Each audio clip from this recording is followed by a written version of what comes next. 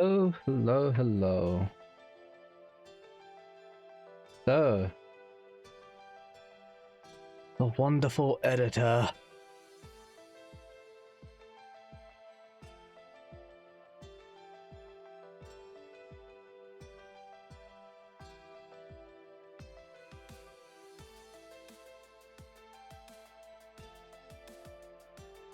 So, Tilted hasn't quite got here yet, but that's fine. I know what I'm doing.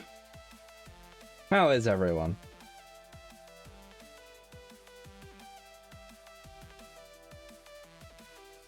So, we are hopefully cooking a level. Now, oddly excited. Well, now, I probably should try to make my own background, but I'm not going to. So, I get this lovely cube. I get this lovely scenery already.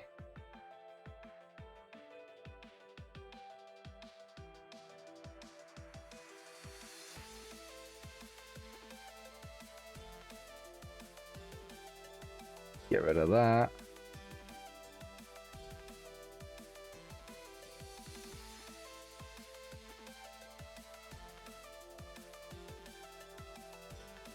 Yeah, I haven't gotten that far. That's the problem.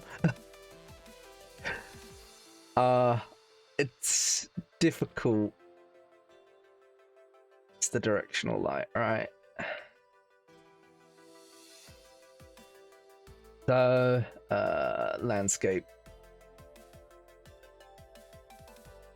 I believe the size was 250, 255, 255. Hey, Neil. Yeah, this map is probably going to suck, but you gotta start somewhere. Oh, that's interesting. Anyway.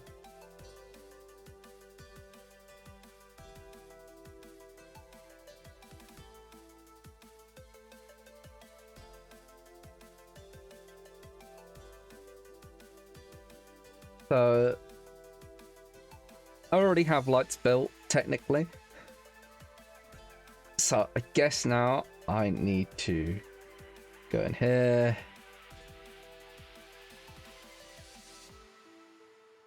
Because I want a Hand of Nod. More specifically, I want the Hand of Nod with ramps.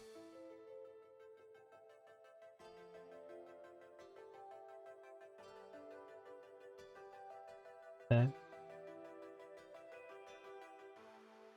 Yeah, that time it worked.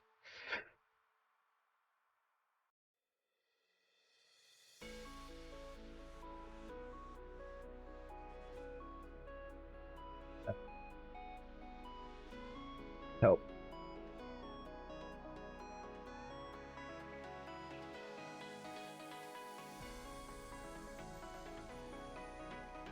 Yeah, defense map with as Nod. That's what I'm kind of going for.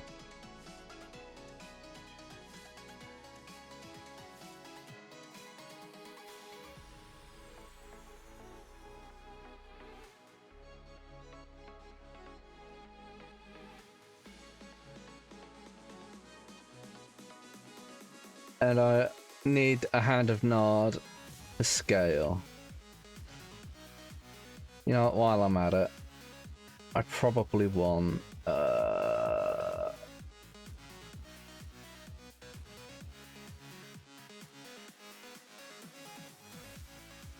airstrip as well. Which one of these does right angles?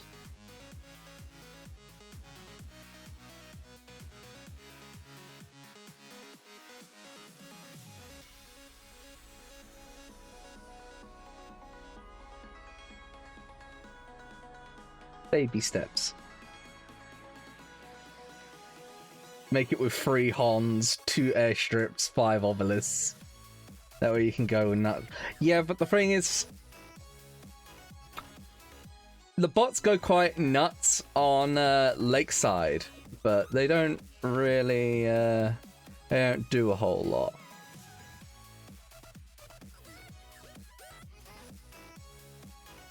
Anyway, I need to do landscaping because I need to sort of set up what I kind of want. Brush size. Yeah, control. Wait, is this the right one? Oh no, this is the smoother. Yeah, that's the one that smooths it. This is the one that I wanted, I think.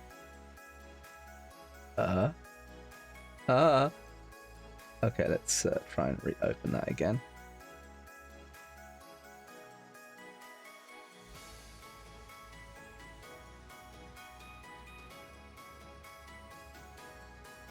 Ah, this is the one I wanted.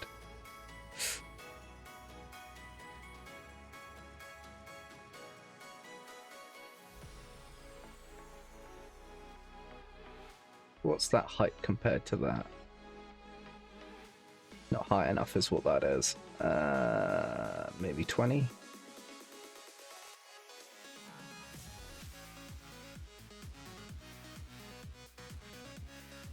It's a bit better. Do 25. That's more like it. 25. Cool. Cool. Yeah, like, I'm more of a hands-on sort of person at learning, so and it's very hard for me to, like, be told. So, I might be flailing around in the dark. A little bit. Oh.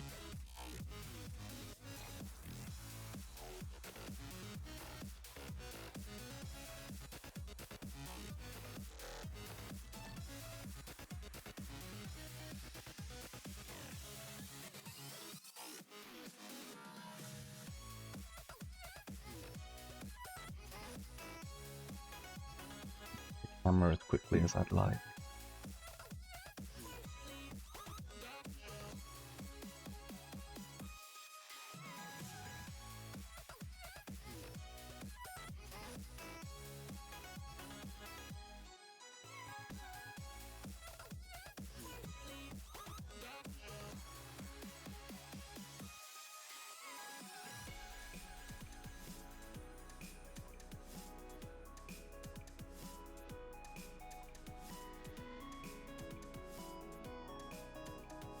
Gonna be like a mountain.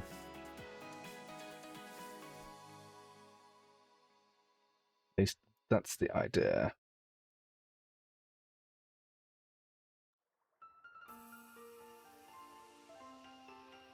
Which tool do I need to do that?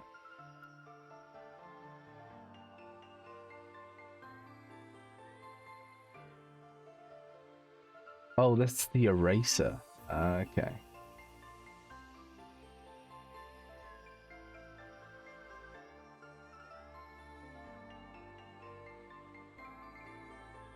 Still getting used to the tools, and it doesn't help that my tool thingy seems to glitch out just a tiny bit.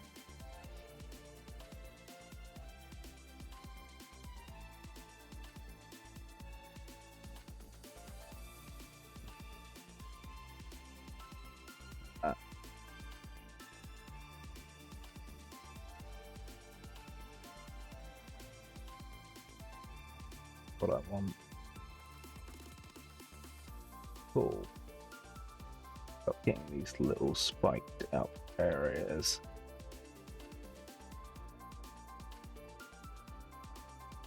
Well, the idea, I wanted to make it flying, so I wanted it to make it flying specifically for the bots. So the players don't get air vehicles, or at least if they do get air vehicles, I was thinking of putting like a single Apache on this top part of Han, because I wanted people to be able to just sort of get on top of Han, use it as high ground, and maybe have like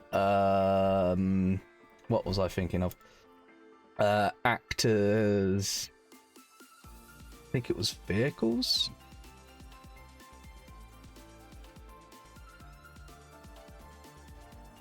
Vehicles, and having like a single Apache. Yeah. A single Apache. Wait, what? That's not what I expected. Yeah, there's a search bar.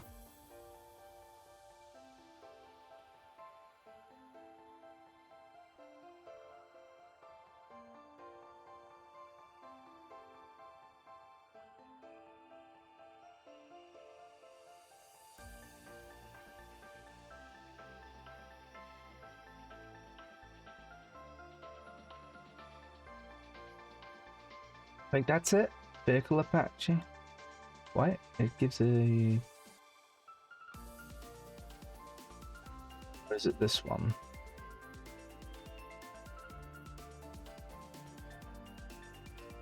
Or is it this one? They're both airstrips. Okay, that's not what I expected. Click once, then drag and drop.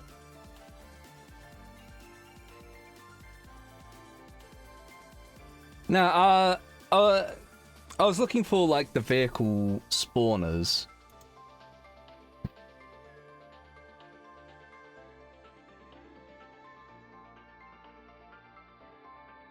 I thought this was the section, but yeah. Anyway, that's for later. That's kind of that's kind of an idea that I'm going for. As for map layout, I was hoping to do like a cave system over here.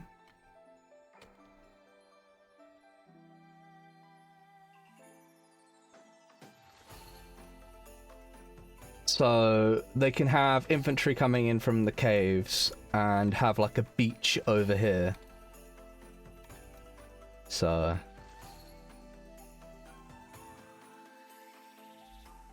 it's more of a case of sort of set up.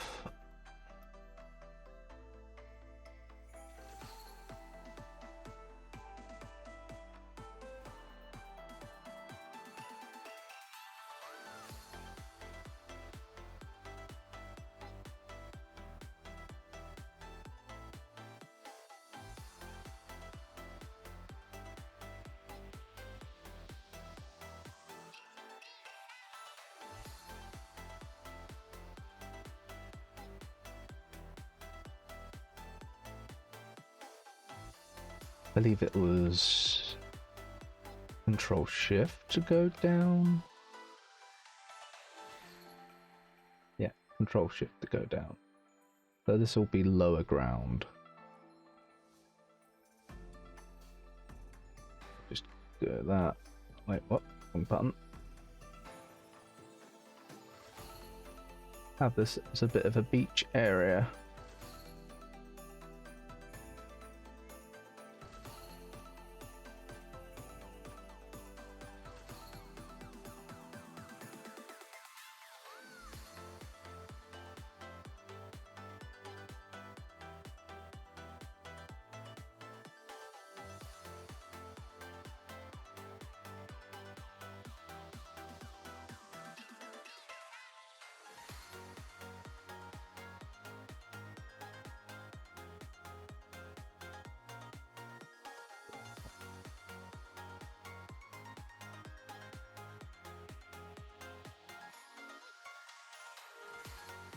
Just come down a bit over here.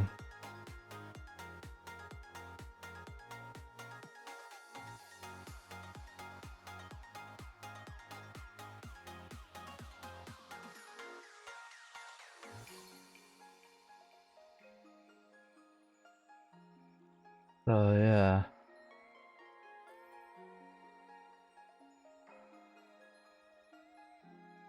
It's kind of just sort of molding the map a bit to how I want it.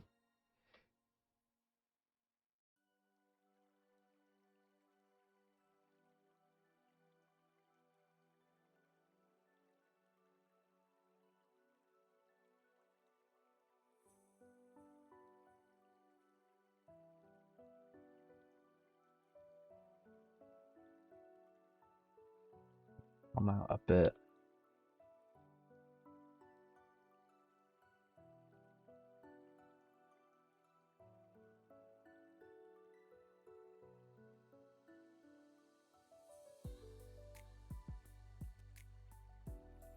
Yo, can you hear me?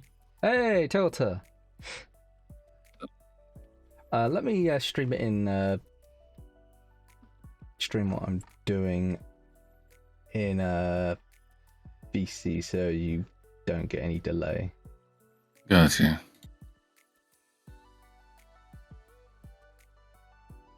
Hello. Hey, Groundbird. Are you making a map, Martok? Slowly. You're, I haven't really done much. I don't know what I'm doing. Just kinda trying. There we go.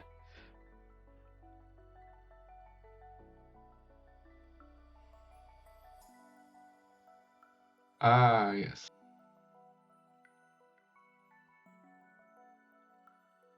So, is this for the defense map? Yes, this is. I have no idea how to get to that part, but first and foremost, I need to sort of make a sort of map layout.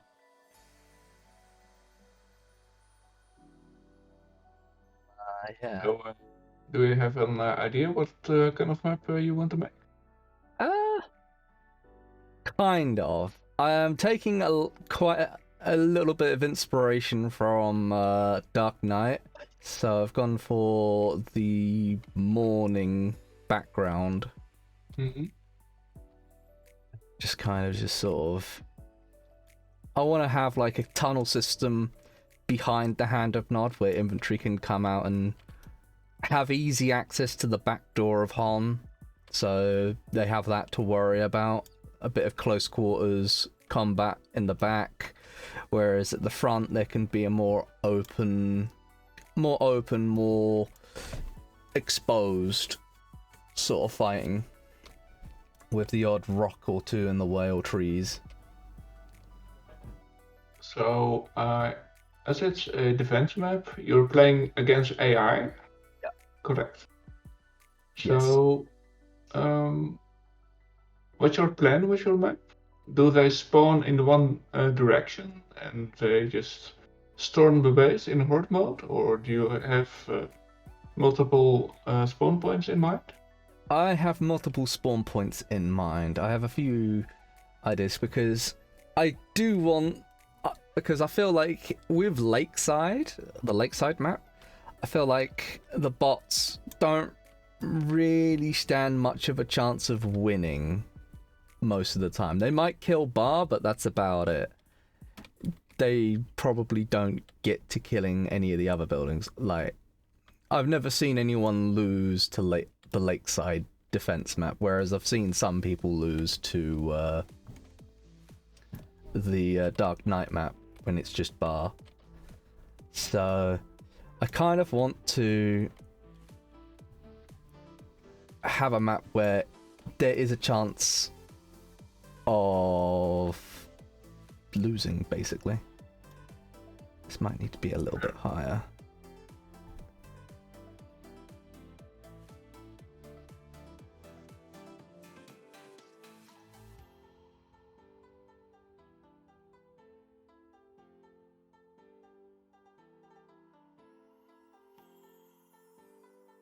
Do you have experience with 3D stuff? Nope. Do you know what the brush fall off does? Yes, it sort of makes it, it just sort of smooths it off at the edges. Yeah. Let me make sure everything's working. Internet might still be acting weird, but okay. I think it's better. So I think the first thing you're gonna want to do is we need to get texture on this terrain. Because it'll also help you like see what's going on. Let me pull up. the SDK so I can help find like a really good one.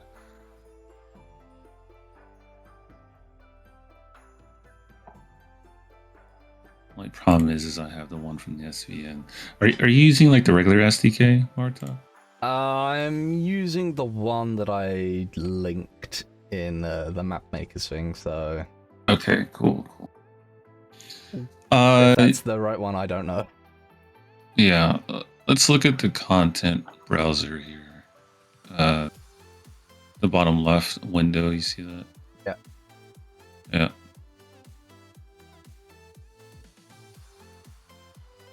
And oops. Just type in, not texture, click on, make this window bigger so you can actually read in there. Click on the material instances constant up there. Yeah, and then type in landscape.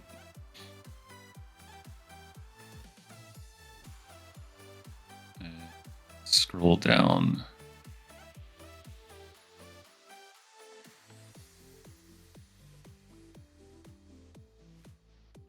Okay. Click on the right. It says MI landscape base. Let's try this one first. You see how that little box is in the corner of it? Yep. That means it's not fully loaded. So right click it. And then at the very bottom, you'll see fully load. Just click on that. This also helps when you're trying to find things in a certain package. And not everything is actually loaded up. This might take a little bit. There you go. Okay. Here now. Yeah. So it probably loaded more assets as to why its location moved, but just left click it once. And then minimize this window. Or make it smaller, either way. Okay. Now don't worry about shift to there, just don't click anything. Now hit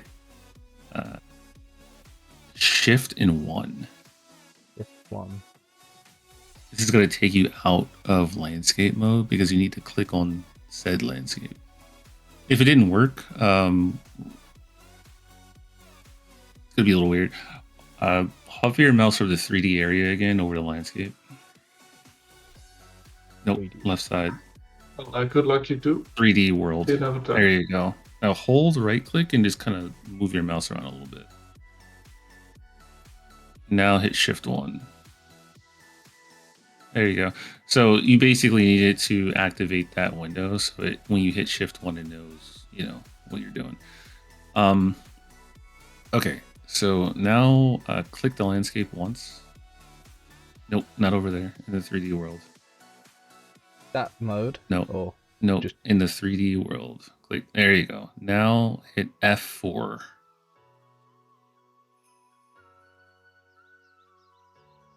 Okay, so click on the one that says landscape. Man, this window is tiny. And then you see where it says landscape material? Click the green arrow. There you go. So this landscape is like a base type of landscape that has a setup that essentially okay.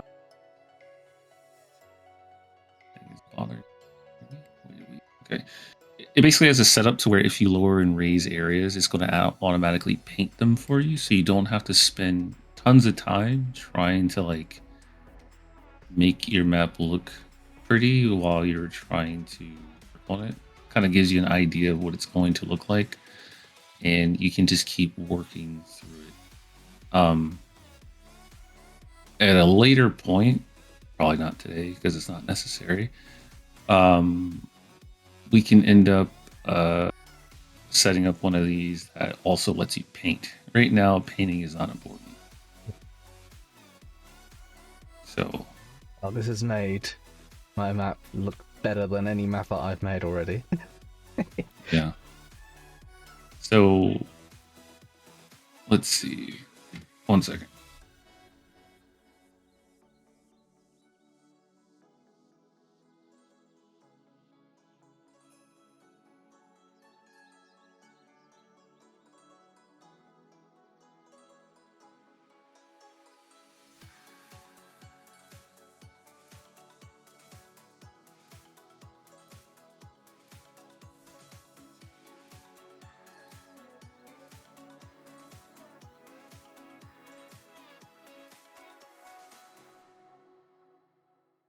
Oh, sorry about that. That's all right. As so now I would say, I take it the map when you load it in is not set to defense. We should probably do that. I don't know how to set it. I know you have to sort of go into view. View. Yeah. View, World properties. World properties. That's what it was. Okay, so make this small little window bigger because this is ridiculous. There you go. Go into world info, I think. Actually, go to game type. Game type. Default game, set that to defense.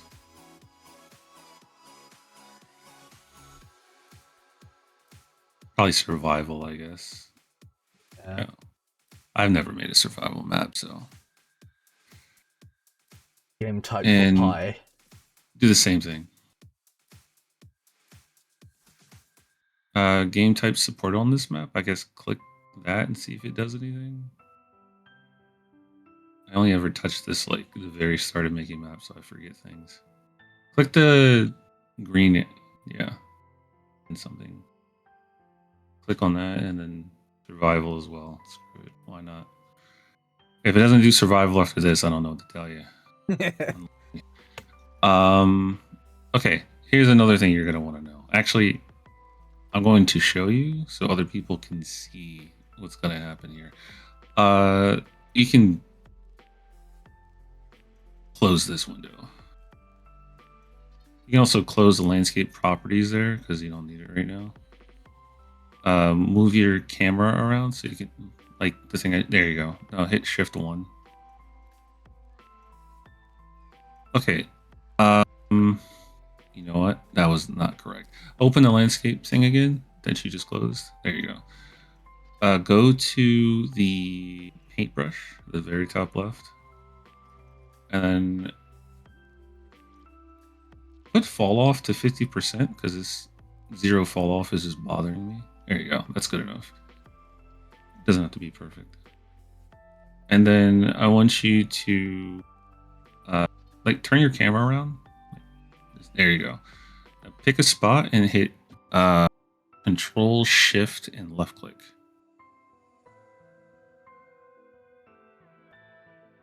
Did it do? There you go. Okay. Now right outside of that area, like not in the circle, I want you to right click the ground and then do play from here. Very bottom. And we'll see if this works or not. Yeah, I guess that makes sense. Well, we'll see what happens.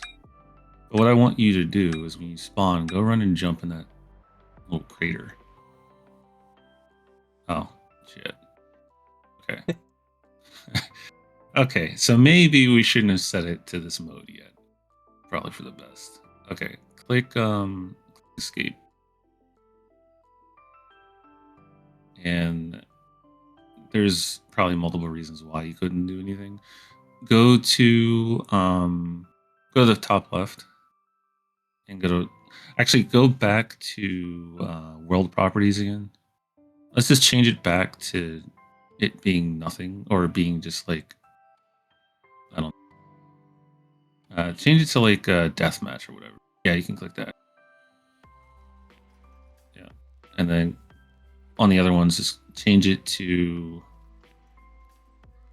just go to deathmatch or whatever. It doesn't matter. Team deathmatch. Yeah, that's fine. Because I know why why I did that. Now right click in the same type of area, play from here. Hey. Now go jump in the circle. There you go. And you're dead. Alright, nice map. See you later.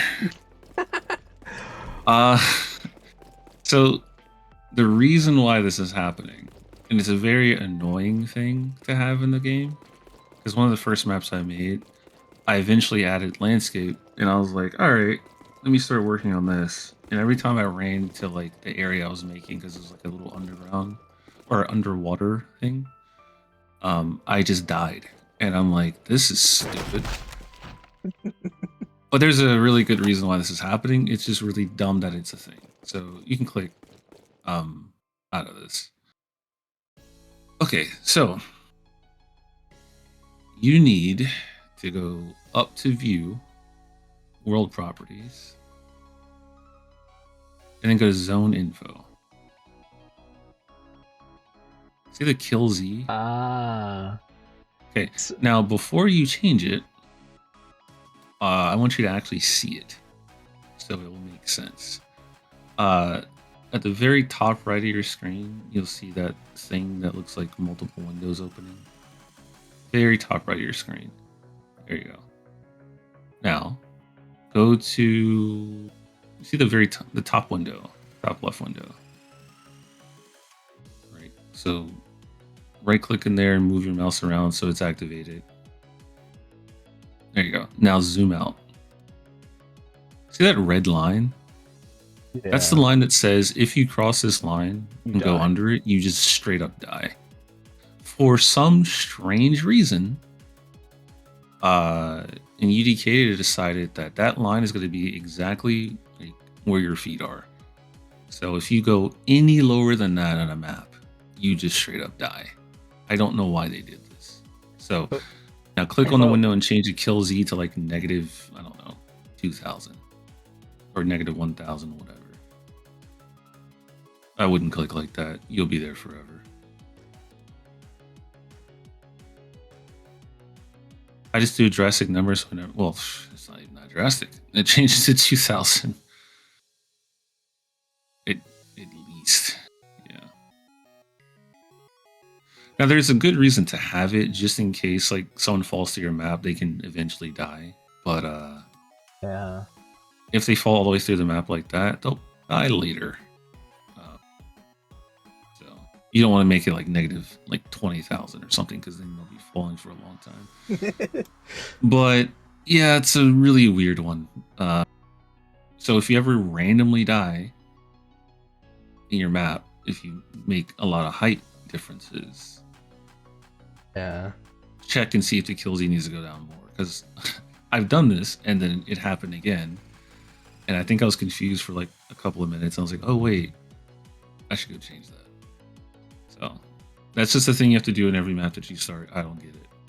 What does gravity make a difference? Because if that's set to 0, does that mean gravity stops after you go below it?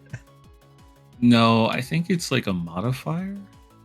I never touched any of the other stuff really. Okay. But I think it's probably more like a modifier where hover over it again. Yeah, I think it's more of a modifier, so the higher or lower the number is gonna change it based off of the normal setting. I could be wrong. Again, I never touched that. Only time I ever messed with gravity was when I was like first starting off making stuff, and then I was like, I have an idea, and I wanted to try to make like a space map that was similar to maps from like StarCraft. So I was like, how am I going to make it to where you can get to this other like base area where there's like a silo? And I lowered the gravity with a volume, not like this. So I wouldn't mess with gravity anytime soon. Yeah. Not worth it. Anyway, so now let's double check and make sure that actually worked. Also, I see you have autosave on, but I haven't noticed it autosaving. Has it been doing that? I haven't done a save as yet, so maybe not. Yeah, you should do a save as. Because Save even though we haven't done as. a lot of it's a little annoying. Is this the Okay, right content. place? Can you make this window a little bigger? Like scroll downwards. Oh, well, that works too. Sure. UK content maps. Click on Renex. Double click that. And yeah, so go to. See, it says UDK game. Click on that up there. I just want to see if there like what options you have. Just hit back on your mouse or whatever. Yeah, just put it here and just name it whatever you like. I would probably pick the same naming convention that they do for defense maps. So it's like DF dash map name. I do believe. I think it's all capitalized for the first part.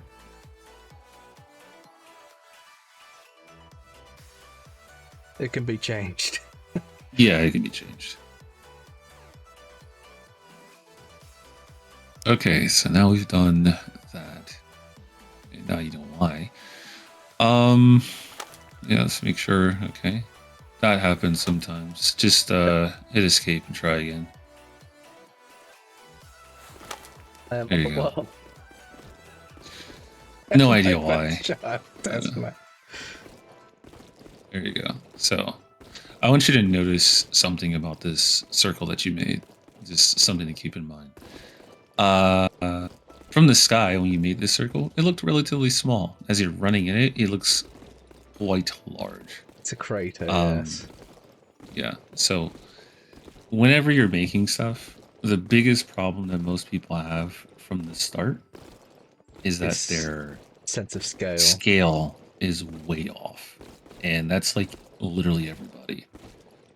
There has only been one person that I've seen do the scale the other way, where they made stuff smaller, and that was when I was watching like Neural make his map when he was making mines, and I'm like, I've never seen someone do this, and unfortunately, you're gonna have to change a lot because of it. Because when you make stuff too small, it's kind of hard to work with it. When you need to make things bigger, you kind of have to like restart. But yeah, he eventually did that. Anyway, so a good idea is to have, well, kind of like an idea of what you want to make in your head. Also keep things simple, and then use things to understand the scale that you're working in, and to very consistently click in after you've done work to play from there and see if the scale feels right. Because in this window, you might as well just make it, yeah. In this window, it's very easy to make something, think it looks fine, go play in it, and it's like, oh, I'm a tiny little ant-man.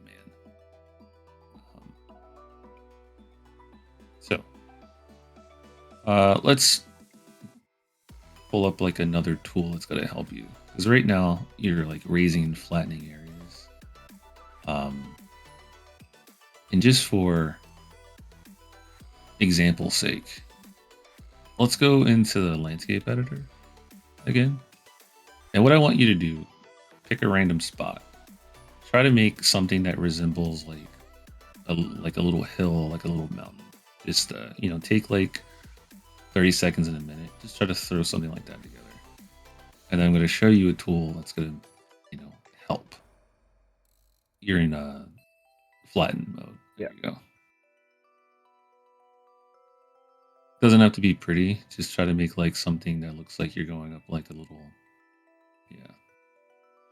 hill, mountain range, whatever.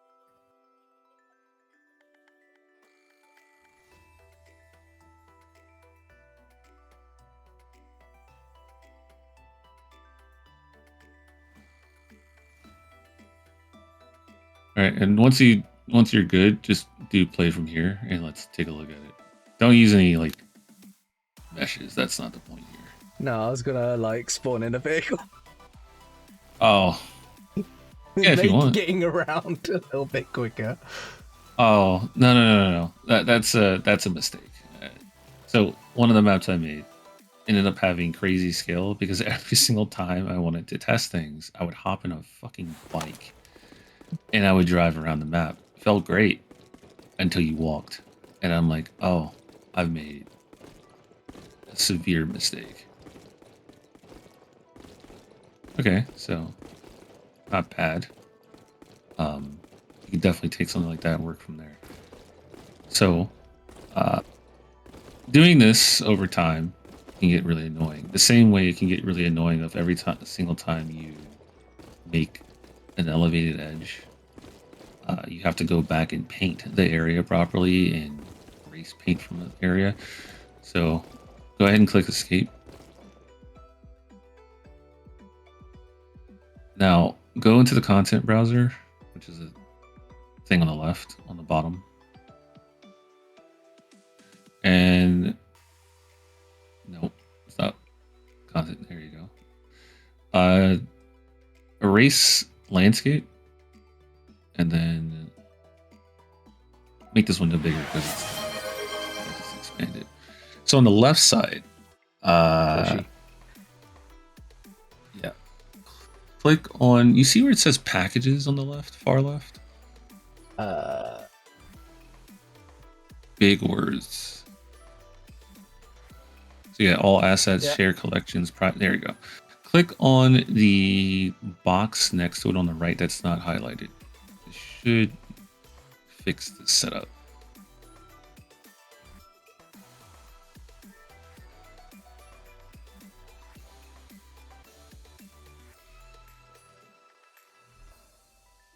Are you there? Or did I lag out? Okay, click on the box to the right that's not highlighted. Yeah, this box, right?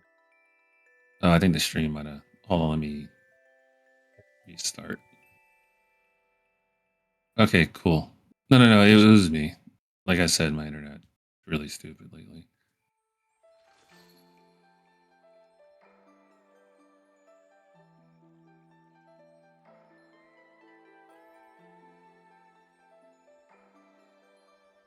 Okay, content browser.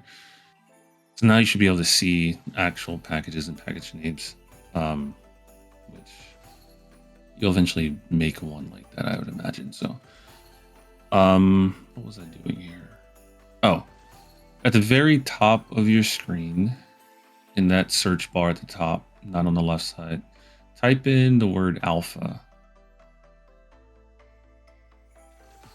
Okay.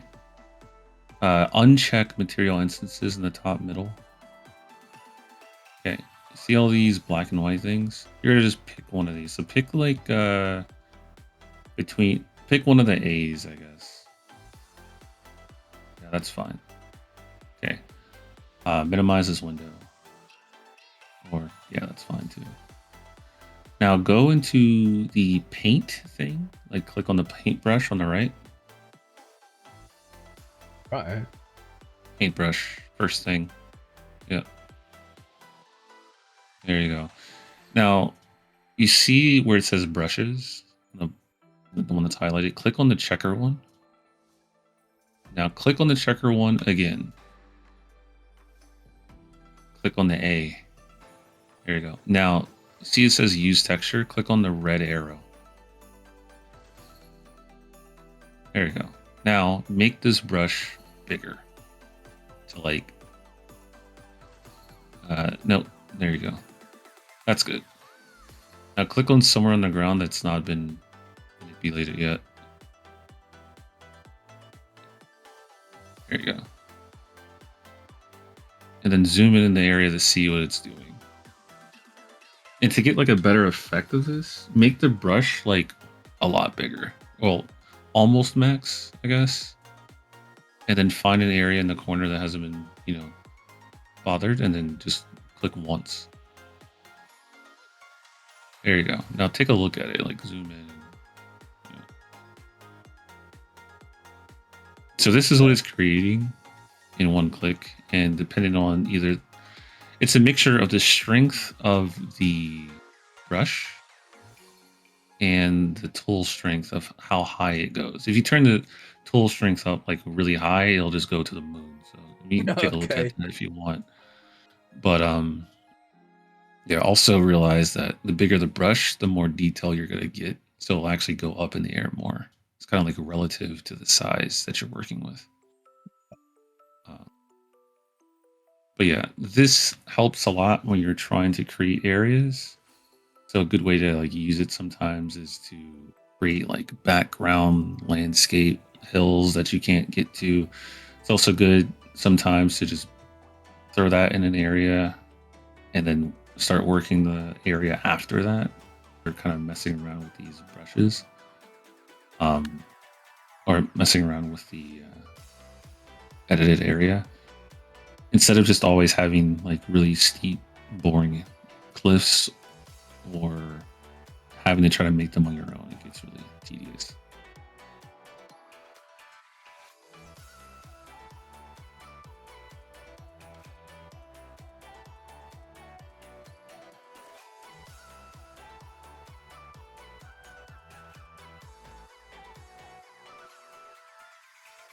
You can turn the strength up higher.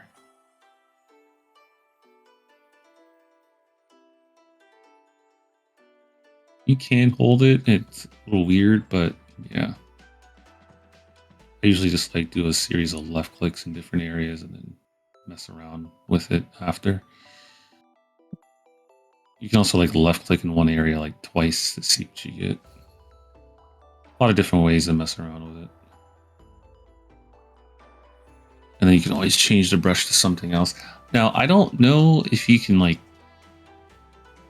they have like red, green, blue, alpha. I've never used the other ones. I don't think you can like save any of them there and then cycle it. I kind of wish you could. But yeah. And of course, after you do this, it's usually a good idea to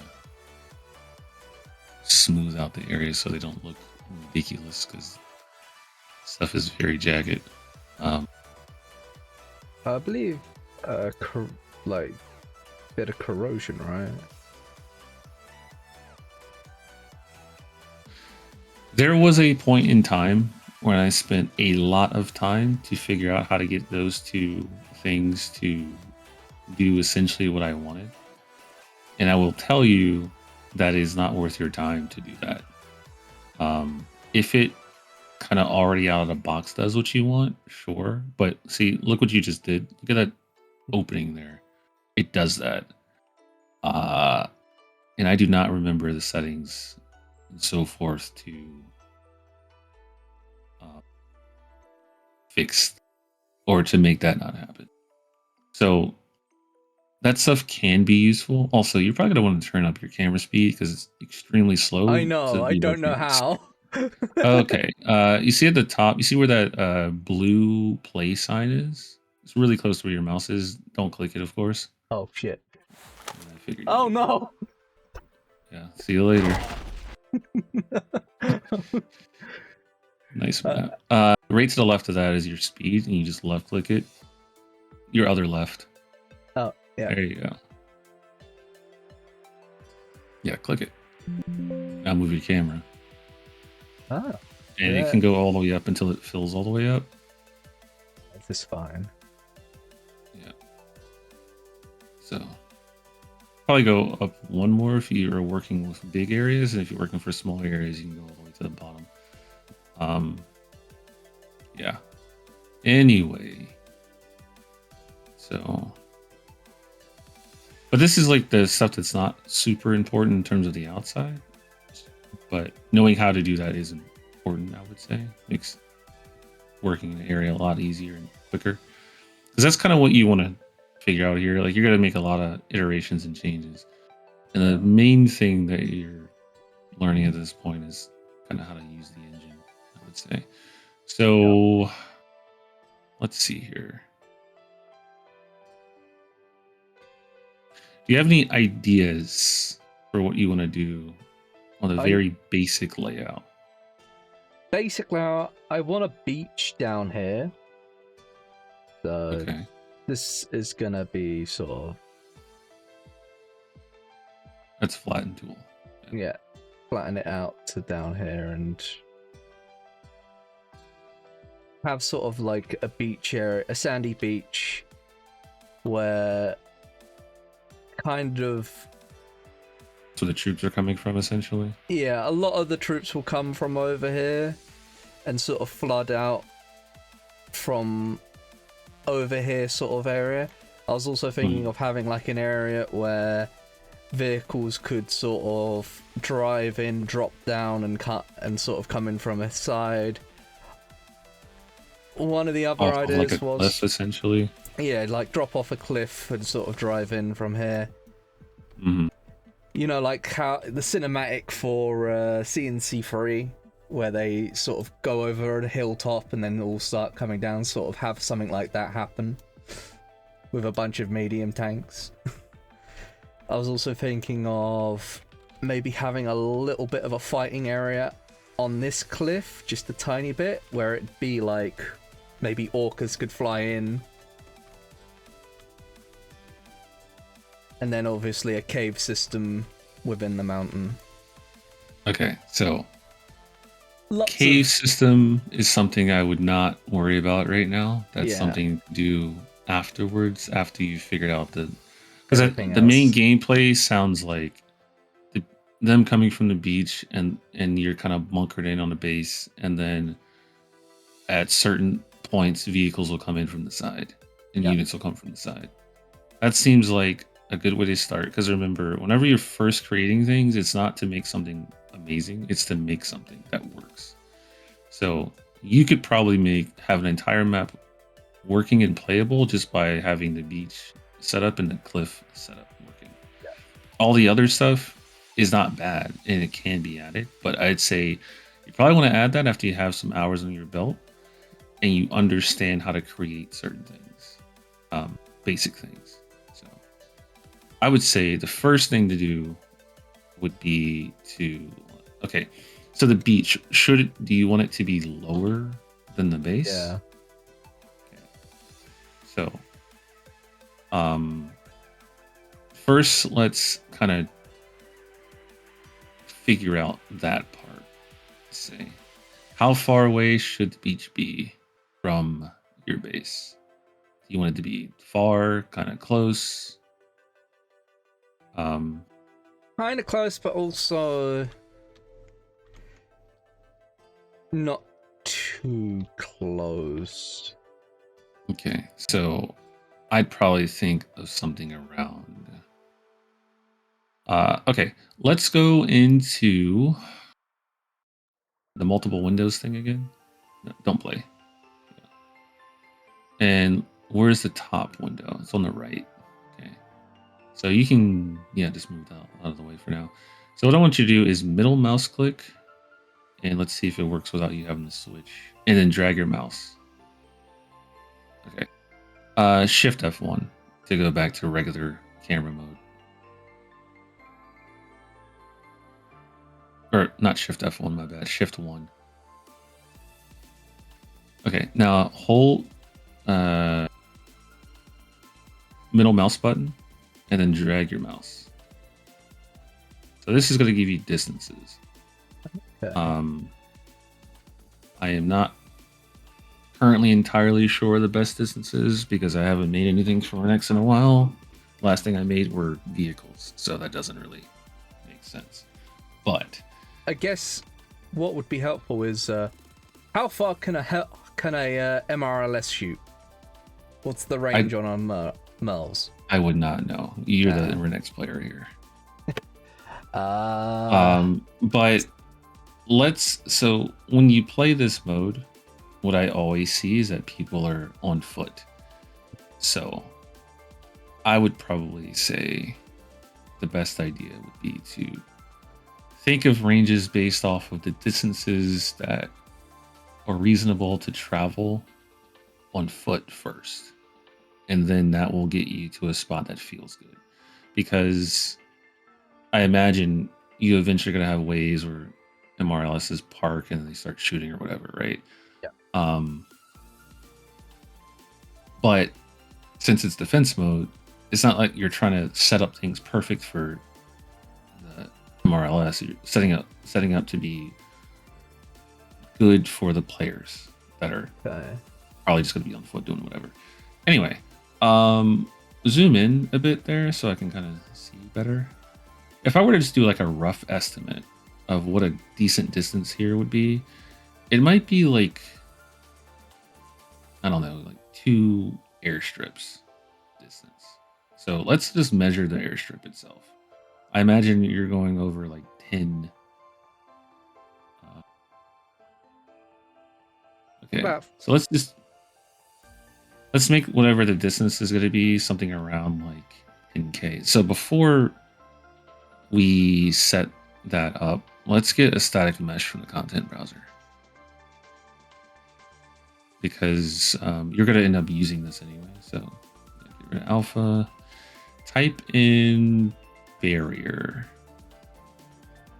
BARR. Yeah, okay. Static mesh in the object type. Make the window bigger because you'll be scrolling for forever. And let's just grab like a Haskell barrier. Yeah, grab the 4-way Haskell barrier there. Yeah, that one. Do I need to load it all? You can just right click and then it loads that individual one. And since we're just getting like a single piece for now, don't worry about fully loading it. Take that, drag it into the map. So now there's 2 ways to bring it in the map. And that's super annoying. Whenever you minimize it, it does that. And you have to go find it again. So just take it and you can drag and drop it. No, first drag and drop this. Okay. That will give you a sense of scale. Don't worry about rotating it yet. And from, there go to like 10K, I'd say. Yeah, go to zoom out some. And then just place it roughly at the edge of that area. That's good. Cool. Now, don't worry about it being perfect. It's not that. As long as it's like in the relative area, it's fine. Take it and rotate it so now it's okay. I don't want to ever see you do that again because it is super slow. So hit spacebar. Hit spacebar again. There you go. That's how you cycle. Going up there to click that is insane. Here's another thing you should know. Hit the tilde key. That's the one next to number 1, right? Yes. Yeah. Just without hitting shift, just hit it. Yep. Strange that didn't do anything. It should. Is your... Okay, so what it's supposed to do, at the very top, near all those widgets that you went and clicked, that was disgusting to watch, to the right you see it says world. So this is going to change, you can click it, from local to world. So click on local, now hit tilde again, let's see if it works. Why is it not working? It's very strange. Whatever. For now, you're just gonna have to deal with it. It sucks, but you just go up there and click it, and it changes the direction. So change it back to world. I would recommend being in world all the time, unless you need to be in local. And many reasons behind that, but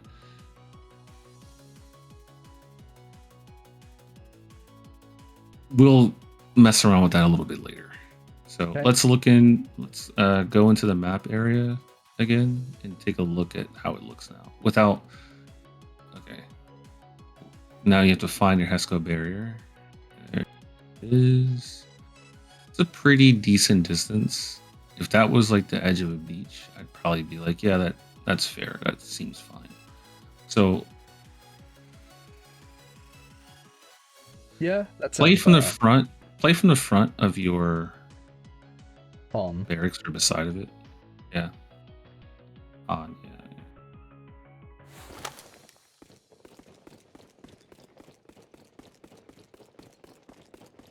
And yeah, this is pretty far distance. It's actually potentially farther than you actually want it to be. Obviously, things can be changed, but yeah. Turn around and look at the base. I just want to see. That's not bad. But you hill quickly hides start to it. realize. Well, yeah. But yeah. You quickly start to realize like how different it is when you're scaling it for like running on foot versus if you just hopped in a vehicle, you'd be over there in like no time. Especially if you're Okay, using so a fast Han vehicle. gets into range around her for the mission for this gun. That's also weird. Okay. So you want the beach, do you want it to be lower than the area that you're currently in? Yes. Okay. That makes the most sense. I'd probably recommend making it to where the beach height, like at that sandbag area, is like kind of the peak to get to like the same level of where the like that Han area. There'd still be other changes that we would do here, but let's first kind of like get that blocked out to an extent. So just yeah, open that up. This tiny window is hurting my eyes. And let's just lower the area here. And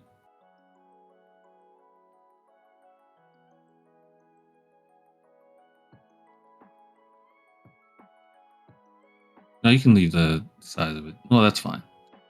Hit Control, Shift, and left click. That goes the opposite direction.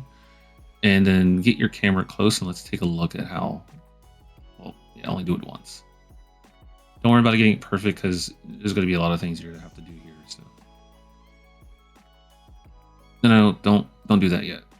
Get closer with your camera. I kind of want to get like a feel for things. And you know what? Let's spawn a vehicle as well. So content browser. You see at the very top where it says actor classes on the left. Now type in MRLS. And RX vehicle MRLS, not vehicle factory, because that's how that's for like map stuff. You'll probably use that another time. But take it, drag it, drop it. Also, when you have that highlighted like that, so click on the thing again, but don't drag and drop it. Right click on the map, and it'll say add, and it gives you different options. And notice that some of them are just like adding in. So the first one you see it says add like MRLS here, right? Oh, yeah. And you can replace whatever you have selected with MRLS, which we'll end up doing something like that later, but don't worry about that now. And then these other ones are just adding in like static meshes or other types of actors or whatever. That will be more important later. Also, there's another one that if you scroll down, it says replace with. Cover that, and then it, you know, that's usually how I go to replace things. Again, this is something you'll see in the future. Don't worry about it just yet. Anyway, you can hit escape, close out of that because you don't need it. So hit Shift 1 for me. Click on this hover rails, and then I want you to. Do you know how to duplicate it? Like Alt click. Yeah, there you go. Cool. Take this new one, put it over the pit. Also, hold on. Let go. Zoom in a bit, close to it. There you go. That's good. All the widget. Zoom out a bit, and then kind of go up in the air. zoom out with your camera and make your camera going up in the air by holding E a bit. There you go. Yeah, E and Q make you go up and down, by the way. Ah. Yeah. So you can grab both the red and the green simultaneously. If you click in the middle, there you go. Now drag it over the pit. Okay, now hit the end key, like END key. Ah, so it just puts it to the ground. Snaps it to the ground, wherever the ground may be. Okay, so let's take a look at this scale. It's still in the editor. Don't play just yet. So like, move your camera down, so you're like kind of eye level with it. There you go. I imagine you can probably lower it more if you wanted to, but kind of getting to a good spot. But I would say more because you want probably level design things that we'll figure out later. But essentially, you probably want it to be. You don't want the drop to be super steep, so you probably want the coast to be a bit lower, so you can kind of gradually rise up more, along with it helping block the pond from being hit at an angle where you can't do anything about it. But we'll probably also use other types of things that help with that. And I think another thing is a bit of a hill here. We still got other things to work with. So anyway, I think you'd probably make that little hill that you have there kind of like not on purpose on the right. Probably not making that one bigger. Not that one. One right in front of it. You keep turn 90 you mean degrees. This hill. There you go. Yeah. And then there's other things you can do, like you can add like tree lines, stuff like that that'll help block. Yeah. So go back into landscape mode, and then I want you to lower this one more notch in here.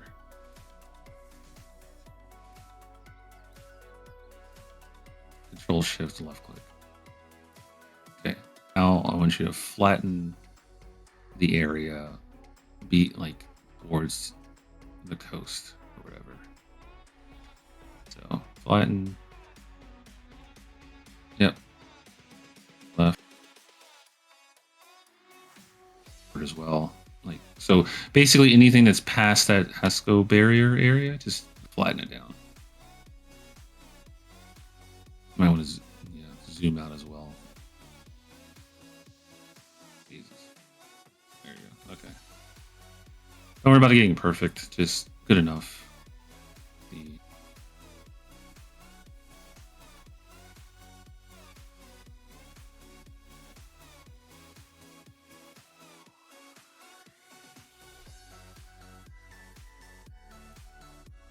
That's fine.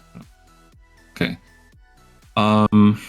Now smooth the area that we're going to be working on, so it kind of is more of a bit more gradual transition. Okay, cool. And you can hit Shift 1 now.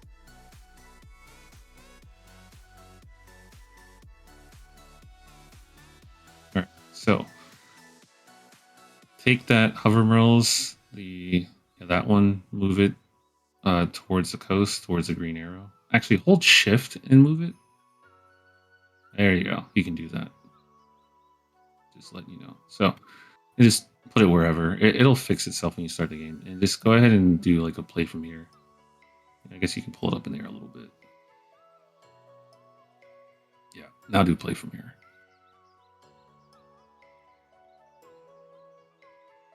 We can get like a feel of like the scale of the height. Yeah, you can jump. Seems like I made a hole here somehow. Yeah, it's the. What's the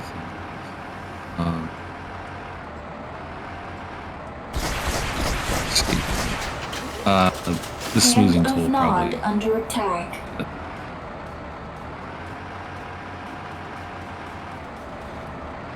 obviously isn't best yet, but getting to something. So I think a few things I'm looking at here that you're gonna want to take into consideration. The first one being uh,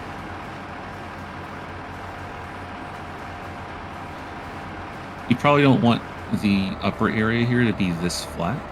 So you're probably going to want to have some variation in height of the ground. The other thing you need to consider here is that the Han is annoying as hell. And you probably don't want it to just be up in the sky like that to avoid essentially base-to-base issues that you get in every Renegade X map, I guess. So I'd probably, the area that the Han's in, be lowered a bit. That way it's not just this gigantic beacon of please shoot me from all the way across the map.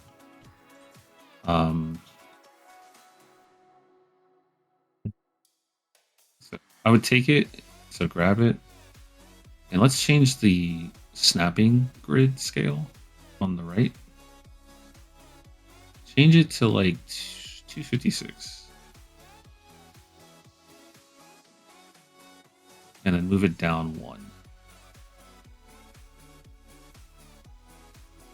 This should be okay. Now just flatten the area for the Han area to kind of fit that. Again, this is all experimentation, so.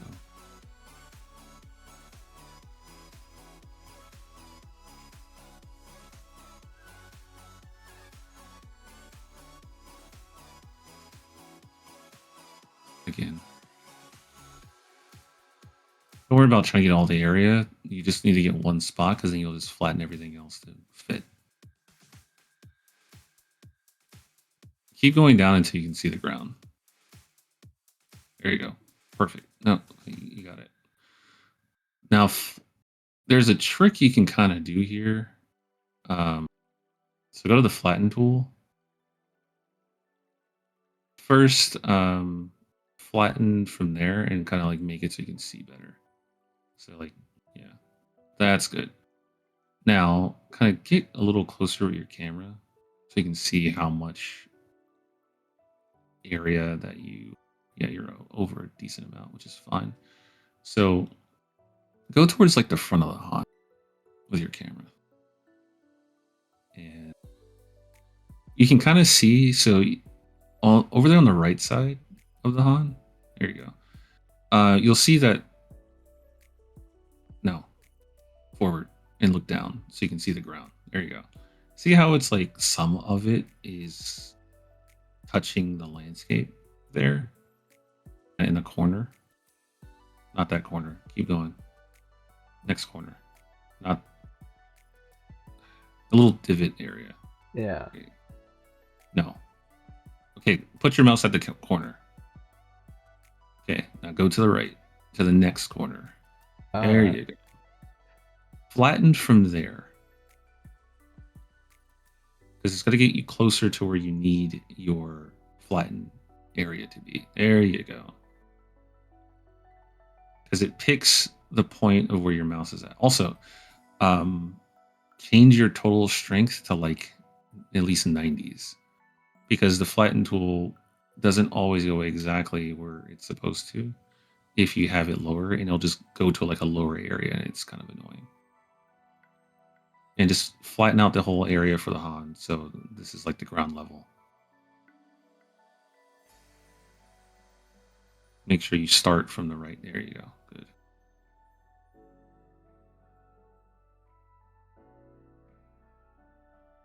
Make sure it's flattened all the way around to the back as well.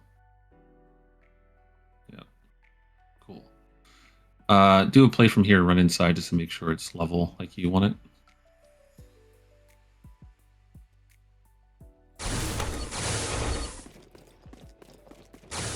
Looks decent enough. Don't worry about getting it perfect right away. Just functional is what we're trying to do for everything.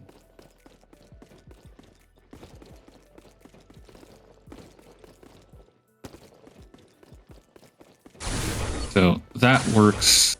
Go to the back of the Han. And see how there's that dip? Look down. Yeah.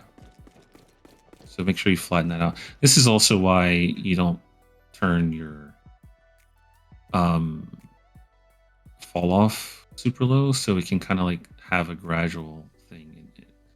Whatever. Anyway, this is good enough for now. So let's work on something else, I guess.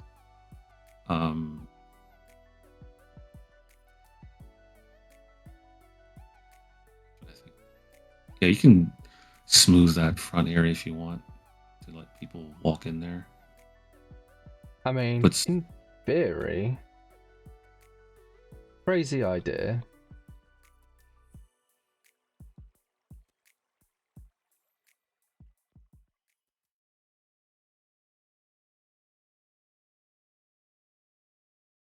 Have like half the front of the hon in the ground.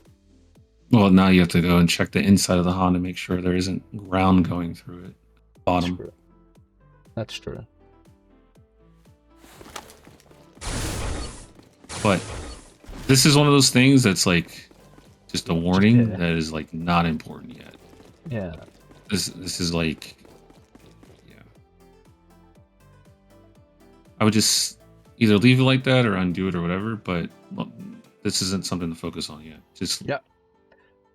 Back to like layout stuff because we haven't even touched much of that yet. Okay, so you got your little mock beach area. We need to have. So with the beach idea, are you thinking of making it kind of like a, I don't know, like a D-Day type of feel? I'm guessing where there's like a bunch of tank blockers and there's craters and so on and so forth. Kind of.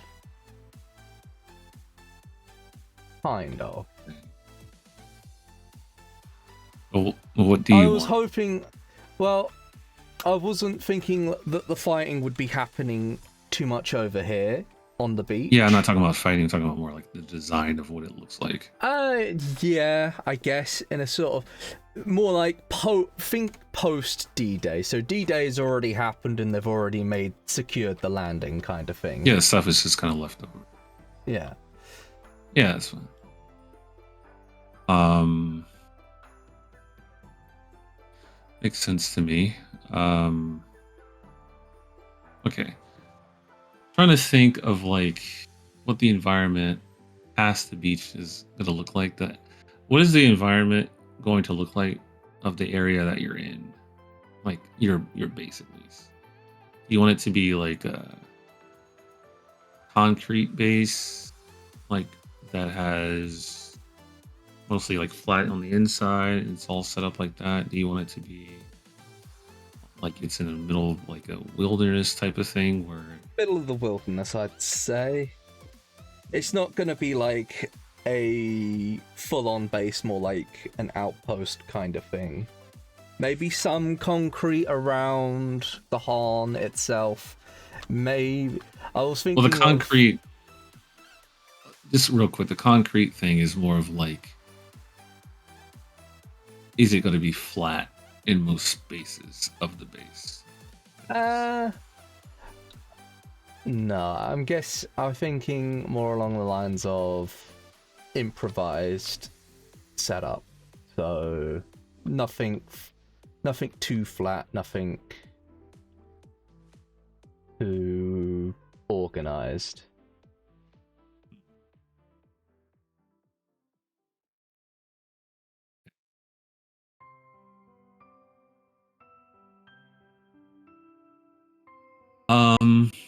What about walls for the base? Is it I going was to thinking of have having some walls. I had an idea of you know how you can have like destructibles? yeah? I was thinking maybe have like walls and have maybe part of the walls be destructible, so Yeah, have but that's more of like, that's fine. That's not a problem. yeah. I'm more getting at like what is your base supposed to look like so we can build the base, right? Like destructible walls are cool, but they're not. It's more of like the layout. That's something. Destructible walls are something you create later after you figure out most of the things that you've already needed to get it to run. Because like the first goal is to get it to where this map actually can be tested, right? You can have all these design ideas; they don't matter until like the gameplay makes sense. So you can make this really nice, elaborate base, and then you play, you're like, man, this sucks ass, and you have to like redo a lot of that stuff that you put a lot of time into. So to avoid that, it's more of like, let's figure out what you want it to look like, and then let's figure out the gameplay part. Put some bots in, and then be able to test and see if it like plays kind of fun at least, right? And then we can add in the other stuff that is more interesting, like destructible walls or tunnel systems or whatever.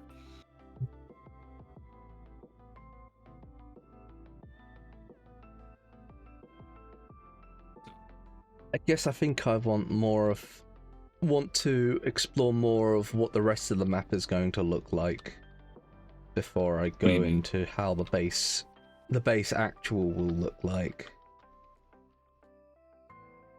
Okay. But okay, so you have one point of interest of where the enemy comes from, which is like the beach direction. Okay. Right? If you then start to add in the other areas that are going to attack you before you figure out some basic parts, you might run into some trouble. So what I would recommend is let's like figure out what is it going to be like between the beach and the base, because you need to answer some questions there, which is like on the way from beach, once they hit the top of that hill, what is it going to look like? Are there going to be hills? Are there going to be what the hell just happened? I looked away. Just sort of auto-saved and then the sun got brighter. Interesting. So are there going to be hills? Are there going to be trees? Is it going to be vehicles that are blocking line of sight?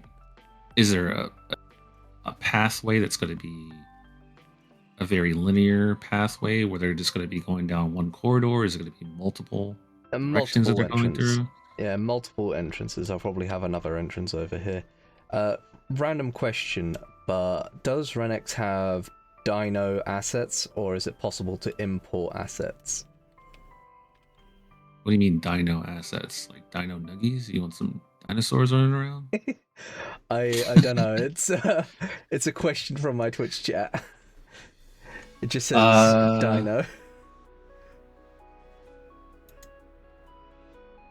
It is possible to import assets. Sorry, I forgot to look at the chat. It is important, or Jesus, it is possible to import assets. And if I don't know what dino assets are. It's probably something I just should know and don't. But you can import whatever. The thing you have to keep in mind is you want to ensure that whatever you import isn't too heavy in terms of vertices and things like that. But yeah, you can import things.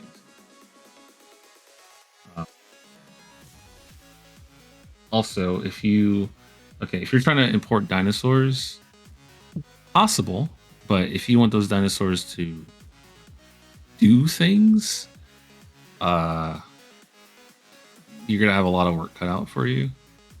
Not to say it's impossible, it's just to say that you have to do a lot. Now, if they're just there for aesthetics in the background or something, you should be fine. You just have to find them and add them, and either pay for them or find free ones that they allow you to stuff. But yeah, definitely possible to do that.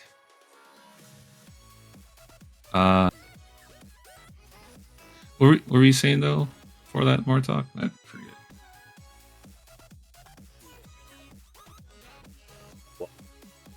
entrances.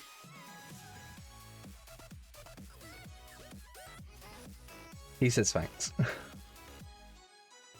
Yep, you're welcome. Yeah, I'm just sort of looking. I kind of like the idea of hills to break up the landscape, maybe having a road or two, having like the main beachhead coming through here, maybe another one over here. I was thinking of over here maybe having like a kind of forest area, maybe another little area over here. Oh. I was thinking So maybe I would say could have like go a ahead and finish hostel. that. Maybe have like a neutral structure to be captured that I can make like a small outpost that they have to sort of breach if they want to get like the neutral structure. Okay, let's focus on the direction between beach and the base, and let's focus on like this first area. First Right. area, yeah. This first straight line, right? This little hill, I want you to go back into the alpha thing, and I want you to make it larger. Yeah, I was thinking that as well. Kind of build into that more. Alpha, click it again.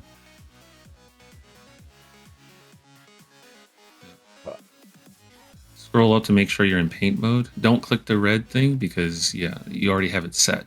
You can already see it. So okay. Scroll up so I can make sure you're in paint mode. Cool. Make the strength not 85 because you're gonna have a bad time. There. Sure. Make the brush size larger. There you go. That's good. Click. Control Z that. That looks kind of. I guess I want bigger brush size. Yeah, you can. Okay, I know what I need to do. I need to lower the strength. Okay. Now, I want you to click on the other hill to the right of it, but kind of to the left of the hill a bit. There you go. And like a pass. Yeah. Now take your camera and get closer to like the area so we can kind of look at it. Not like at the beach entrance part and then look. So zoom in there where you were just looking. Yeah. Down further. Like almost ground level. Okay, cool. And then let's just try to make a path that goes between those two hills. So you're gonna want to swap you want to swap over to smooth. Turn off detail smooth. And I can explain what that does later because I think I figured that out. It's a check mark at the There it there. is. Okay. Make the brush size. There you go. That's good. Now let's try to smooth out the area to be able to go from like here and smooth out like it. Actually, before you do this, hop in the vehicle, the furthest one, and let's drive through it so you can kind of see what we're trying to do here.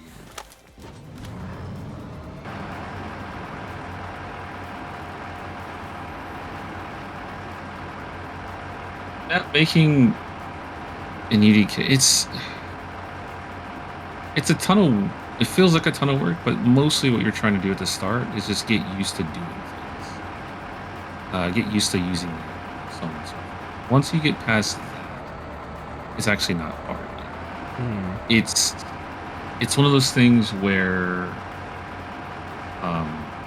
just imagine like the first time you ever played like a video game. You have to learn how to like move around, jump, shoot, reload, all that. Understand the concepts they try to teach you. But once you figure it out, like you're good to go. You just hop on and do whatever you want. So you're just trying to get to the point of being able to sit down and do the actions that are in your head, like the simple ones, and it just gets better over time. So I would say don't let how it looks kind of deter you. Just do things little by little. And that's why, like, whenever you make a map, first maps you should make are pretty basic, just so you can get used to like the controls of things. But yeah, it is a little daunting at first.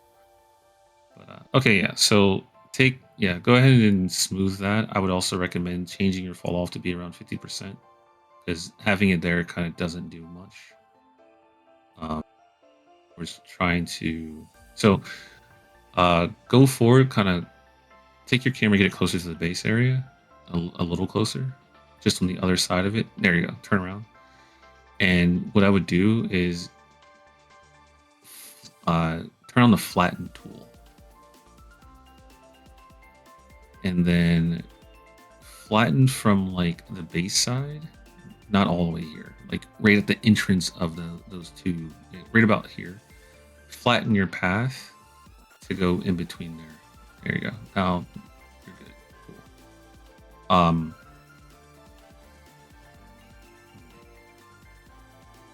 No, you don't have to make it that big. Vehicles are quite large. Actually, hit Control Z. Hit it again. There you go. Now, grab a vehicle and put it in there, in that spot.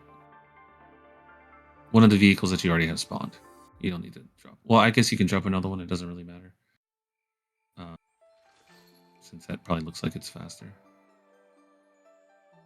That tool makes it to where you can't move things. Hit spacebar. Oh my god. Just drag this over here. Cool. Also, change your grid snapping to 16 again.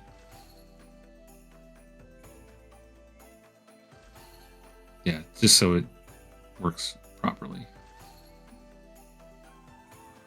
And you can use this for scale to know like what this is going to look like, because you're about to do a bunch of different flattening, and you're opening it up wider and wider, but you actually do not need it to be that wide, and you probably don't want it to be that wide, because you want this hill to block the like line of sight, right? And if it's super wide, they have a lot of range to kind of do whatever they want. That's probably not what you want to happen. So anyway,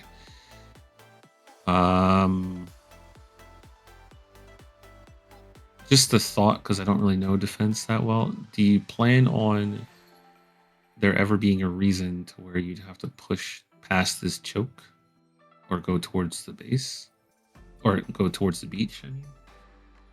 I mean, personally, no, but at the same time, maybe if the box gets stuck. Well, they should be fine. We'll build it in a way to where it's kind of easy. I guess let's just go for no for now then. It's not like we're gonna make massive changes or anything. It's just keeping things in mind. So I want you to spawn at the beach and hop in that vehicle, and then let's drive and get some ideas of things that might need to be tweaked or fixed or whatever. Go through that path that we just went. So what, you making a defense map? Yep. Yeah, he's doing that in stream. Wait, you live on Twitch? Yep. Oh my god, I get to say my favorite word. No, I'm kidding.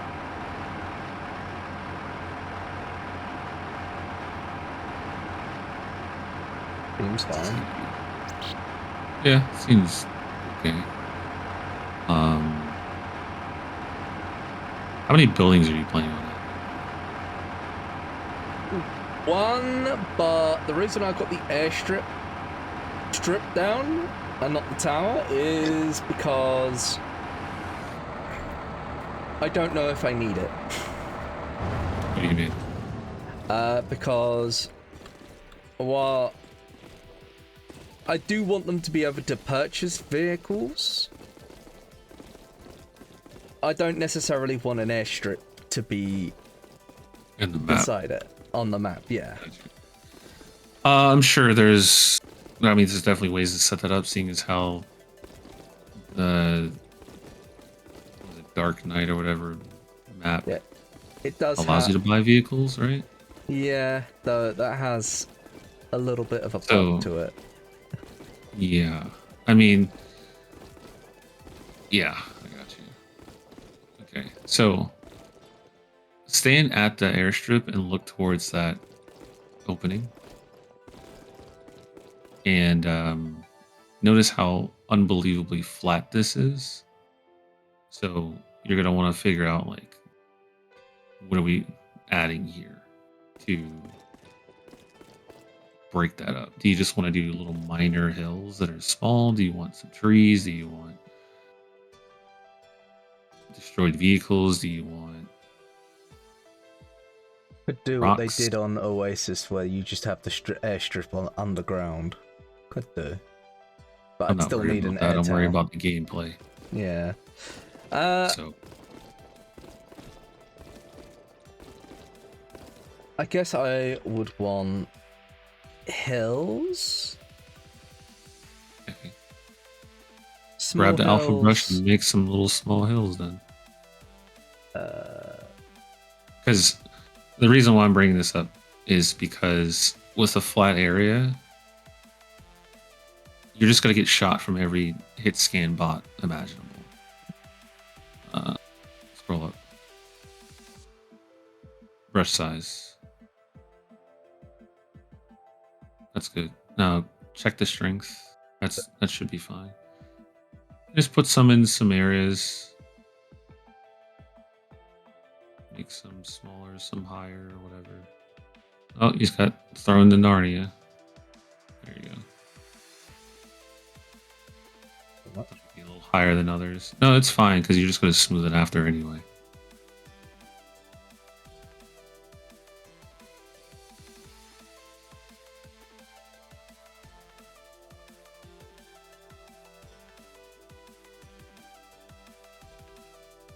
No, don't worry about all that. We're just worried about this one line of, like, this one direct from base to beach. It's the only thing we're worried about right now.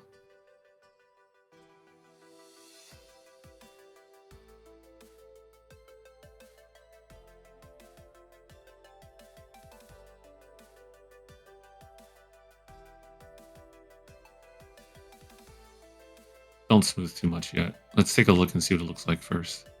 So do a play from here.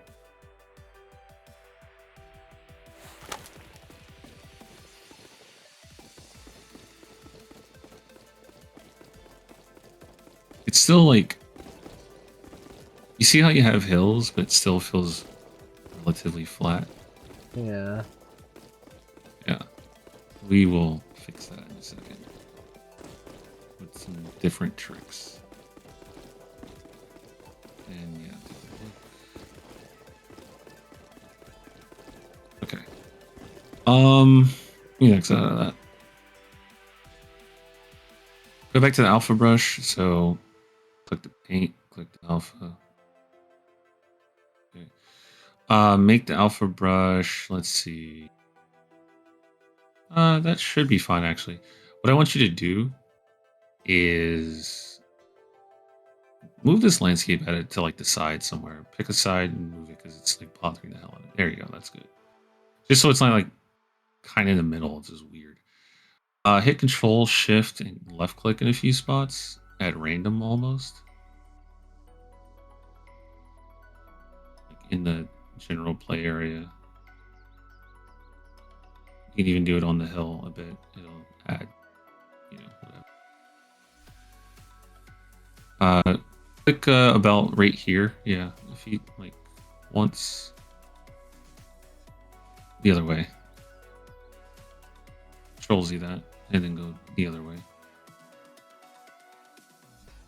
And then go to the left a bit and forward with your, yeah, there too. Well, to the right a little bit more. That's fine. Now, go to the smoothing brush and smooth things out a little bit in areas that look really jagged. Just a bit. Now let's do a play from here. See how it feels. This will help at least. And then you'll be able to see like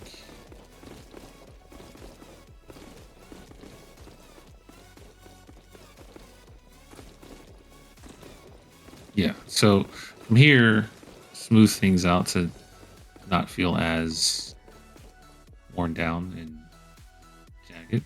So probably make this brush smaller because the brush is gigantic. Yeah. And then you're gonna want to like get your camera closer as you do this to kind of have like a better feel of what you're actually doing, and then smooth out things. Don't worry about getting this airstrip flat on the ground yet, because that's easy to fix afterwards after doing this. But you're trying to make the play area like more interesting with more elevation, de-elevation, but not be like this weird area that's just strange craters. It's like a hard mix of things. You know, like this whole area.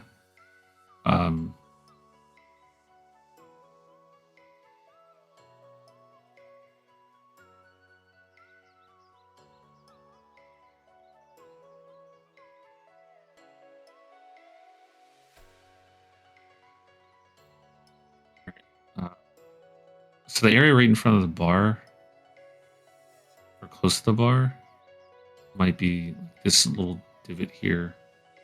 Not right there. Sorry. Put your camera like in front of the bar, and then turn. Yeah. That spot there needs to kind of be fixed up. You can even go into the flattening tool and flatten out some of the areas to kind of like equalize them a bit better, and then smooth after.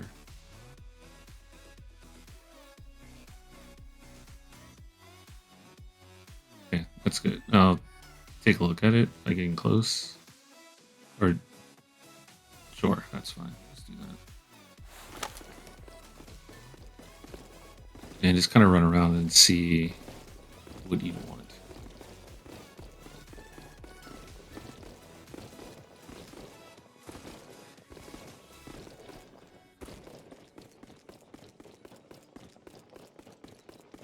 I need to rebuild the hill in the front. Yeah.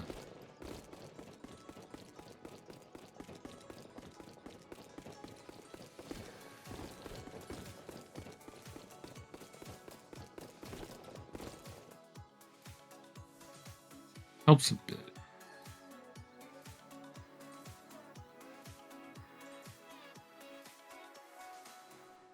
Make the strength higher. I think it'll just smooth it down if it's like too steep. Probably put it a little closer to the opening, I would imagine. That's actually fine.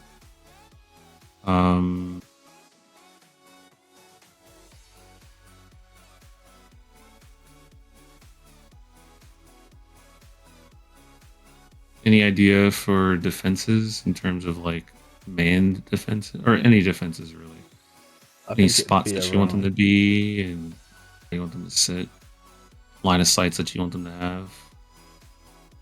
I guess here wouldn't be too bad. Yeah.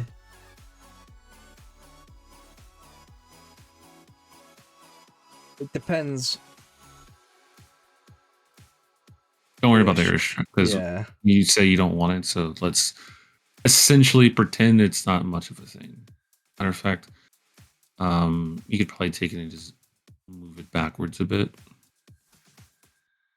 Shift 1. Click it. Yeah, just move it.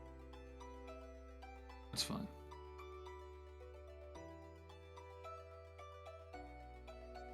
Do a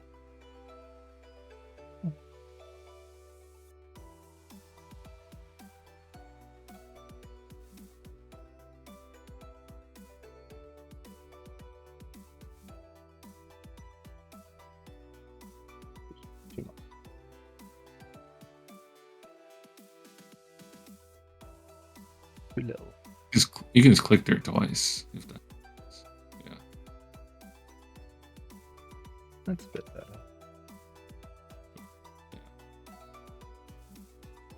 Play from here again, see how it feels. Of kind of look around the area, and then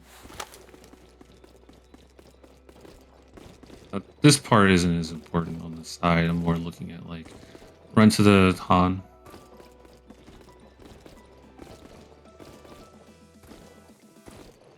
And look out towards the opening.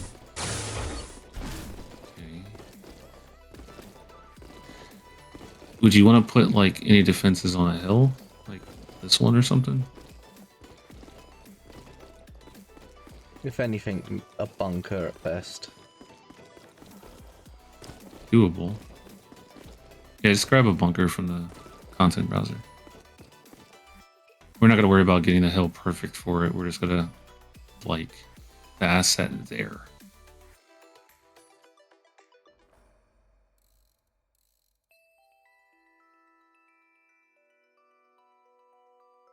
Oh, yeah, not in there. That's content browser. Yeah.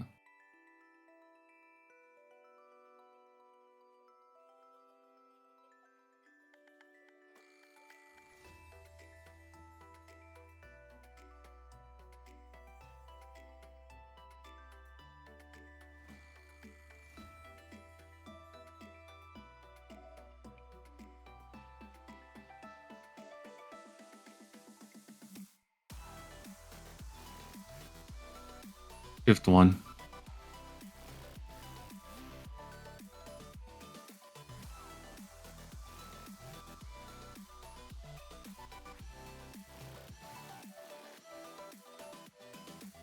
You accidentally selected it. There you go. Spacebar.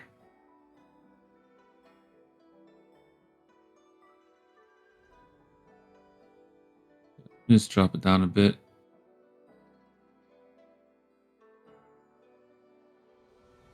That's fine. Don't worry about getting it perfect because you're going to change that hill by a lot. So it's just more of a placeholder to have an idea of what things are going to look like.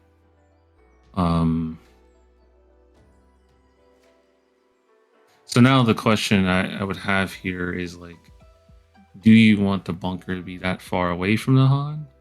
Or do you want it to be closer? How, like, what's the distance that you're looking for to have between like bunker and like this opening? I guess I would want it more back here. Okay, so just pull it back to an idea of where you want it to be. And then take a look and see, like, does that look good for range? It probably does, I guess. And then Yeah. just put a hill on it. So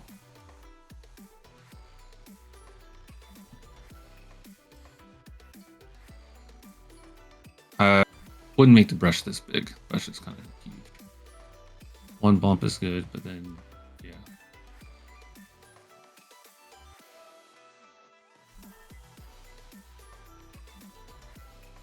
Just damn. Go autosave. Now you're in Narnia. Yeah, just click under the bunker. Yeah, that's good. Take a look at it up close. You can smooth it out, I guess. That's fine. Flatten with a smaller brush. That'll work.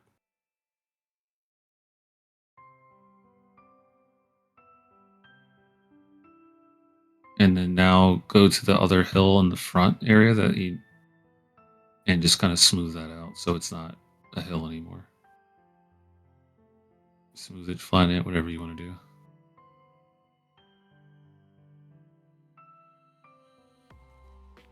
It's good.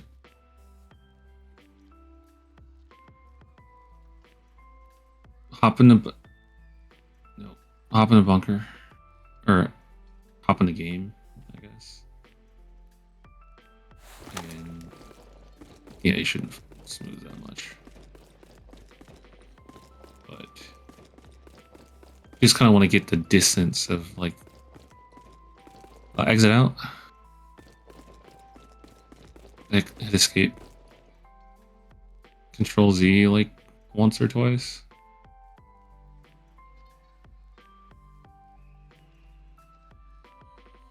Zoom in kind of closer so I can see it.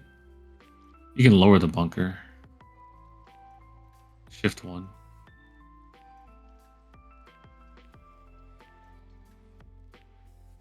Drag down. Because you just want to be able to get in it and take a look. Is the important part here.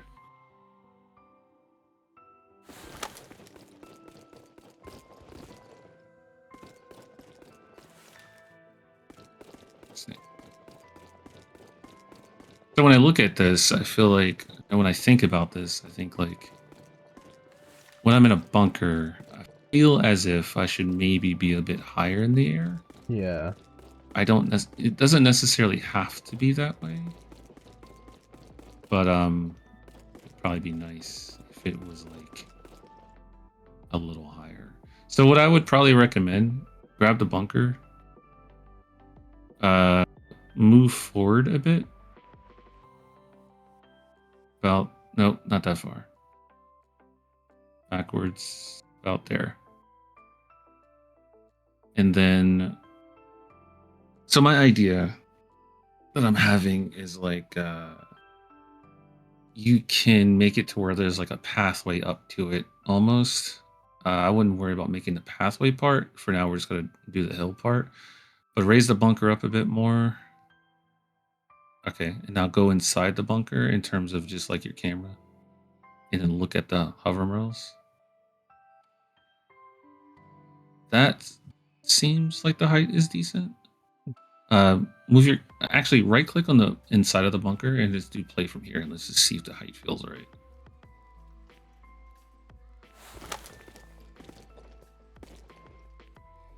Would you want to be higher? Is this good height? It's up to you.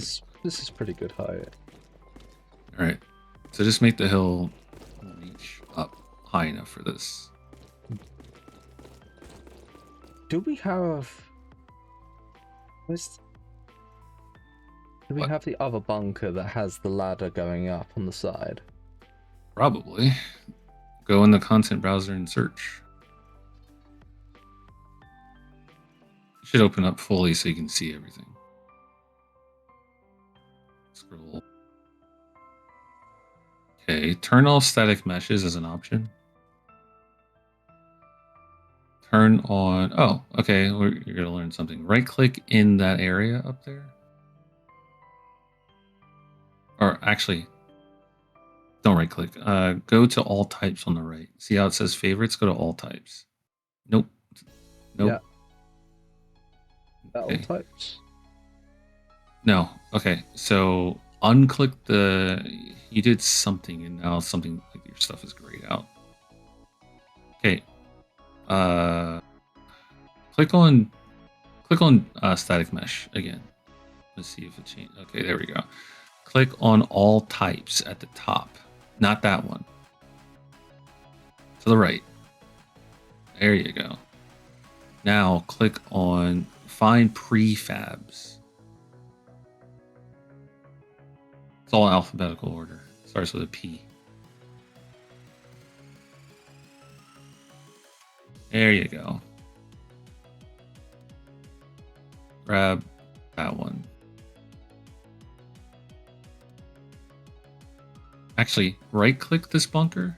Oh shit. Control Z that. Click, no, not that one. Right click the one in the real world. Replace with. Okay, it doesn't work.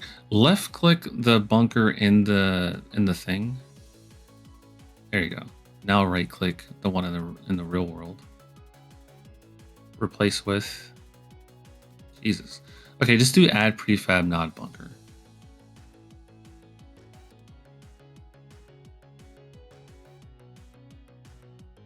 Okay. Click on the other one and well actually just get this one in the same position first. So prefab relative same position. Forward a bit.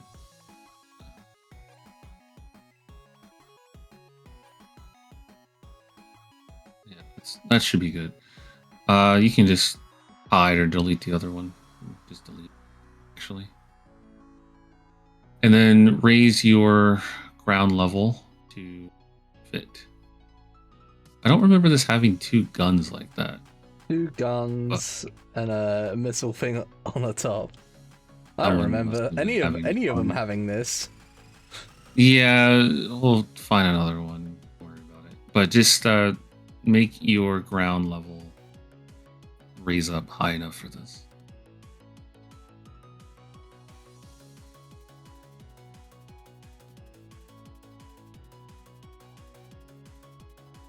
Good. Control Z once. Or just flatten the area properly. You could probably make your brush not as large when you go to the flattening part. Wait, what are you doing? Move it out from here.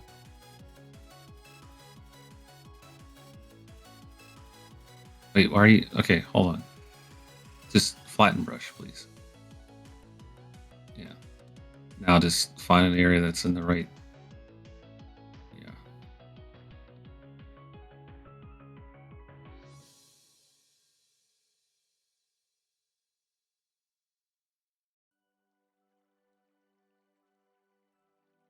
Okay, now just take the bunker and just put it into the ground so you don't have to mess with the tool anymore.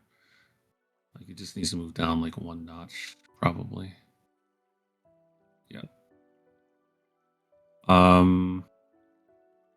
Make sure you can... So look at the cliff on your side. So back up your camera. Yeah, it should be fine. Okay, just play up there and see if it works. The stairs might not work, but I'll show you why after. Or the ladder. Yeah, it doesn't work yet. It's fine.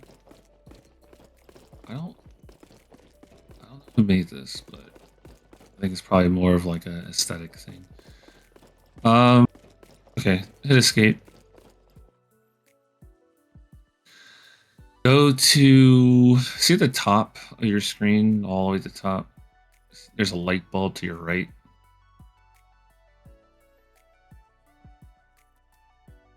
Just keep going until you see the light bulb. The other one to the left. No. To the left, to the left, to the left. There you go. Don't click that one, but click the thing to the right of it, because that is going to build paths. And then after you build paths, the ladder should work. So now check and see if the ladder works.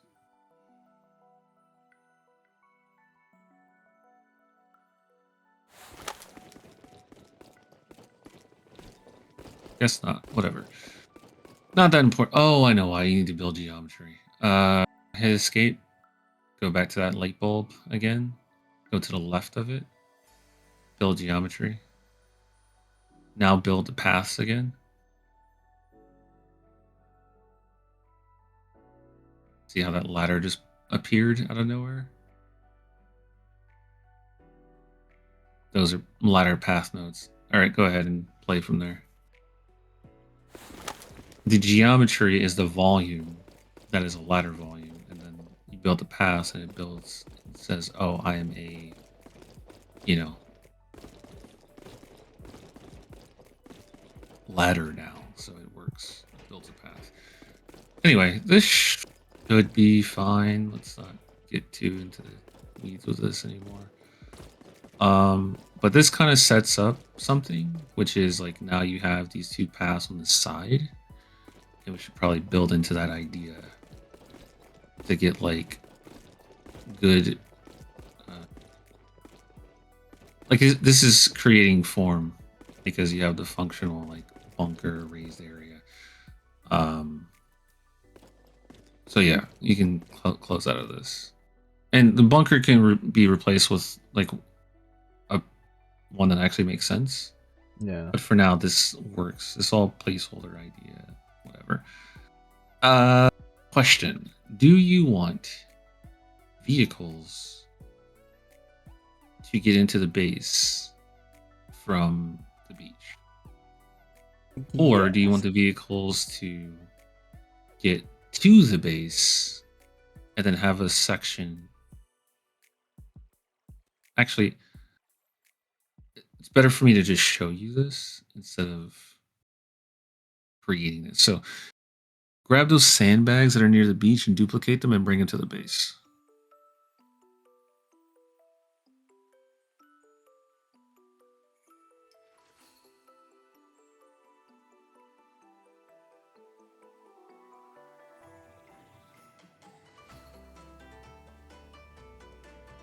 So take these sandbags. Nope.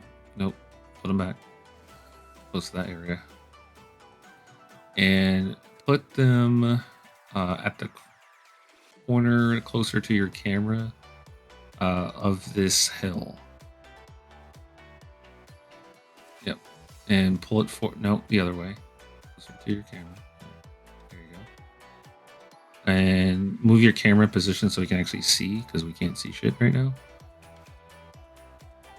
And all I want you to do is essentially take this, duplicate it over, and make like a wall from this hill to the other hill to your left. Spacebar twice. Good old autosave.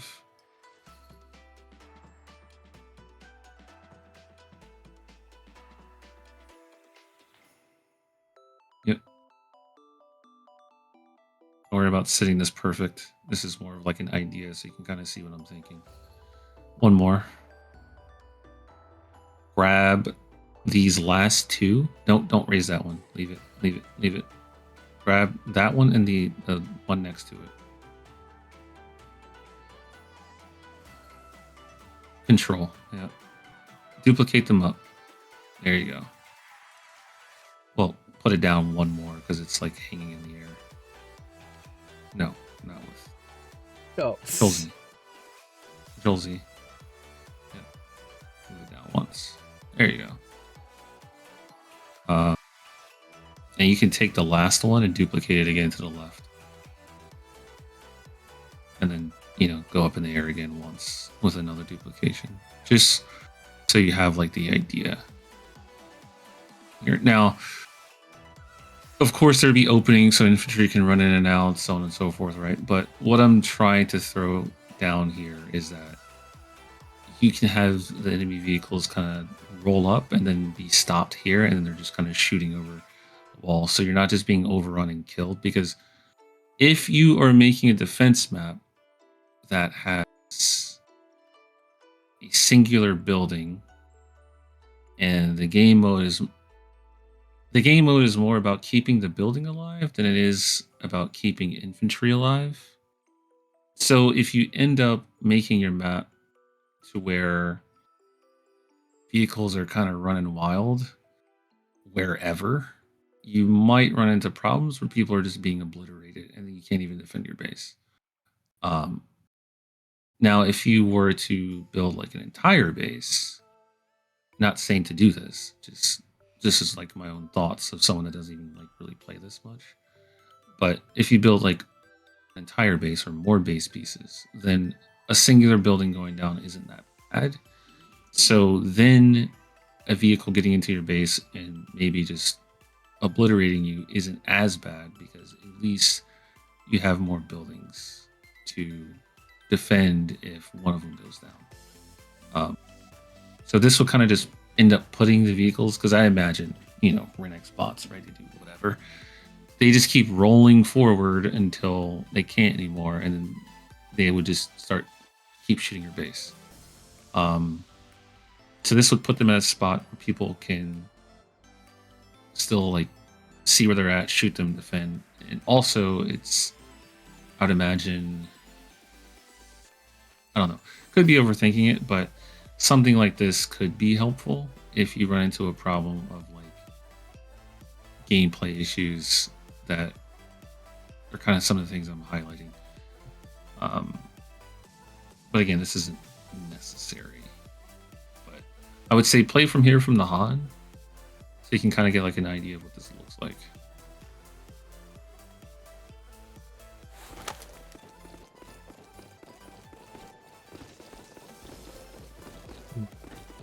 I feel like could And of course, I wouldn't do it like this. This is all placeholder. yeah. Probably have, if I did have any sort of wall, it'd probably be maybe a bit further back, maybe towards this area. Yeah. Keep the sort of, maybe go off of this sort of area. Keep this sort of area. We want it to be a little bit open, Yeah. but at the same time, we don't want it this open. Like, we could fit like a mammoth tank rush in here. Hmm.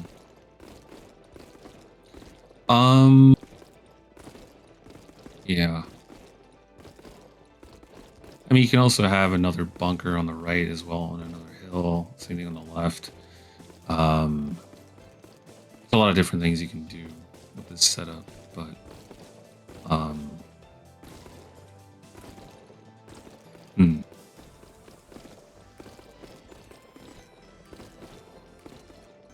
But I think this is an alright sort of setup. Yeah. Obviously, I also want a place for them to attack over here. But yeah. How many lanes do you want them to attack from in that direction? Like, so say when you look at this hill on your left, right? Are you gonna have like a single pathway that are coming through? 2, 3? I was You want them thinking to go around the back? for here it'd be more of a, rather than a path, kind of like an open, more open area. Have some hills, but for the most part, they're not. It's going to be more of an open vehicle combat area.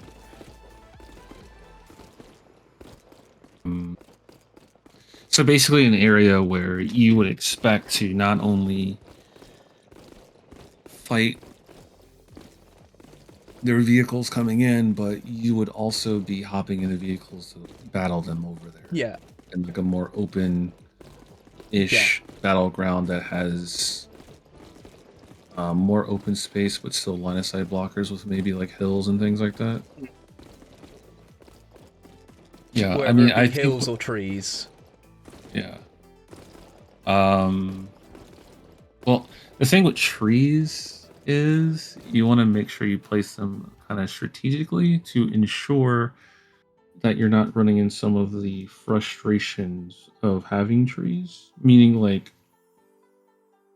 so one of the issues is if you set up a large, dense forest, the bots don't care. So they're just going to shoot through the tree line and shoot your base. That's probably not the most fun experience. If you set up a lot of trees and the line of sight isn't a problem, or even if it is, one of the problems you might run into is that you're trying to run around and have fun and shoot with your vehicles, but you keep running into trees. That's also not a great experience. So you want to kind of figure out what you're looking for, and then from there you would build your paths and your trees in a way to make sure you're still having fun. Like, because it's not like running into trees instantly ruins everything, but you want to make sure it's more purposeful and not just like randomly scattered. This may seem kind of, I don't know, over the top, but basically what I'm getting at is Don't make it just be a flat land. Don't make it flat land. No, it's more of if you want it to be kind of dense, I would say go for like clusters of trees that are close together. Yeah. That way it feels more like a barrier or a rock. Actually, exit out of this and go grab like a rock. So just for like demonstration purposes. So turn off prefabs. Actually, wait. Click on prefabs. Right click it. Add to favorites. Now change your tab to go back to the favorites tab. And then now prefabs are in there. The reason why you want to do that is because some things that you think about that are in maps are just straight up prefabs, and you want to ensure that you can quickly just go to them. So find a rock that, just find a decent one. It doesn't really matter. Let's see.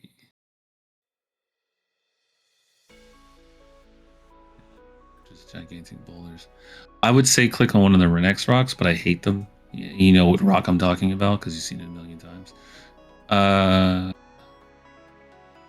Try S Rocco 1. If this one isn't, it's right there in front of you. To the right a little bit. The one with texture. Yeah, try that one. If this one sucks, then just grab any rock. It doesn't matter. Just right click on the ground. Add rock. Or add... oh.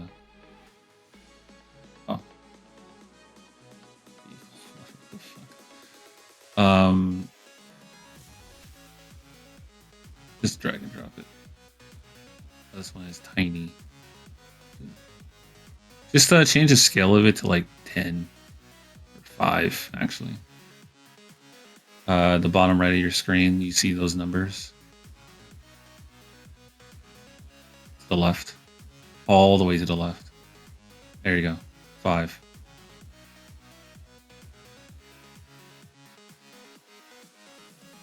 This is all for demonstration purposes, so don't worry, it's not like you're going to be using this thing.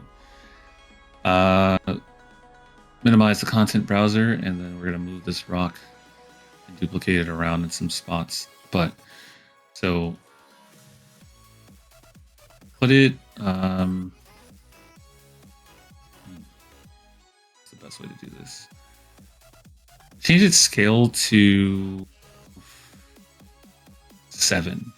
Or 8. Take it and rotate it 90 degrees and red. Yeah, that's fine. Okay, now just place it into the ground. So hit spacebar twice and put it. Yeah, that's good. Take this rock, put it in some spots, and just realize that all you're making currently is the idea of like you can't go here type of spots. So just put in some random spots in this area. And just imagine like this is the like whatever spots this is in, this is like the vehicle blocking paths. Right.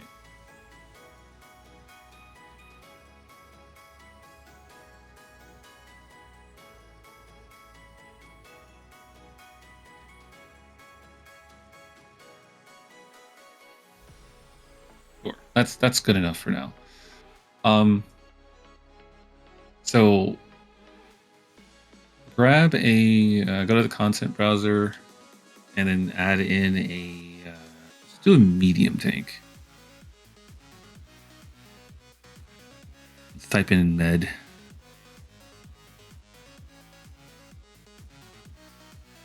Yep.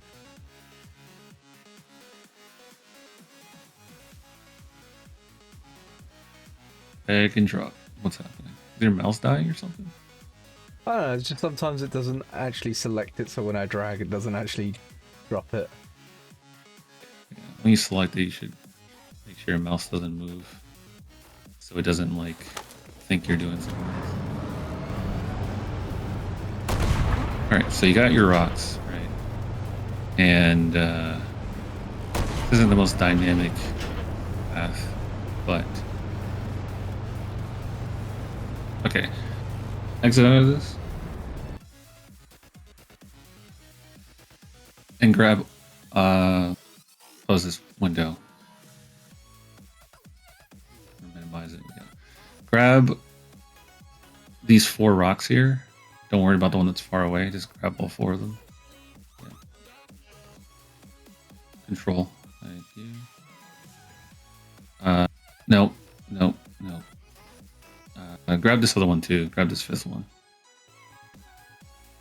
Duplicate them by like hold Alt and drag. Move them to the right. Yep, more. Now move them on the right axis forward. And then take them and kind of like move them around a little bit in terms of like individually, like move some of them so they're not like right on top of each other, I guess. That's fine. Yep. And then drag some to the right. Like you can duplicate them to the right. I kind of just want you to have like a bit of a... Yeah, that's good. That should be fine. Now, hop in the vehicle and drive around again.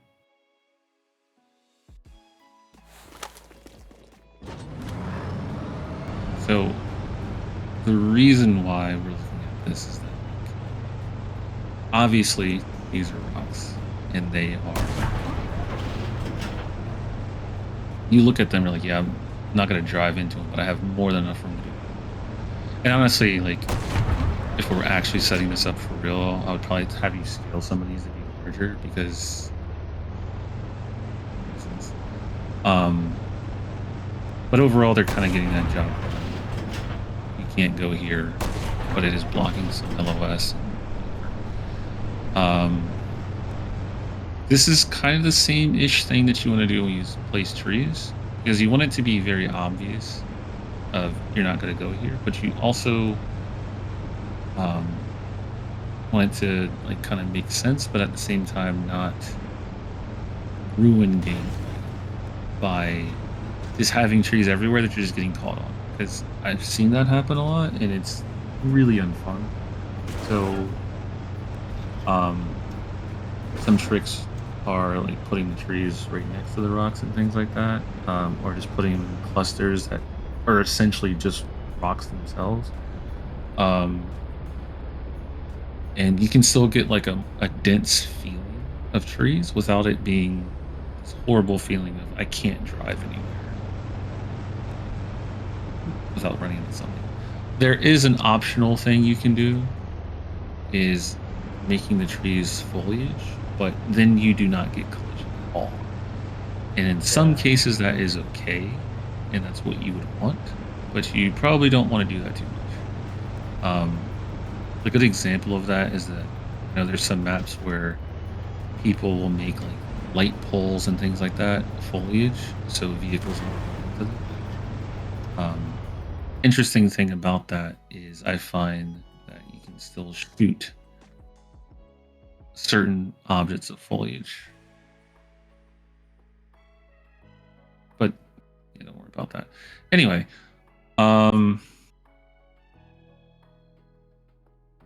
yeah, let's grab a tree. Probably have you grab like 3 trees. Yeah, go ahead. For making clusters of trees and making them foliage, wouldn't it be smart to put a vehicle blocking volume in or around that to prevent vehicles from getting stuck in there? You can. You don't necessarily have to. Because you would build it in a way to where it obviously shows like, yeah, you don't go in here.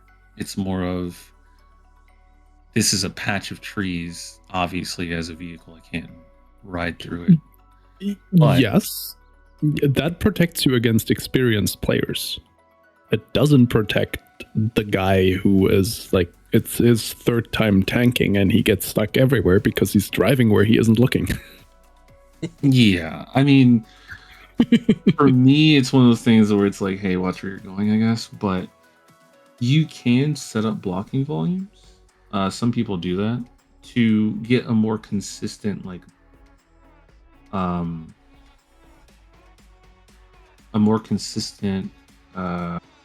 collision, to where even though you run into it, it's not going to be like some part that can get you stuck like you're talking about. Pick a tree that's not a billboard. Actually, these might be the billboard trees that change. Whatever. Just get a tree that doesn't say billboard. Get like 3 trees and put them into the map. You can't drag them all at once, just FYI. So So maybe not that tree. I don't know if I've ever seen that tree before, so you don't want problems. So just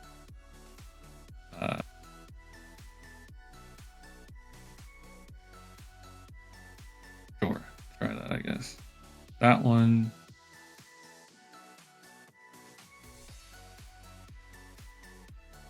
Jesus. What's wrong with the editor? Okay, open up the editor or the content browser fully so I can get a better look. Scroll up. Keep scrolling. Stop. Pick one of these tall trees. Right there, right above your mouse. Get that one. Right click it. Go to the very top, it says find package. Cool. Take this tree and the two to the left of it and put them into the editor or into the map. You can't highlight them all and do it. You have to do it one by one.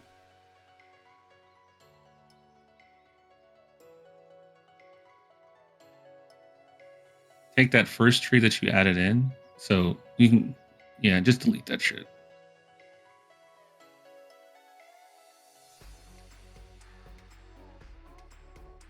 Okay, so yeah, these are tiny.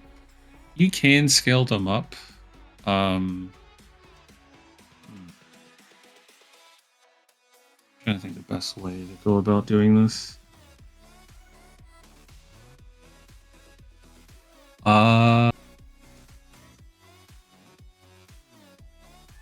Just for the look of things, we're just going to do this in foliage because it's faster, technically. And you should probably learn how to do foliage anyway. So click on the left where the landscape thing is, right on the right of that. There's a foliage thing. Click on that. Oh no. Oh Lord. It was you that was having this problem, wasn't it? Or was it? Oh, Yeah, the DPI scaling. Oh, See if you can make the window bigger. I can't. Oh, you can. So I can only go down. I can't go. It's fine. This works actually. It's just really stupid looking, but like we can get it to work. Open up the content browser and click on one of the trees. Jesus. Oh God. Jesus. Your shit Do is that. just Fix it. cursed. Actually, I'm trying to think. Minimize this window. Grab one of the trees in the 3D and drag and drop it into the foliage. I don't think it works that way. It could be wrong. Actually, no, it wouldn't work that way. It wouldn't make sense. My bad. Yeah, content browser, and then make it not as big. So, yeah. Grab one of the trees and put it into the foliage editor. Yeah. Drag and drop into the window that says drag here. Nope, down. There you go. Do it for the other two.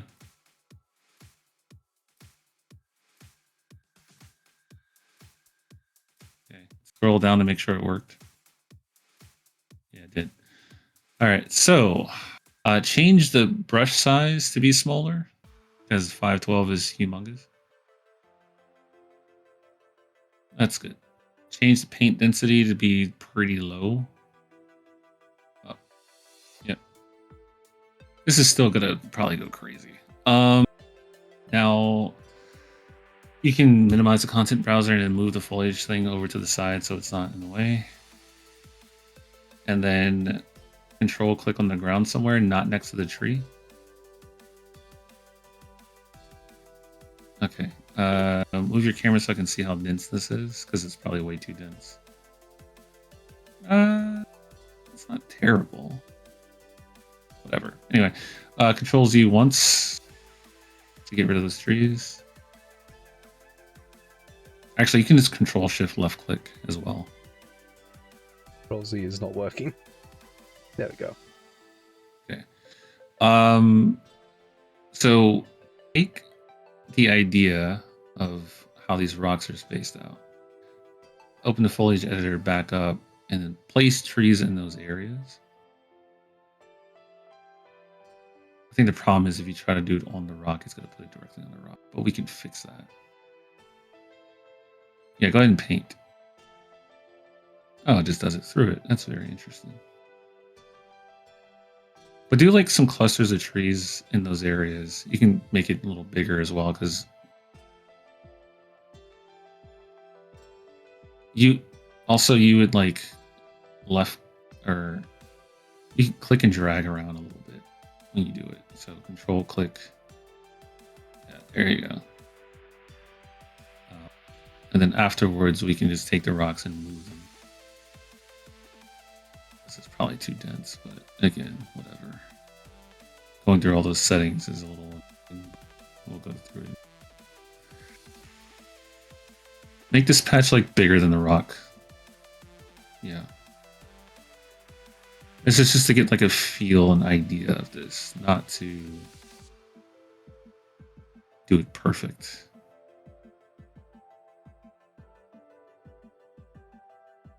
Okay, now you can get rid of those other trees that are in the middle here because they're static meshes. Actually, just take them and move them into out of the way.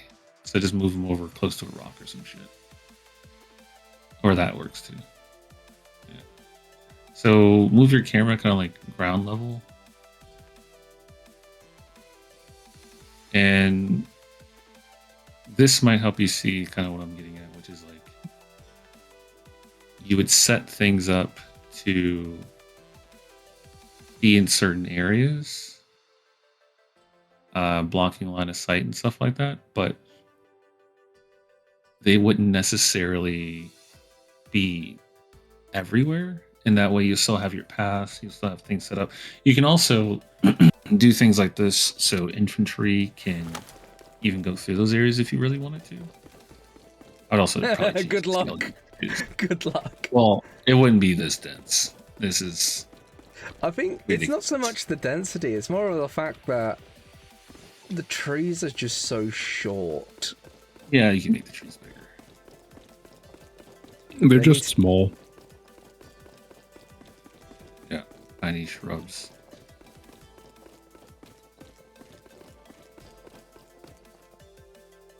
Anyway, so take you can exit out of this.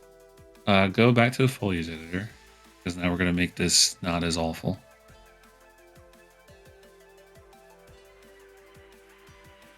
So the annoying thing about this, and I could be wrong, but whatever, is that you're gonna have to do this like piece by piece. Change the scale, or actually change the density to 20, the first one. Nope, not there. Nope, nope, nope. Down. In the tree thing. Tree, yeah. Thank you. The first one. 20. Okay. Change the... Don't scroll down. Stay there. Change the scale minimum to 2. Change the...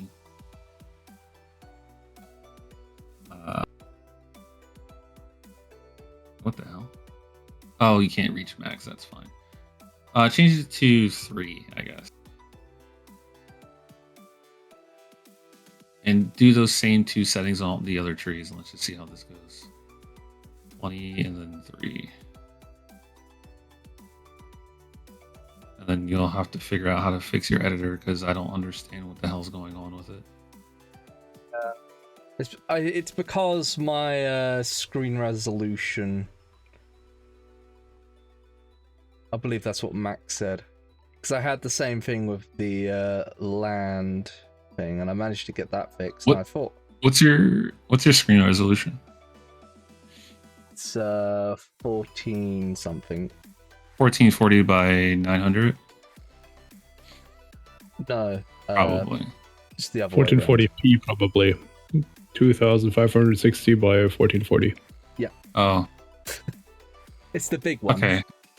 2K I essentially. think I know how we can fix it. So, now I paint remember in a random spot. in the mapping channel there was like a quote unquote tutorial on what you need to set for it to work. Because I just tested on mine and it kind of works. Yeah. UDK is still not scaling up properly, but at least I can reach it now. Yeah. Yeah, this It was is better. painful in the node editor. That looks like a forest. You can Yeah, actually this- look under the trees now. Yeah. So, Oh yeah. hit escape, and then we're going to change another setting. Actually, no, we're not. So you see that arrow there in the foliage thing? You can click that. Click it. Now you can select them as if they're static meshes and move them around individually. So after you do like a patch of things, sometimes they're like right on top of each other, sometimes in your weird positionings. You can use this to move them around. So you'll probably, and this is probably how this is going to end up working, is you're going to have some trees that are very far away that you're never going to reach. They're going to be straight up foliage. Then the trees that you plan on having in the play area will probably be static meshes, because it would be very strange if you hop into a vehicle and drive through an entire forest line with zero collision. Wouldn't make much sense. No. Also, that means that you might be able to shoot through them, and then that's going to lead to other problems as well. So, also you can probably use some of the tree. Well, no, that's probably the best way to do it. But yeah, you can use this type of idea in terms of like making forests. So, what I would probably say is go to the paint part of this and replace the small ones with like bigger ones. Like do this first one here. Control Shift left click, get rid of all of it, and then replace it with the right size trees with the right density as well. Oh, okay. I see what's happening. On the right side of your screen on the foliage thing, click, you see how that is highlighted? Click on the one that's not highlighted right there. You were just over it. Just click anywhere in there. Now it's highlighted again. So now erase this. There you go. And then make a little patch there. That's the new tree size. There. Better. So do that for the other ones as well. Take a look at how that looks out. You've already got them selected.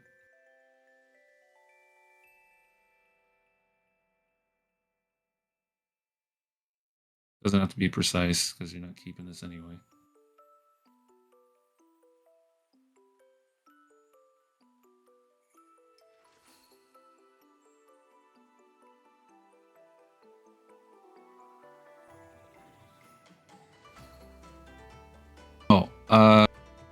So do this again, but don't place them just yet. Nope. Control Z that. Change the brush size to be larger. At the top. Maybe not that large. Whatever. Just click once in there. Yeah, that's fine. Now keep going and do the other ones, because I think the density that you're seeing here is going to also be based off of the density of the brush. It's weird. Density of the brush itself. So it also affects things. I do believe. Could be wrong.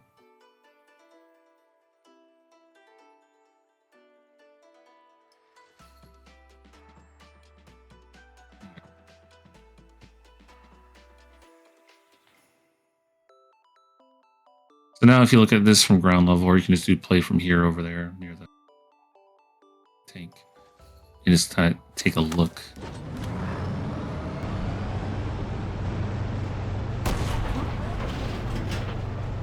It's kind of gives you like the feeling of being kind of like in a dense forest-ish area, whatever, without the trees becoming this like really painful thing. Also, obviously, at some point you'd move like the odd tree that's like kind of out of place. I don't know why that tree is so tiny. It shouldn't be. Weird.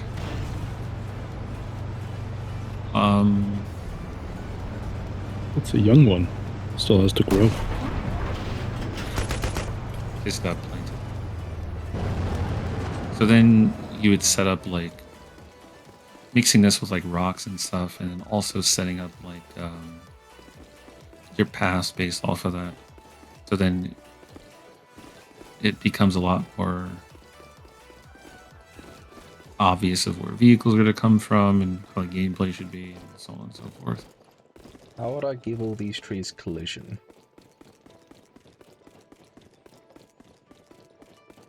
You don't. It's the fun part. Foliage does not have collision, so you cannot set that up. You were able to ride through it as a vehicle, right? Go ahead.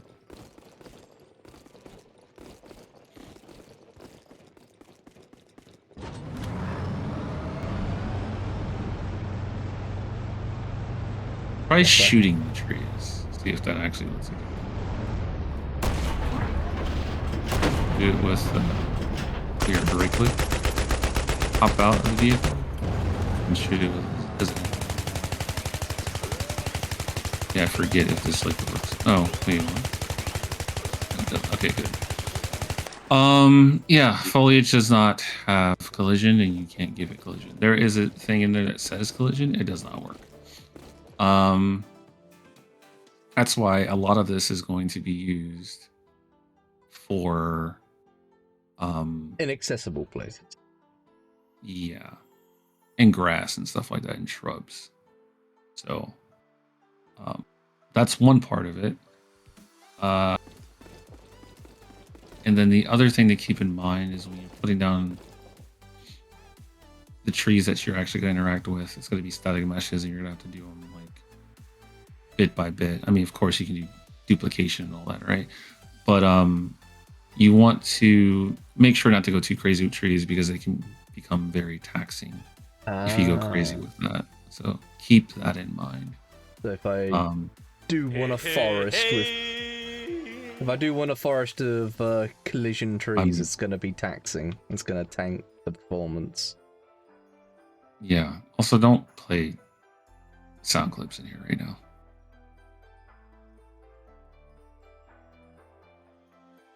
I never learned how to read. Someone just mute or ban him because I'm just not going to deal with this.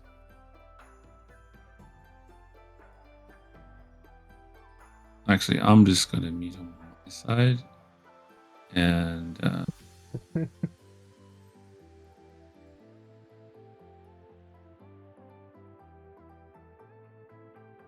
yeah.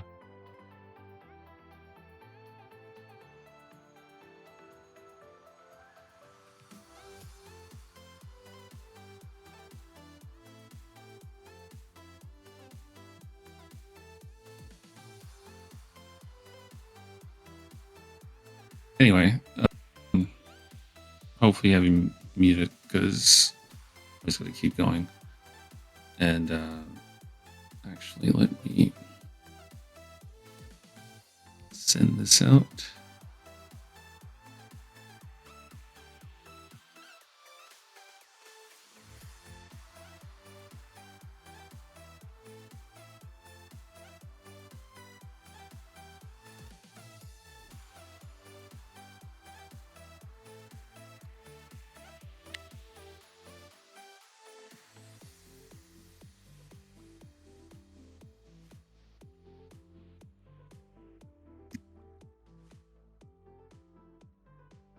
Oh God.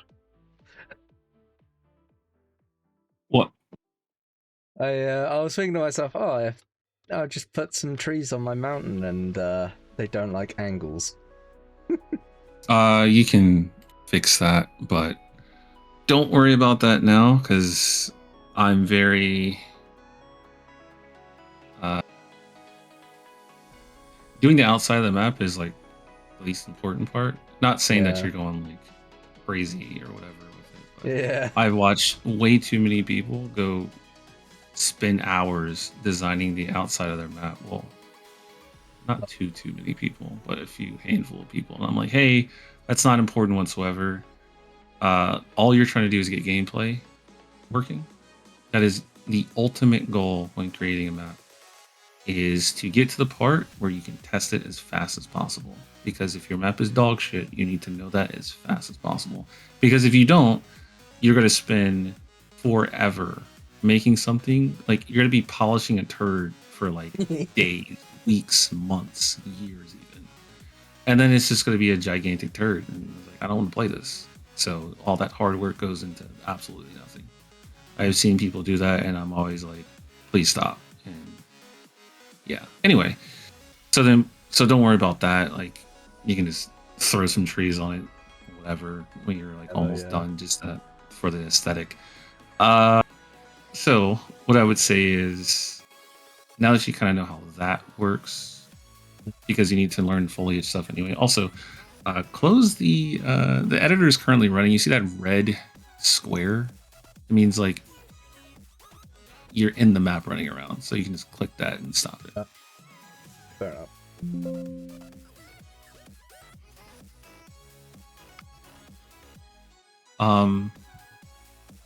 So I'd say figure out, how do you want this area to look. So like for example, do you want a bunker over here? Like, what defensive things do you want that's going to be close to the base? And do you want them to have high ground similar to the other bunker?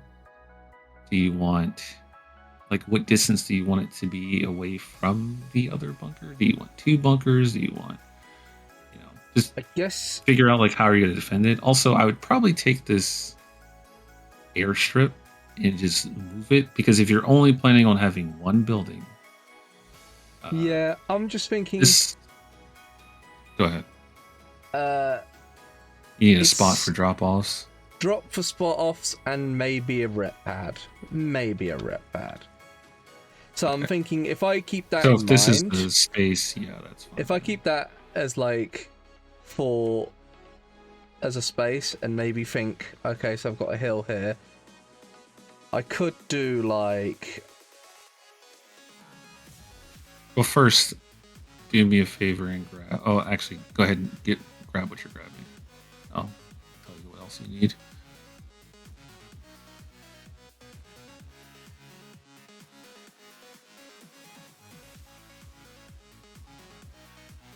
What are you looking for? So sometimes this happens where you can only see a small set of things. So go to the left side of your screen and click on all assets. It'll refresh. There you go. Now you just find what you're looking for.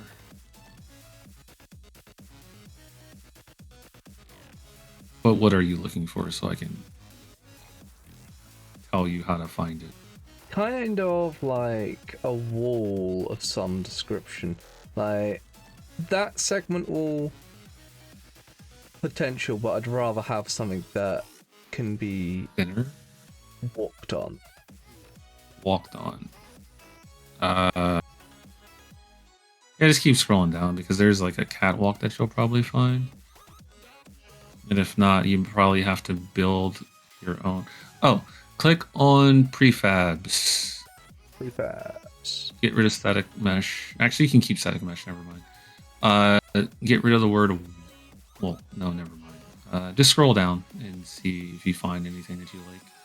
Get rid of static mesh, actually, because you're just going to want to see the prefabs. Those have walkable places. See those on the right? Yeah. That works. Yes. You can use those if you really wanted to. That one's not really a walkable wall, because what you would put on those little corner pieces are turrets. And in between there is like a wall that looks kind of walkable, but you don't have a realistic way of getting up there without building like a ramp or something. Unless they have it built, but I don't think they do. Yeah, just pull it up so you can look at it. See. You tell me how you're getting on that wall. That big wall as well. Yeah. This is like for placing. This isn't what you want, essentially. So you can just delete that.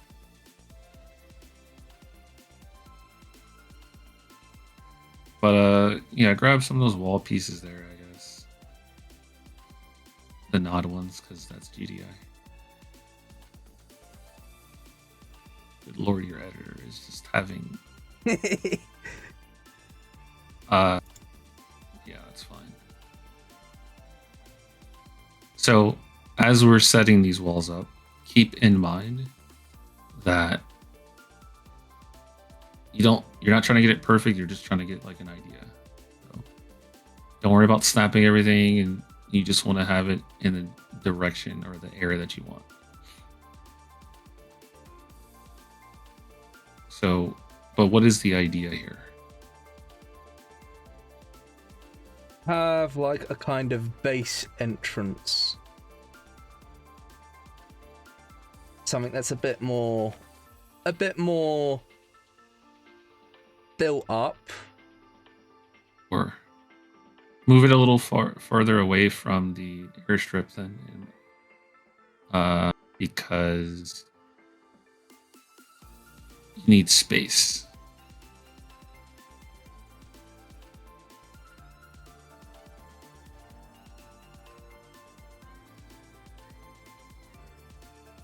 Go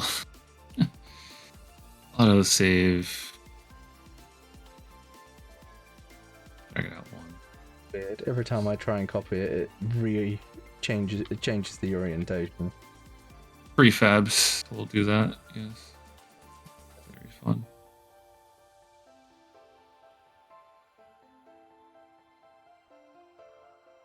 Probably would have been better. Actually, don't worry about it. It's fine.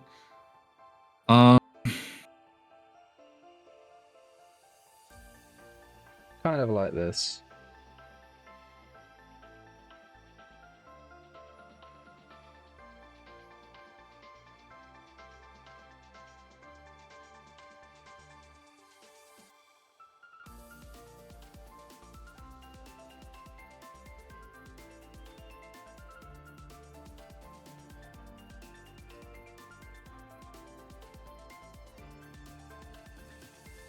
Yeah, that's good for now. I guess you could put the corner piece over there if you really wanted to.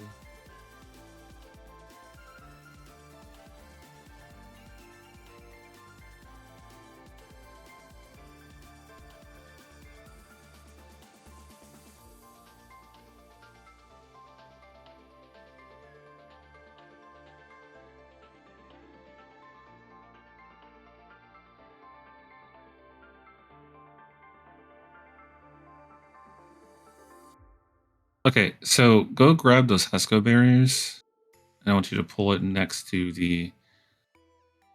Grab one, duplicate it over, pull it next to the hand and nod,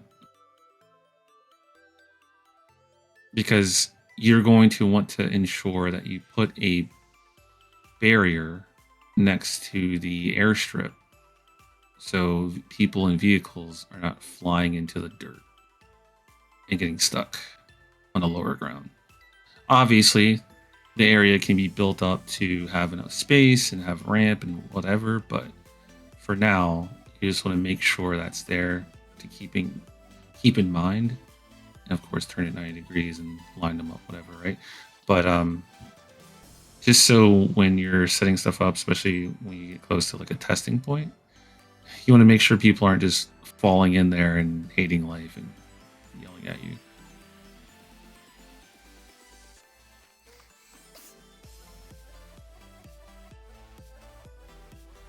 Don't worry about lining up perfectly. Yeah.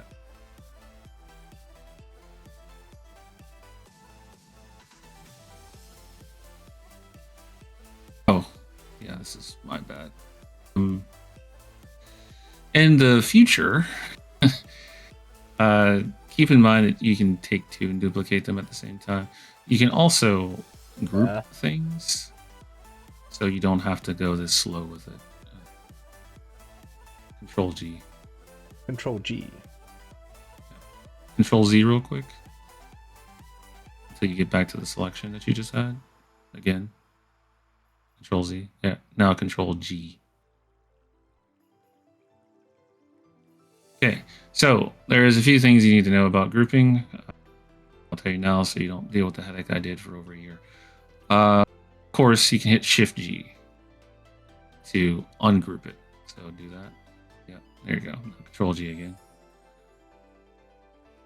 Now, let's say you see on the left side, the far left side near the wall or near the raised up area, you may want to take one of these grouped up pieces and raise it up and duplicate it.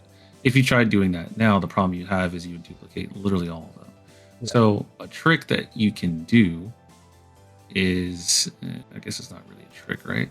But I'm going to show you the annoying way first, and then I'm going to show you the correct way. Hit Shift G. Control left click the far one on the left. Nope. Nope. Go back. Control Z. Okay, now Control left click. Should deselect to just one. Now Control G.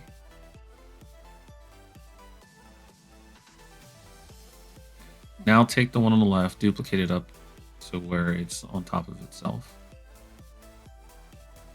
Now select the thing to the right. Select them all, Control G. Okay. So now you did it. Cool. Process was kind of annoying, but not so bad. This becomes a lot more of a problem when things get a lot more complex, which they can and will quickly. So there is a much better way to do this, and it allows you to do other things as well. It has its pitfalls, but mainly it's a net positive. Hit Control Shift and G. Select the two on the left. Take them, duplicate them to the left.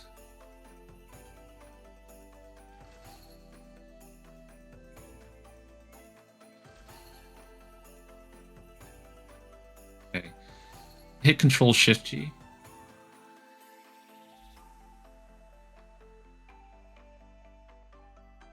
Yeah. Select the ones on the right.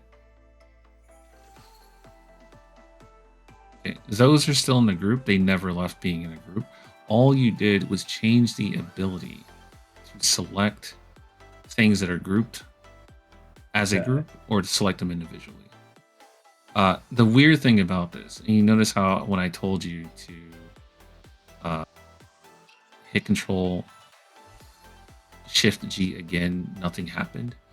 Yeah. You don't really see it until you select a group and realize, oh, this is either grouped like it should be or it's not showing me the group. So you have to hit it again.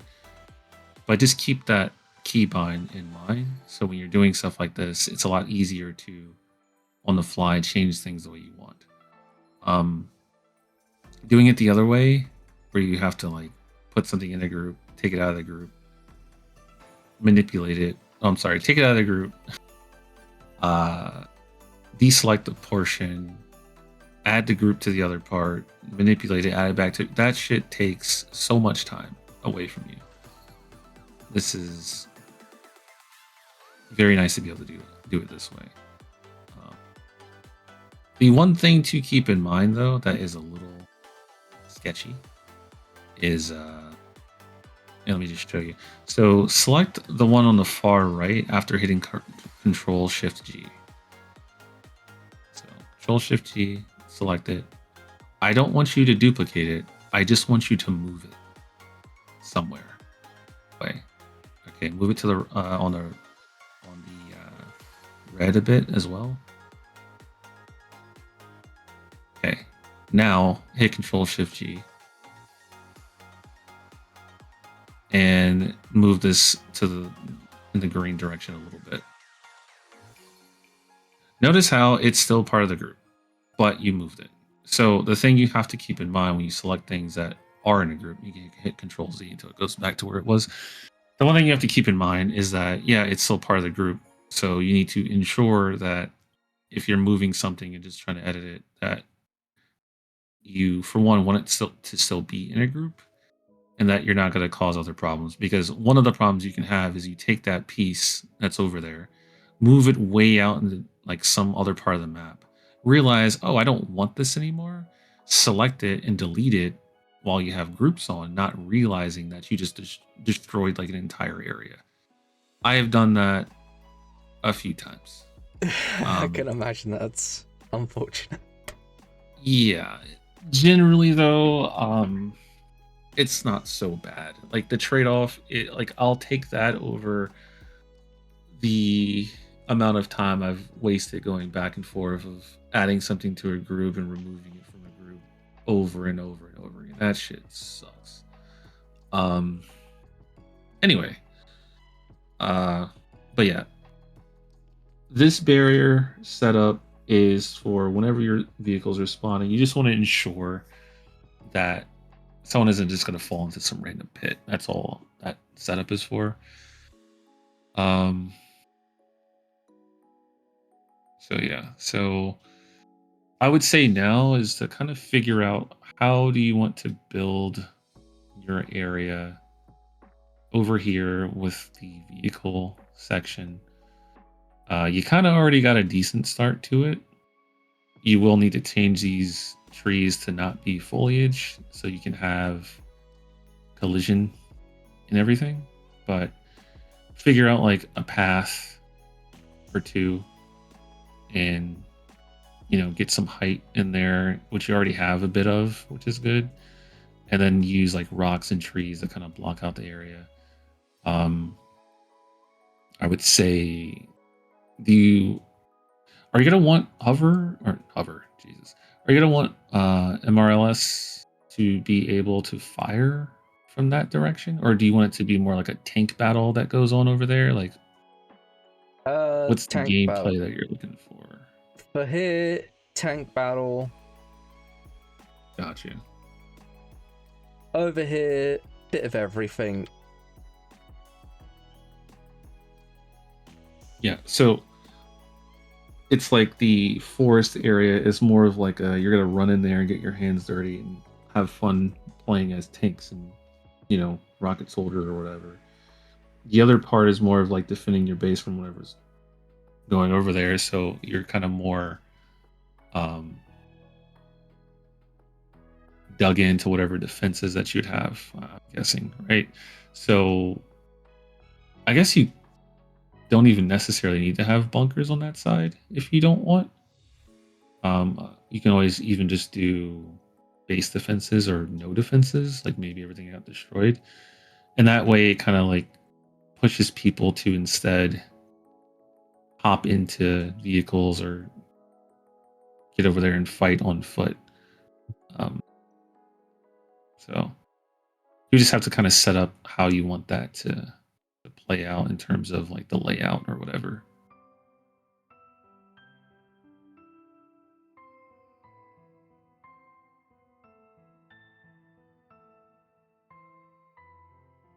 So I'd probably say trying to think what's the best here for this. Whenever you're playing defense mode, when the vehicles spawn, do they just shoot the barracks the entire time? They shoot the first thing that they see, and so they will shoot players. They'll even shoot a harvester if they see it. It's more of a case of they kind of sort of drunkenly move in the general direction, especially on Lakeside. If they're not getting caught on other vehicles or caught on things, they generally just make their way to the barracks or the enemy building, and when they get there, they just shoot at. While they're on their way, they just shoot at whatever they see, and when they get there, they shoot at whatever they see. until they're Gotcha. either hitting the barracks or they're hitting somebody.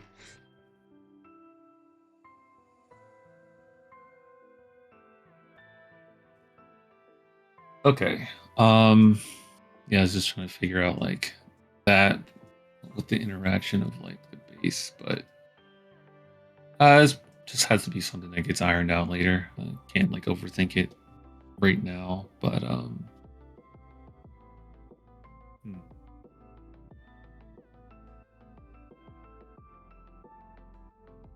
kind of thinking about this beach area.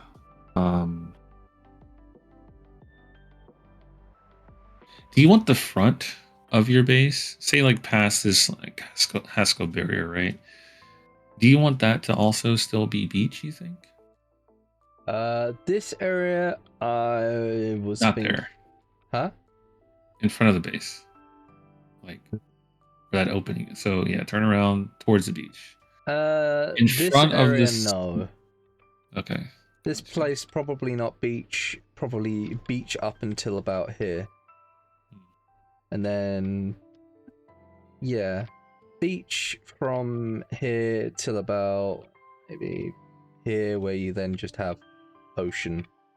Water. Yeah, yeah. Yeah, that's fine. Okay.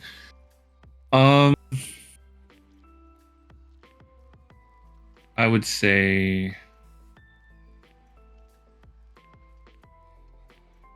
I think I want to avoid getting into the weeds too much. So I'd say let's try to get these areas playable and worth actually like hopping in and testing.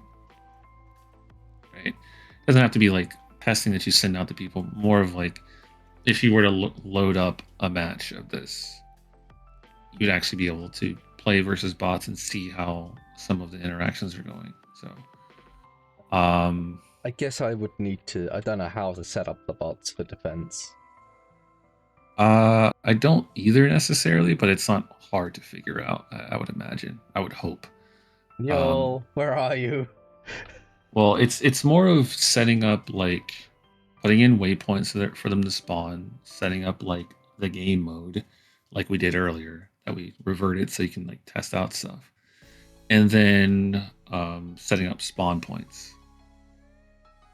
And there's probably like a scripted bot spawner thing, whatever, that we can easily find. Another easy way to figure that stuff out is just look at other maps, right? So you already have a defense map, so you just load up defense maps to check and see all the stuff they used, and then it's like, oh, okay, that makes sense. So,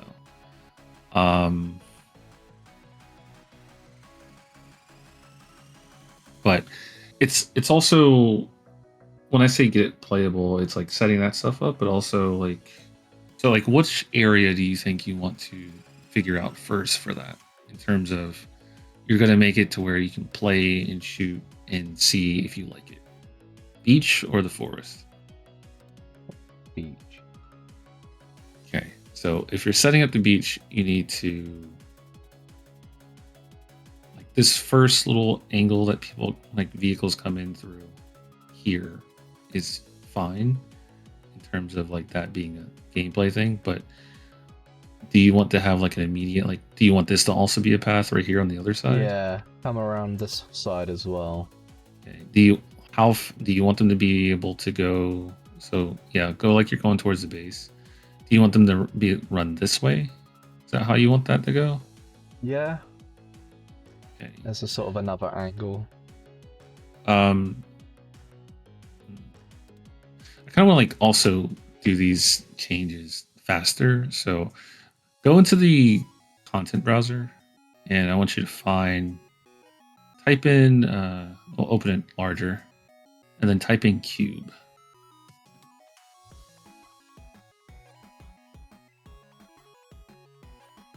And then static mesh. And just grab the cube, I guess. The regular one. Yep. I want you to drag that into the map. Okay. And yeah. So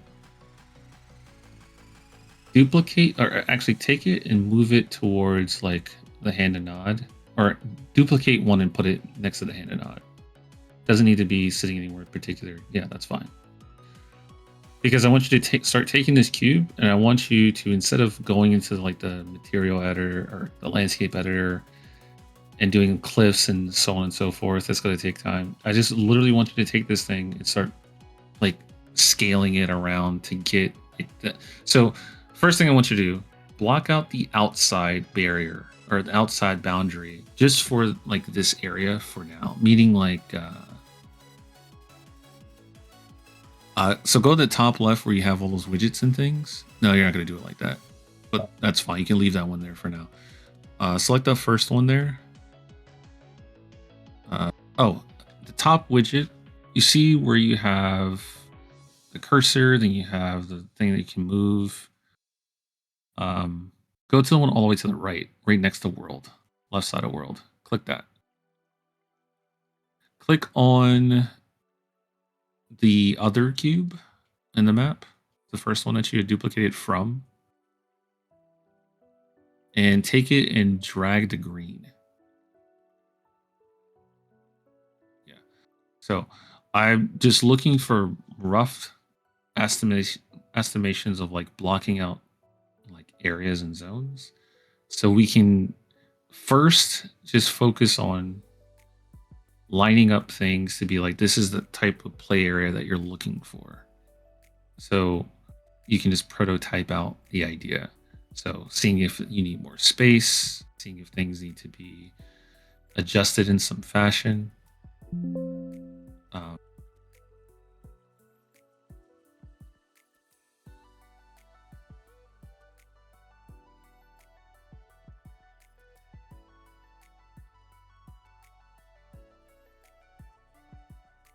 Okay.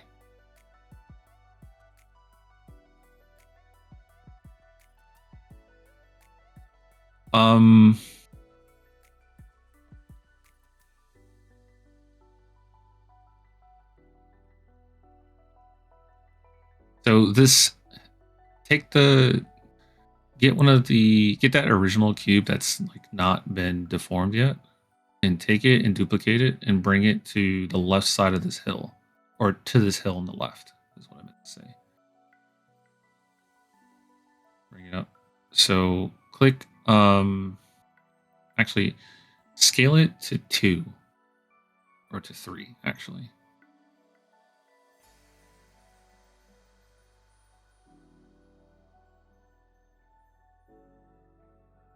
Do 4 or 5 to kind of like take up the area, so we can kind of get an idea.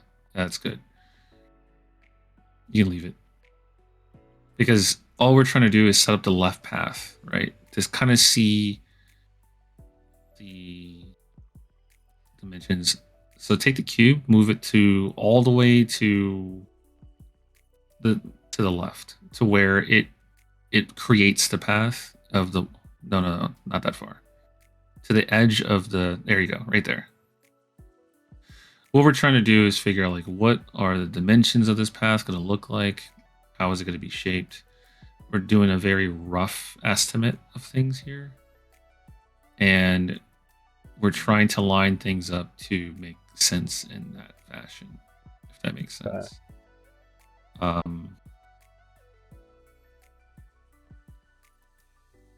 And it also helps you see things like line of sight as well, because maybe you need something to be further along. Like, so here's an example. Grab that cube and then duplicate it up in the air a bit. Cool. Drag it down a bit. That's too high. Go like halfway. There you go. Move it to the left. Wait, you duplicated it. That's what. Never. Okay. Yeah. It doesn't have to be that far, but leave it for now. Leave it for now. Go ground level. Don't play yet. Go ground level with your camera and kind of look at what this is doing. So, yeah. grab one of the vehicles, duplicate it over into this in this area. The hover. There you go. I don't know why I keep calling it hover rails. Too much firestorm. And bring it to the ground, just we can see, and then camera level down to the ground again. So this block is huge, and it actually isn't blocking you from hitting the Han. So what I'm trying to kind of set up here is that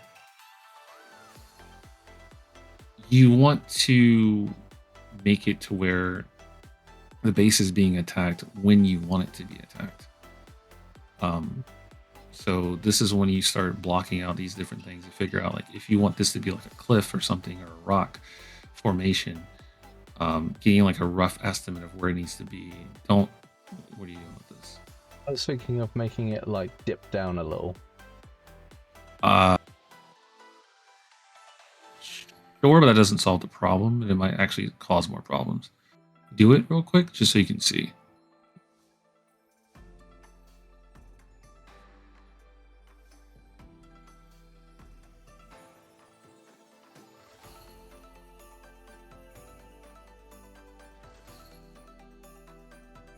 Okay, so now take your camera and get like ground level with that dip.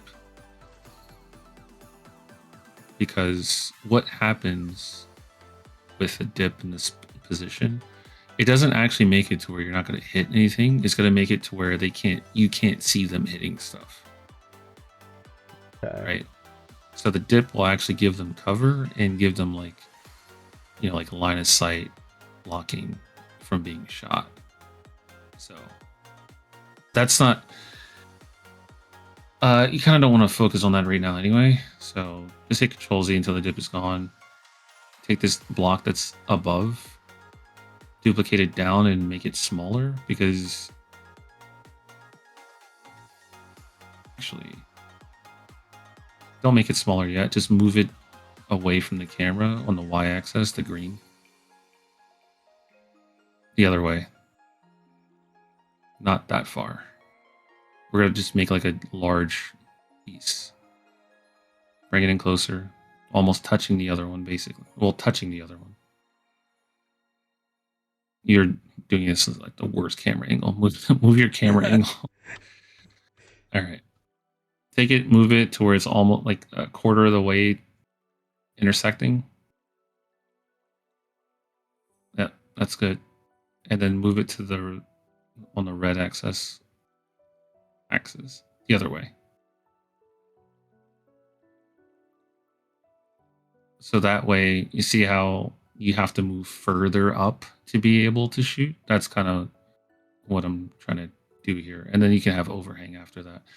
This is all just to kind of like get a rough idea of, because you have to ask yourself, where do you want vehicles or infantry, whatever, that go on the left path to have to be standing before they can shoot the base? Right? If they can do it all the way from like behind this first large block, probably not a good idea, because you're going to have to run all the way over there to get to them to shoot them. So if they just post up as a MRLS and start shooting your base and you can't react, you're going to have a bad time. I'm pretty sure people don't want to just sit around and rep buildings all day. Like, this is, a 6-hour field game, right? I think it probably would make more sense to incentivize people to actually like blow things up in this mode. So, what I would say is go back over there with your camera and then think of like, where do you want them to have to be set up before they start shooting the base? Right. So obviously not like here, but maybe they have to come all the way out past like this block almost, to where they're more in a line of sight that can be retaliated against before they're able to shoot things. And then you can also ask yourself, do you want this little hill to maybe be built up and have a bunker as well? Because you did say you want people to also be able to come from the right eventually. There would be a pathway in that direction, right? So then this bunker can be holding off that side so people can run there and defend, right? So what are you doing? Just having a look at bunkers. Just grab one of those down there. We're just doing placeholders at this point. Because you want to be able to like iterate on the ideas faster, not get the perfect thing set up. So just roughly slap it into place over there. I was thinking like over here. Just wanted to see what it would look like.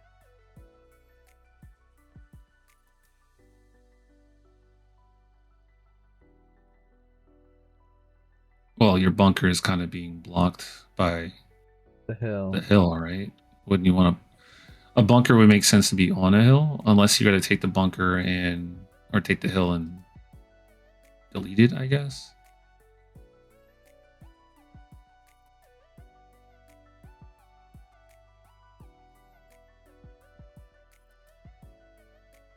Oh.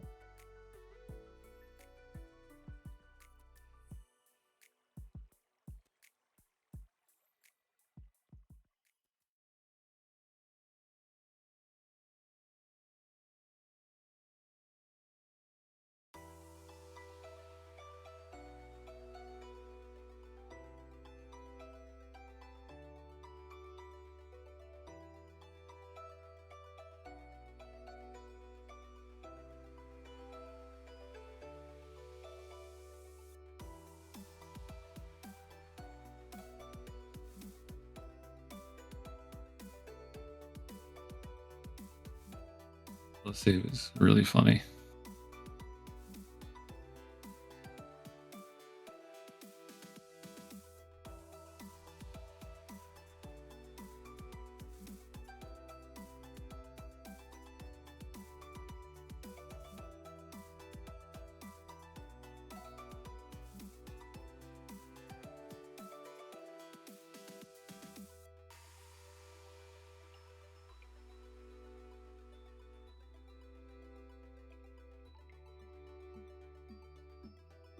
Change the hill a little bit, but so the tower kind of also blocks the hon, but also gives line of Sure. sight. Well, yeah, but That's, an that's idea. fine. I guess one thing you'll have to check is how does the computer interact with the AI interact with it. Like if it's gonna work as intended in terms of will they still shoot the on or will they just Yeah, I think have to get closer or not? Like it I don't know what's gonna happen. I'm just saying Yeah. it's something to keep in mind is all. so. I think before we can really do much more, we kind of need to get bots in here to see how they would behave and Yeah, that's this part. Give me 1 second, I gotta grab something. In the meantime, though, you can put down path nodes that they're going to use to walk to the base. I don't know. So what to right do. click on the ground, add actor, add path node. Then you can take that thing and duplicate it to go from one spot to another. They don't need to be super close to each other, by the way. Yeah, that's too close. Way too close. So take one. So like see where the first one you placed. Take another one, duplicate it, and move it all the way to like the hover Merle's or Jesus Christ, the Merle spot. Make sure it's above ground and not, yeah. And then like that amount of space in between. No, you don't need that extra one there. Yeah. Oh, so it changes. Yeah, it changes to. Bad size if it's in the ground. It's too low. Raise it up in the air a bit. Because it's going to. Okay, here's what I want you to do. Take it, raise it up in the air a little bit above the Merles. Good. Now I want you to hit build paths like we did earlier for the ladder. So next to the light bulb. To the right. To the right. Your other right. More. There you go. Do that. And watch what happens. Close it. Hit P as in Paul. The hell?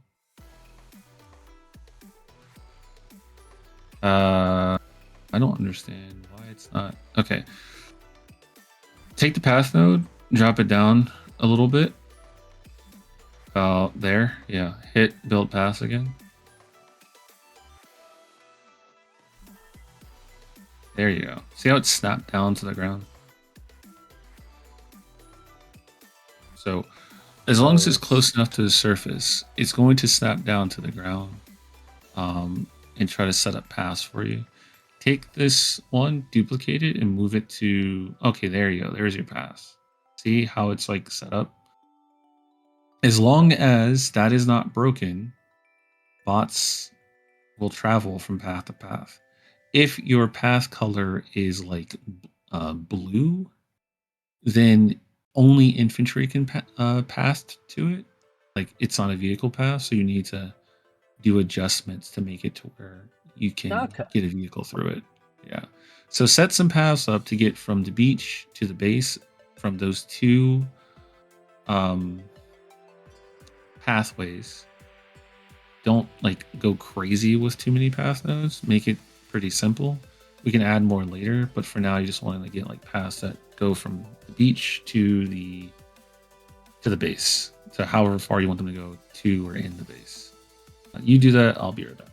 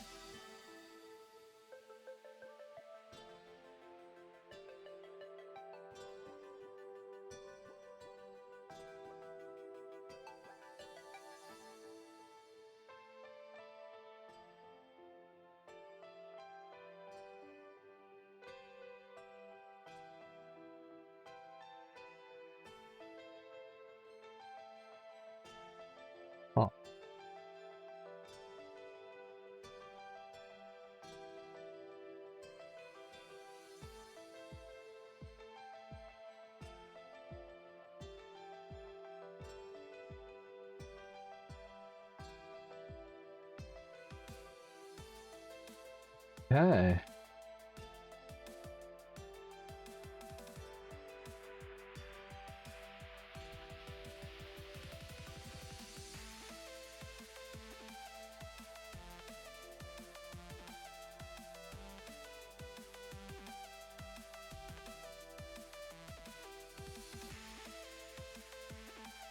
Pathing fun with Martok.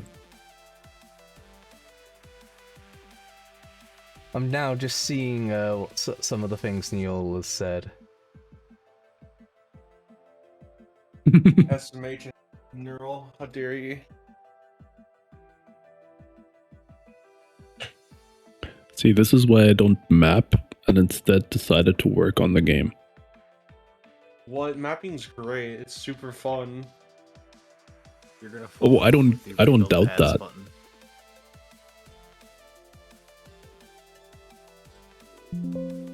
I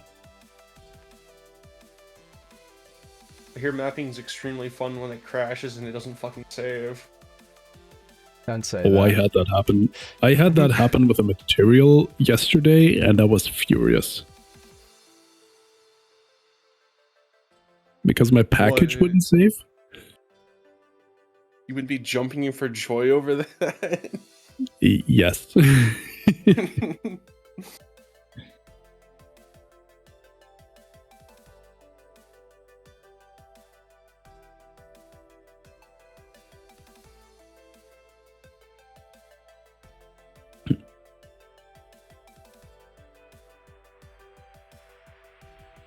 But yeah, Martok, I feel your your woes with the display scaling. Like for the past, I don't know, few weeks until that tutorial was posted or the instructions were posted in the mapping chat, I was squinting at my screen so hard because shit was so tiny.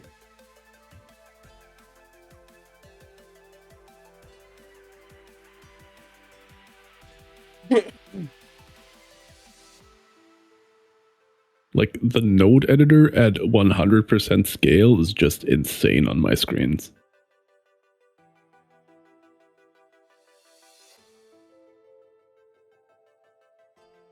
I think now it's at 150 or 200 even.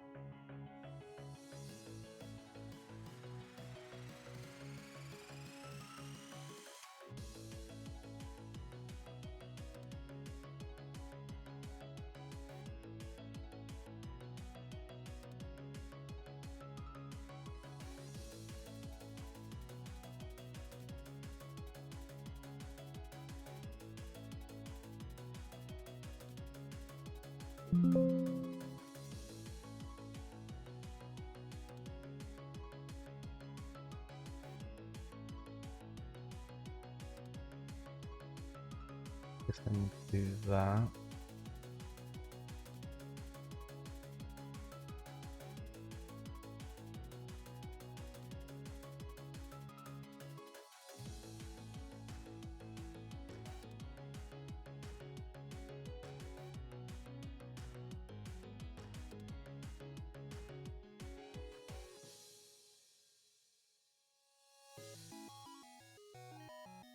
A little tip: if you click on the air or double click on the air, it'll take you right to the path node, so you don't have to figure out which number's which.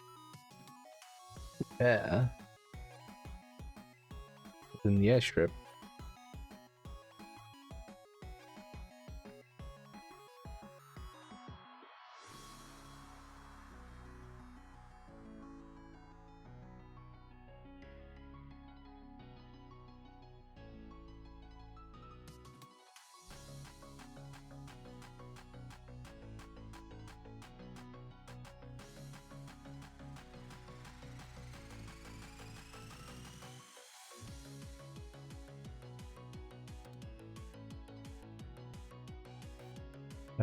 Apples.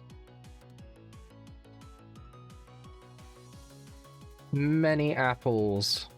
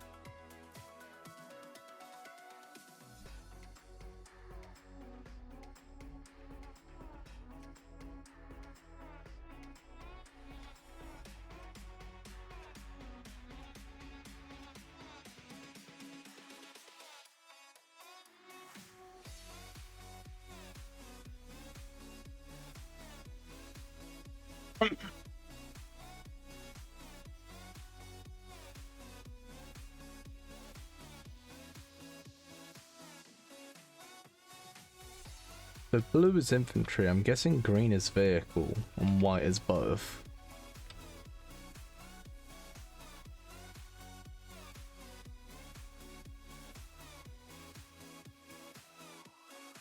Why does this one not connect to that one? Why Probably does... doesn't have line of sight of it. Maybe. To guess.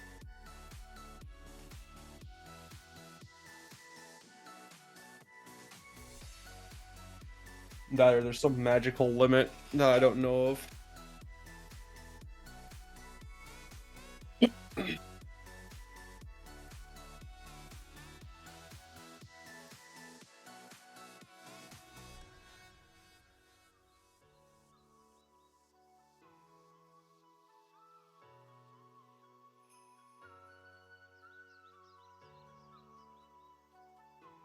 Go. That's more like it.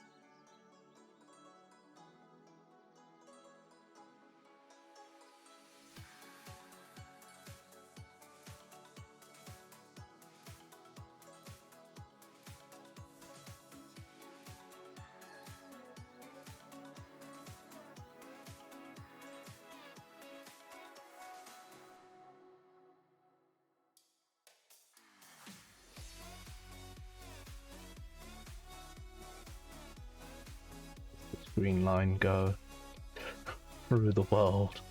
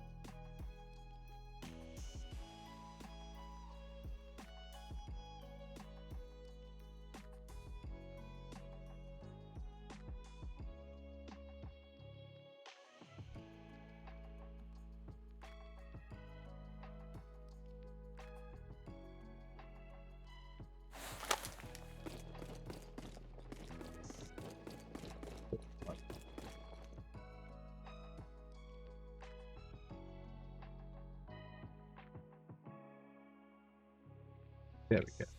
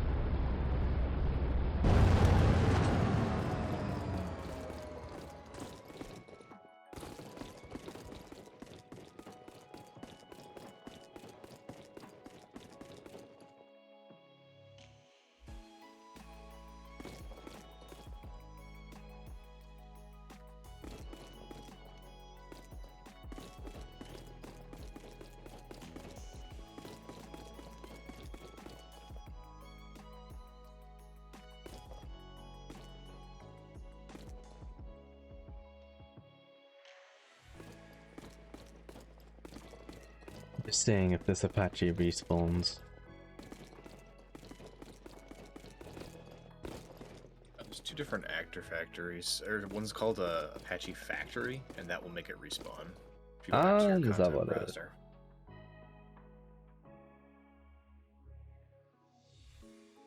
browser. I tried using Factory before. Vehicle Factory. Yep. Apache, is that it? That should have it respawn.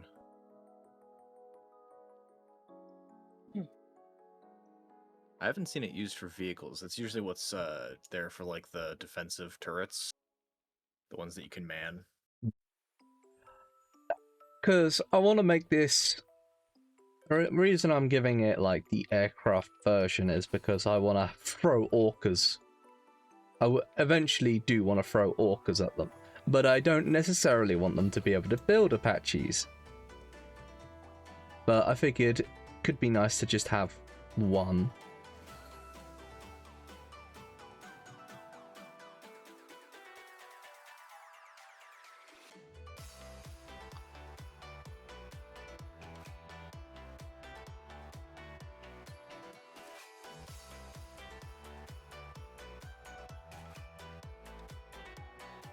Nothing.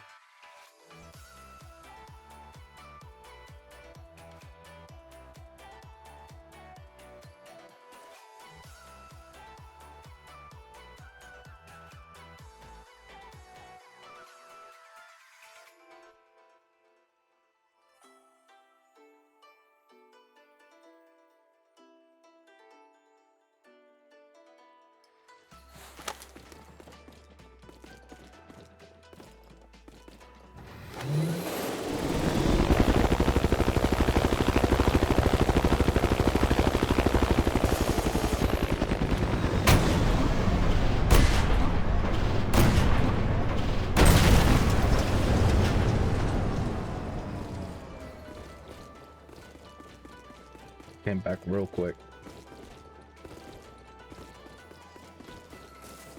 don't think that's configurable.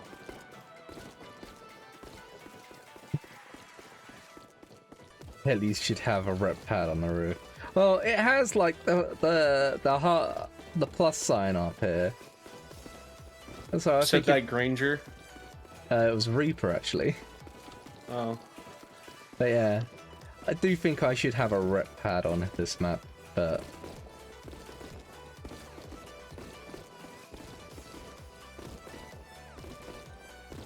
could have it here.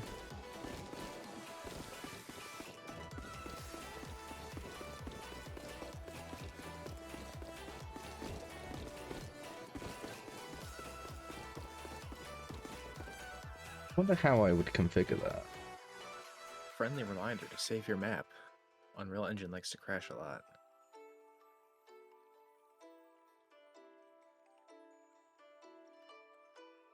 I don't think I should. I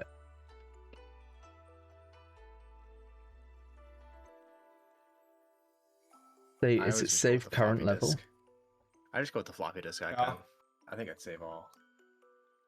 Yeah, Save but you're current not level is the supposed to one. save packages. That's the problem. I think you can only do that in the content browser.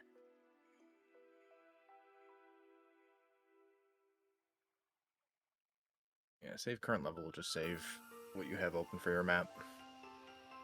The save level. Yep.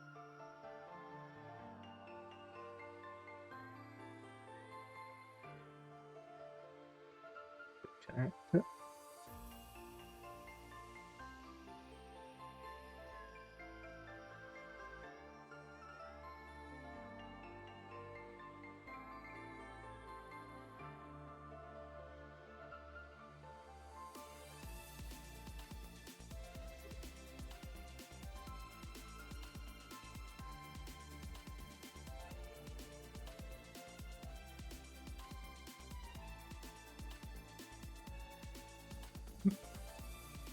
Properties. So I guess if it would be anywhere, it'd be in here. I'm looking through it on my editor too. I don't see anything to adjust the respawn rate. Oh, Mac. My foliage. Thought I'd fixed it, but I didn't, apparently.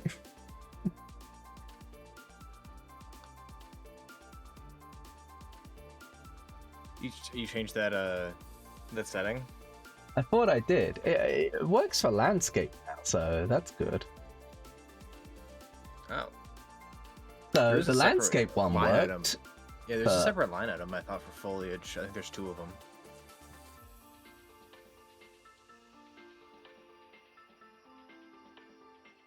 Where somebody did post a tip about in the map making thread about a different option you could try too, where they put it in like high DPI mode, but there was some other issues that caused.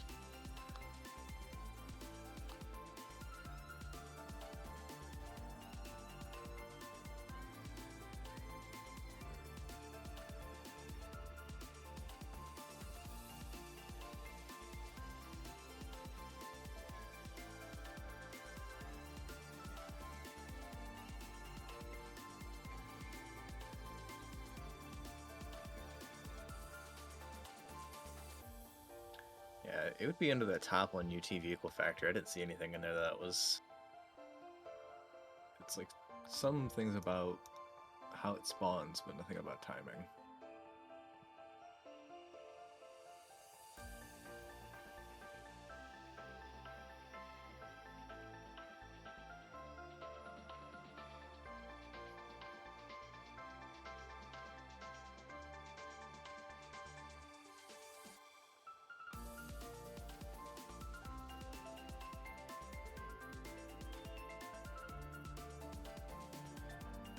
Curious.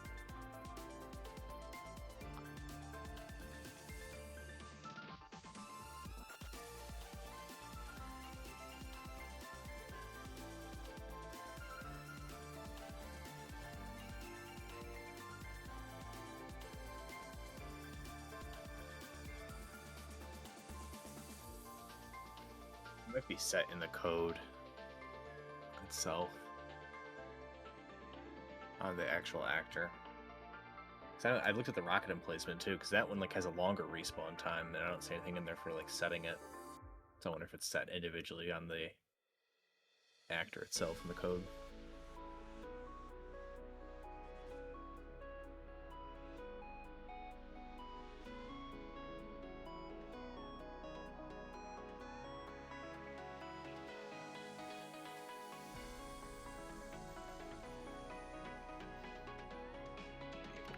Well, to be honest, I've got more of a map than I expected to have.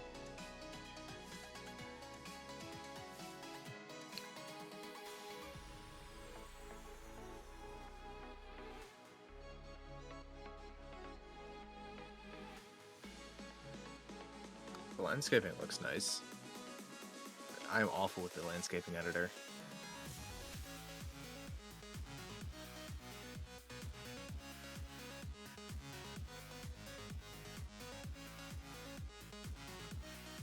Something you'll find if you look at other maps too is a lot of those like cliff edges are often hidden by a specific model of rock where they just stack and twist and turn the same rock over and over again. It ends up looking really good.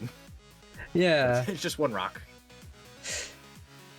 I don't know how I'm gonna do caves back here eventually, but as Tilta says, better to focus on one area at a time, I guess.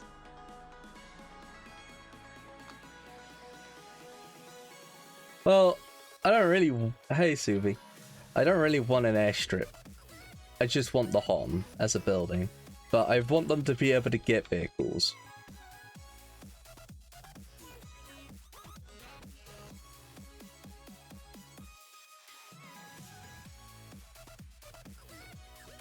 This sort of area would be like... I mean, I could just add an airstrip if that's the easiest option. Just like the airstrip.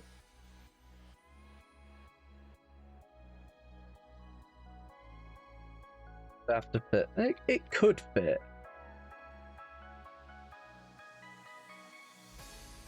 Tip that I think they use it in Oasis. That's how they have like the mini airstrip. Oh yeah, They just have the airstrip like half in the ground. Mm-hmm. I say half, mostly in the ground. I'm pretty sure you can have it so it spawns vehicles without the building actually being there. Yeah. Because I know Dark Knight has it, but I don't want to have Dark Knight problems where you can... If somebody buys a vehicle at the end of the fucking wave, it deletes the ability to buy vehicles.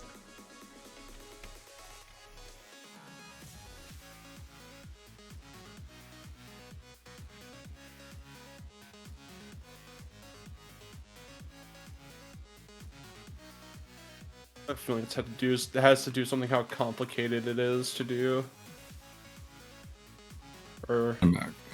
how complicated that vehicle spawning is. I have no idea how it works for this mode. So I think it's like completely different, right? No, that's just Dark Knight. Yeah, Mark, do you know when it's broken? Does it still let you buy them? It just doesn't spawn them? That's the funny thing. It does spawn them because it uses up the vehicle count. It just doesn't get delivered. That's Interesting. So what happens is when you buy a vehicle in the Dark Knight map, you get this Chinook that flies in, and what's supposed to happen is a missile comes out of nowhere, shoots down the Chinook, but it drops off the vehicle at the location. What causes the bug to happen is while that Chinook is flying in to deliver the vehicle, the wave either ends or starts. When either of those happens, the wave just deletes the Chinook. It just disappears and vanishes into the ether. And then once that happens, you can never buy another vehicle. Sounds like the Chinook is getting like destroyed, and maybe there's only one Chinook. Like it's not he's spawning; it's just using the same one. Yeah. So then the Chinook can no longer do its job since it's...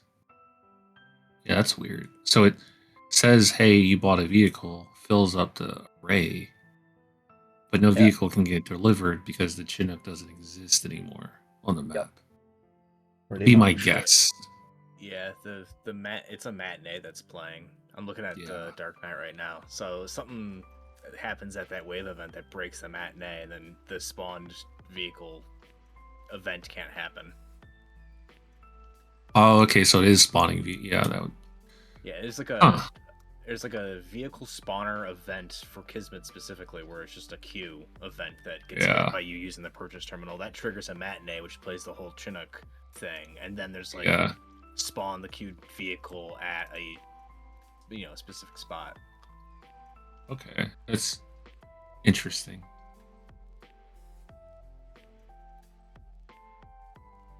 I wonder if I can. But yeah. I now want to rework it. I had the Field 2025 Chinook logic, and that works pretty solid. Yeah. But it needs janky custom purchase terminals. So I wonder if I could hack into this Kismet thing that exists and just add some Probably, gates yeah. where it's like it won't let another one happen until the previous delivery's done. That's really what I did with 2025 is Yeah. just gates to ensure that it won't run when things are already happening. Yeah. But that's all it needs, just a gate. That's probably all. Like something really simple is what's gonna fix it.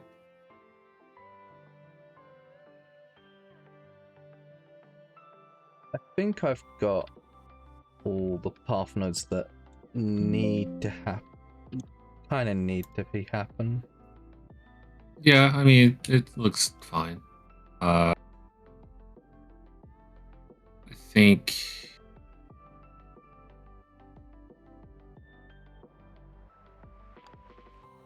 trying to think of what's the best thing to do next. I guess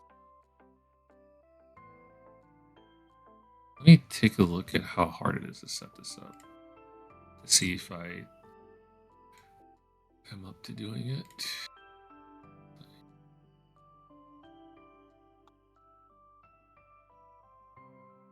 I'm looking at Dark Knight. It looks like it's just a bunch of spawn point actors that you place that are specific for survival, and they all just connect Yeah. into the path nodes.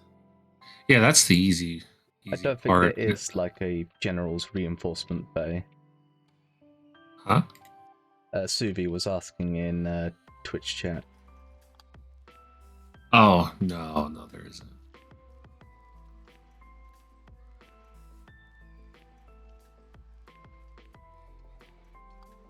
Cooperative, enable building alert, survival, wave.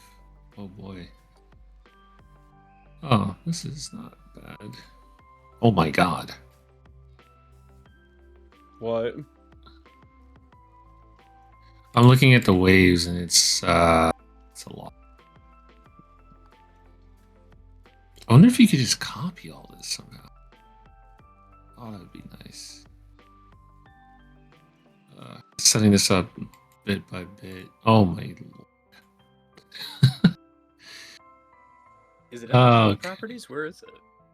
Yeah, it's in the world properties to set up the ways. So it's like view, world properties, world info. And then my map info. Survival. And then like it's just a bunch of arrays, but like or lists or whatever. But you have to do all this stuff like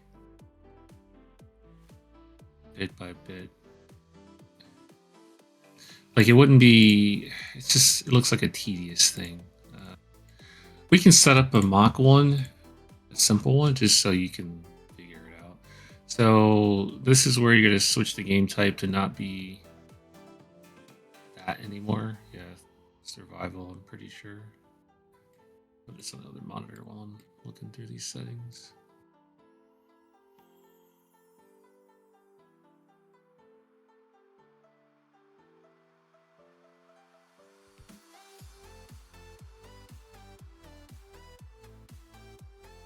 Yeah, all game types set to survival. Add the green thing as well and do survival on that just to make sure. And then after that, go to my map info and change it to survival.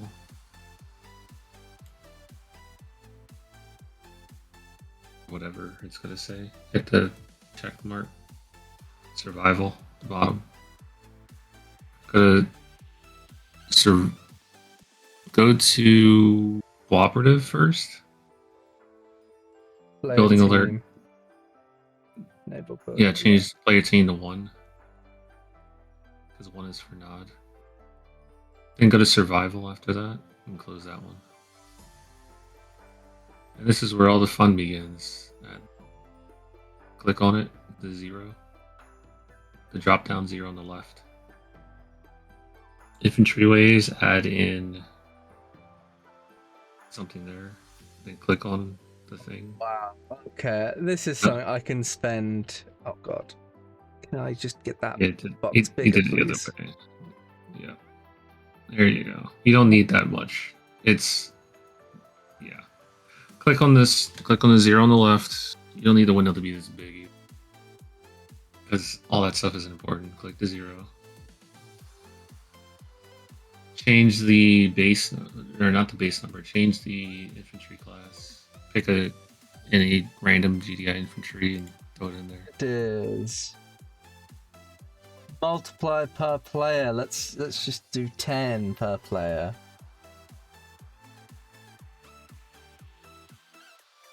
Is boss. I like how that's a tick. We want to do vehicles since we're testing. Yeah, do one vehicle. Make sure it's not a vehicle that's gonna absolutely obliterate you. Even though you don't really have much of a choice for that, I guess. You can always just use God mode, so it's fine. Pick like an Abrams or some shit, or a Humvee or whatever. Tank light.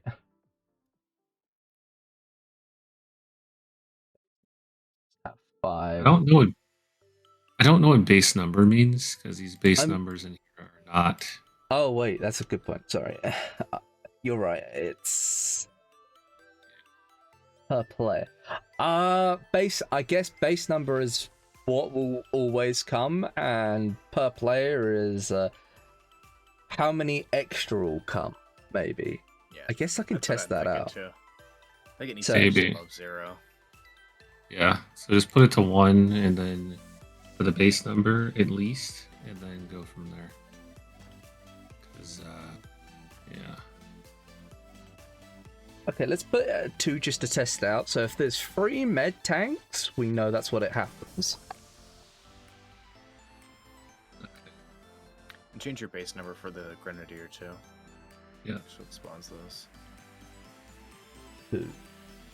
Okay. Should spawn 20 of them. 20? Or no. It might. Well, I guess Just, this will be a just test we'll to find see. out. Yeah. Yeah, just figure it out. And that's it, right? For this menu for now. Yeah, you need to make a spawn point still. Yeah. Oh yeah. So go into the content browser. Go into, yeah, that's where you want to be. Go back. Actor classes. Survival. SURV. Nope, type it. There you go. Ah. There you go. Drop that. F4 just to see if there's any weird stuff you need to do to it. You can minimize that.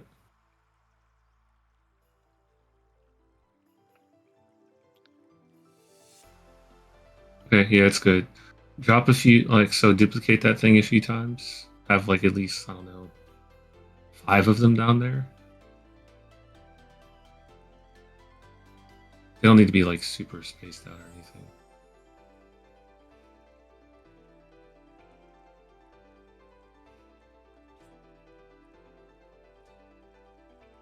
They need to be able to take those. Whatever, it's fine. Build. Okay. Sure. Build path. Does the path have to go to them? Yes, Ah, I see. but it should work. There. Delete that hover, or delete the Merles right there. And if there's another Merles, you should probably move it or delete it.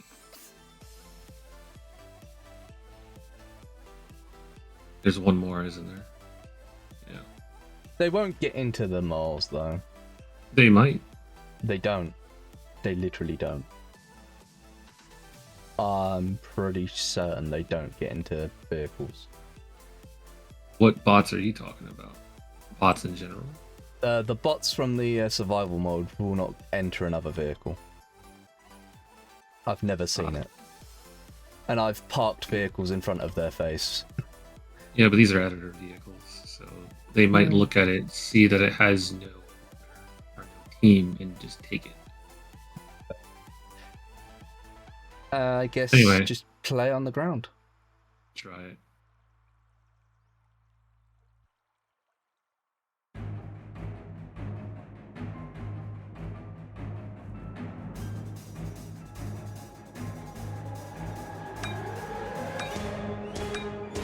I am firing to spawn. I don't think you have a player spawn point. Did you set up? Yeah, did you set up a spawn point for yourself? I guess not. Yeah, kind of need to do that. Escape.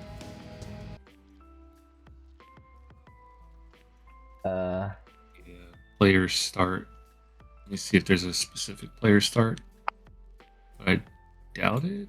It could be. Probably for Team 1. Players start, yeah. Yeah. player start. UT team player start. Yep. Yeah. Take that, drag it, put it there. F4. Click it. 4. Open. Player start number 1. Alright. Now build, pass, and try again.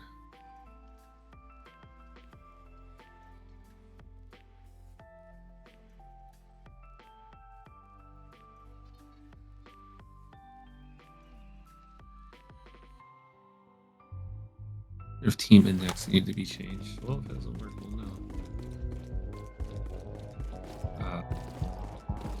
Interesting. Okay.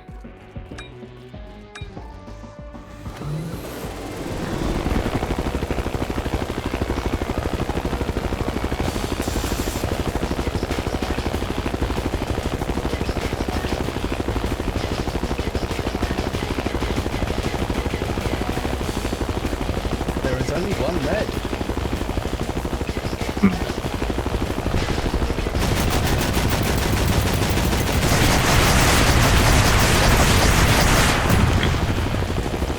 Probably have to give them objectives to go to.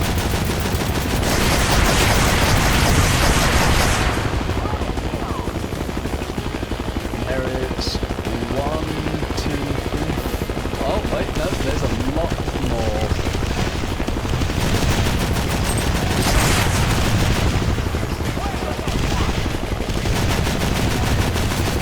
Jesus, it looks like a flat gun shooting at me. I kind of like it. I get PTSD during the World War.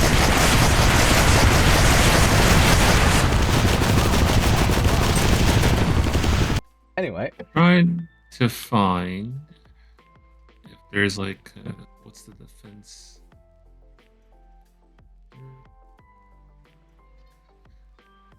I think it Objective. just uses the RX building objective.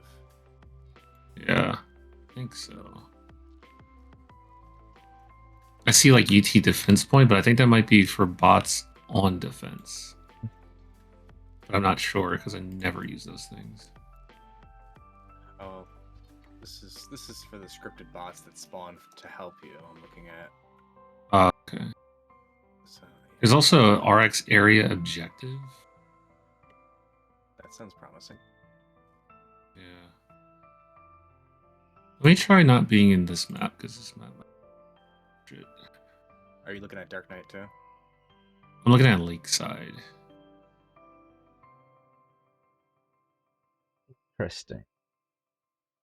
So This map, 'cause I'm sure it doesn't have much I in felt it. like there was more than 10 grenadiers on the map.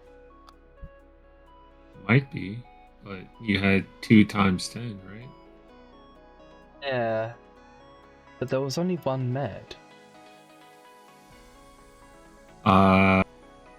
Maybe the med has to move for another one to spawn because all the other spawn points were taken potentially. Maybe. I don't know until like stuff is actually like moving around as intended. That's true. What is this?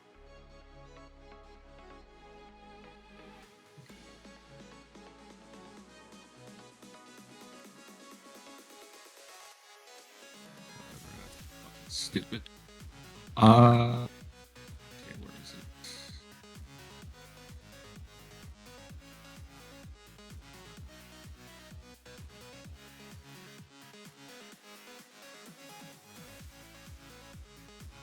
So I see RX area objective. as a thing, so maybe look that up and drop it into the map as well in the content browser. And then we keep looking in here.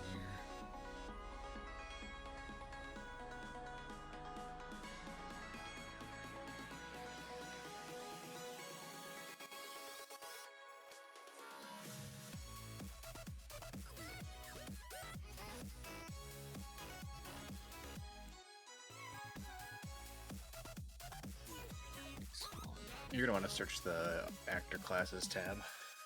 Yeah.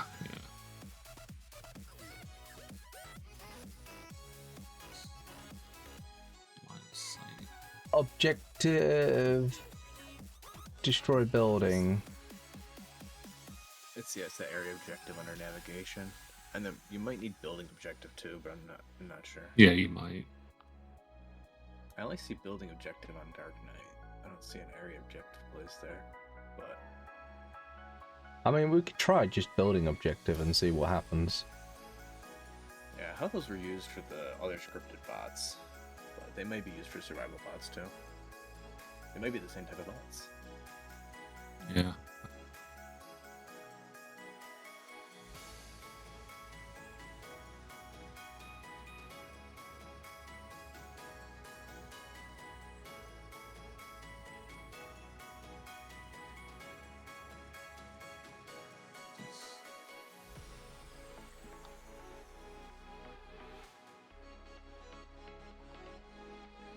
I think it needs to be inside the building, but whatever. Go to F4 to see what options it has.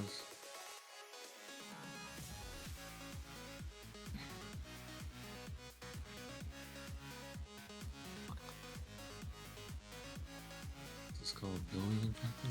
I don't know if I even see one of those.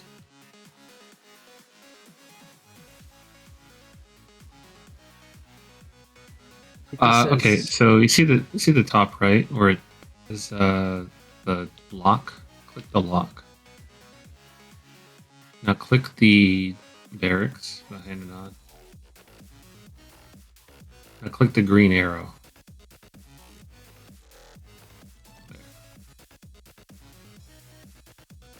And click on UT game objective. Let's just see if there's anything important in there.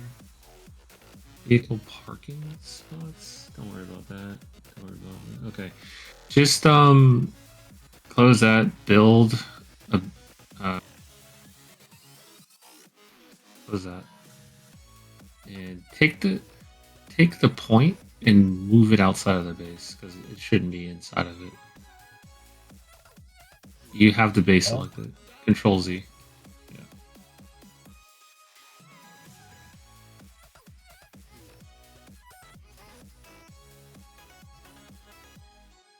No, not like in the air, like on the ground in front of the base, the stairs.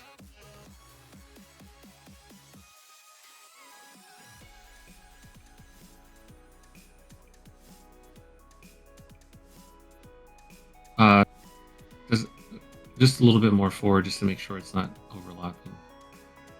All right, now build path.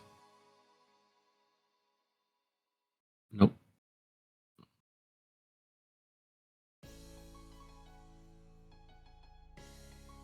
Okay, I'll try playing and see if anything changes. If not, you'll get one of the other objectives. Type, go to the console, or hit F5. Ghost.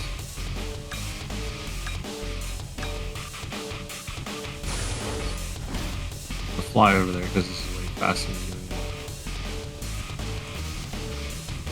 Oh, look at that. He's on the way to blow your base up. I don't know what he's looking at. Go hang out by your base and see what they do. Because if you stand there, you're supposed to keep shooting at you. So I don't know what he's aiming at. There he is. I think he just sees you when you're ghosted. He's just shooting through you. Yeah. Before it was like looking backwards. Oh, look at that. You got 2 tanks. Hide yourself in the hand of Nod. Like in the very top. Warning. Hand of Nod under attack. Inside. That way, okay, inside of the globe, so you can see what they're doing, but they're also not going to aim.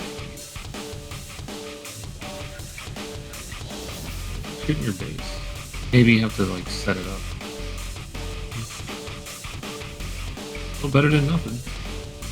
They at least come over here. They're all just waiting. Outside. Just want to call it. You could just type God and not die to them. Or do you already do that? Now they're just sort of staring at it menacingly. Yeah, there's probably like another thing that you have to set up for it, I would imagine. In Dark Knight, the building objective didn't actually have the bar selected under that, like, my building, where we locked it and selected it. It just has nothing there, which is odd. Yeah, I think I noticed that too, but I was like, let's just... It should be set up when you have a building selected. Yeah. Maybe try taking the building out and just play again and see what happens. While I look for more options. Take this out. No. Leave it there, where it was. You can Control Z if you want. F4, take the building out, because it's not... I don't think it's necessary. No. Click on the thing. Click F4. Go to the... My building. Hit the square. That square. Yep. Clear it out. There you go. Now That's build... set on Dark Knight at least, which is weird. Yeah. So now build pass and then try it again and see what they do. While you do that, I'm going to look for more stuff.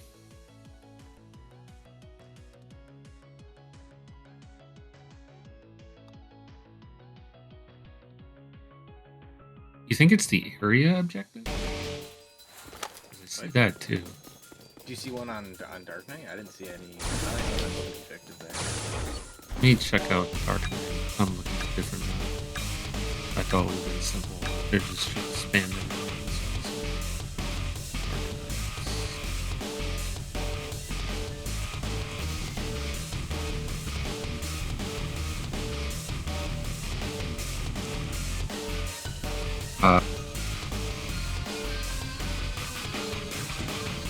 There's no tanks.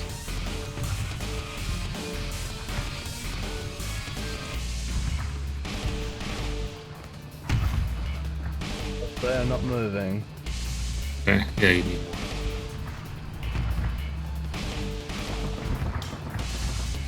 Let's see. RX building objective. Scripted objective patrol point? The fuck? I think that's for the bots that spawn, like the Yeah. bots that spawn. Yeah, I think so too.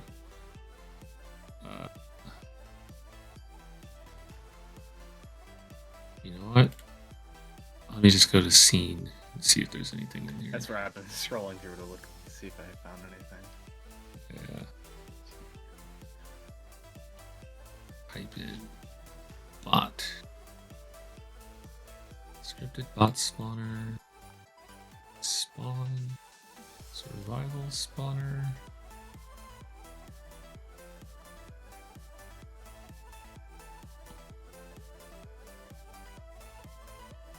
I wonder if it's in the world settings, if you have to specify like a target building or something.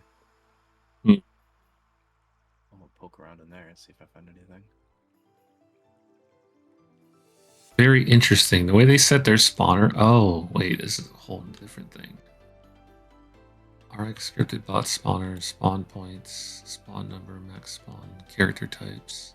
Yeah, I think those are the friendly ones. Yeah.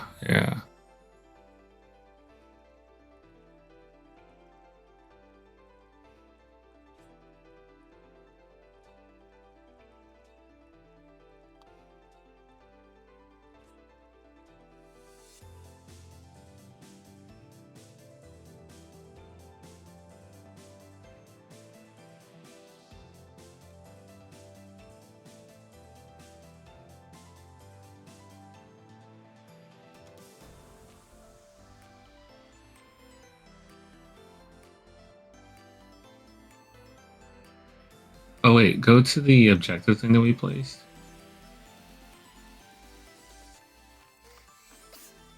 F4. Go to objective. It just says objective for the objective name. Like it was already like that. Yeah, it's just like that. Okay.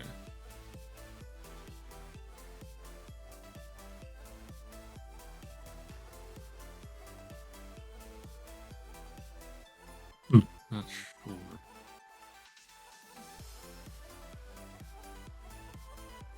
Yeah, it could be in the world properties then. Wait. What about that? Objective RX cooperative destroy building. It's for a different mode, I think. The co-op. I think that's Yeah. what Xeon was playing with like classic Renegade, OG Renegade missions. That's what that's with.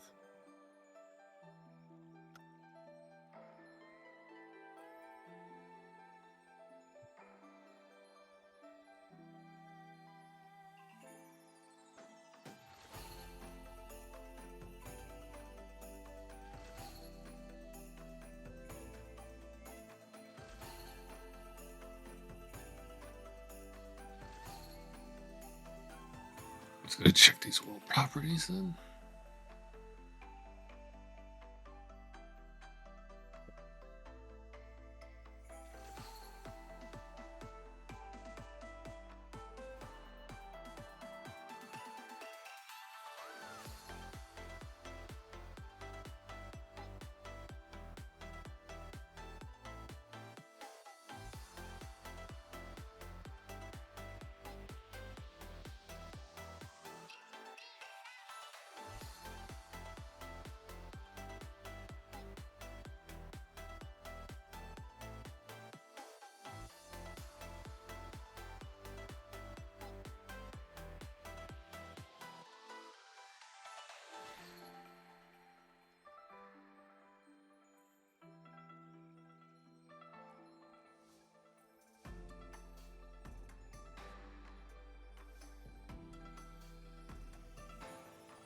I wonder if it's just a simple pathfinding thing where they need paths beyond the building, and the building obstructs the path, so they target it. Yeah, no idea.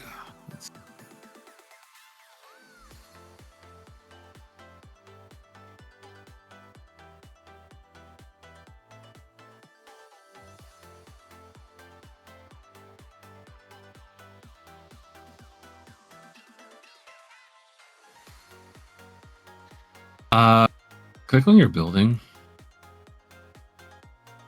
F4.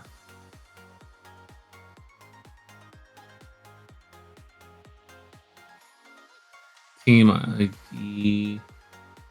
That's I can't see shit. Should be nod. And then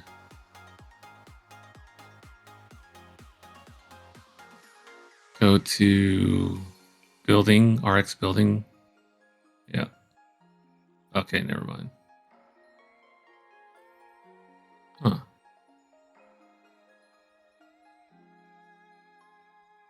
Why is the health set to 0? Is that normal? Yeah. Yeah, it must be.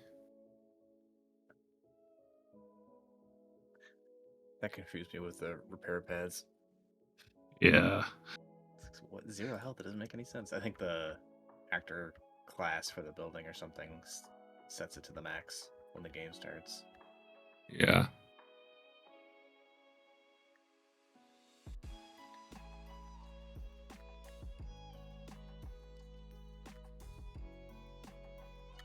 Well, not sure, but I do see in.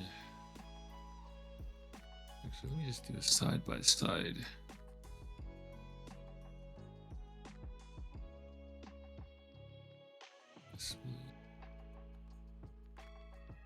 Thanks for all the help, by the way. I don't think I would have gotten this far on my own. Yeah, no problem. This is weird. I don't get it. there's not even like kismet going on to tell them to do certain things. So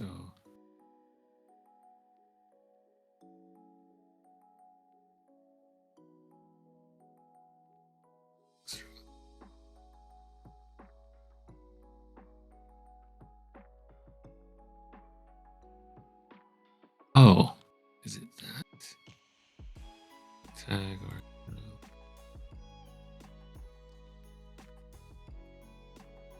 layer? The fuck?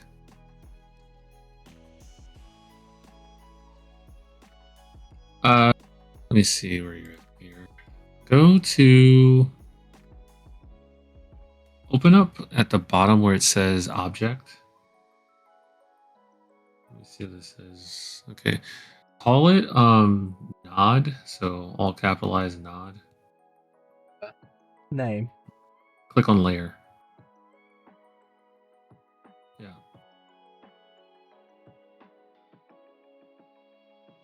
So nod space dash space. Let's do, I don't know, Han, H-O-N.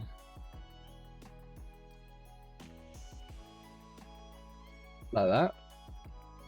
Yeah, we'll try that. And then let me see if that links to these. That would be so annoying if it did.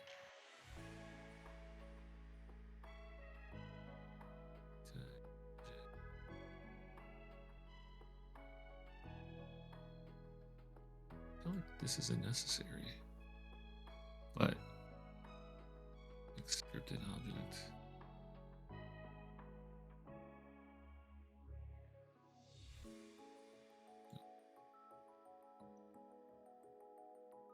Spelling objective. Mark spelling objective. Barracks.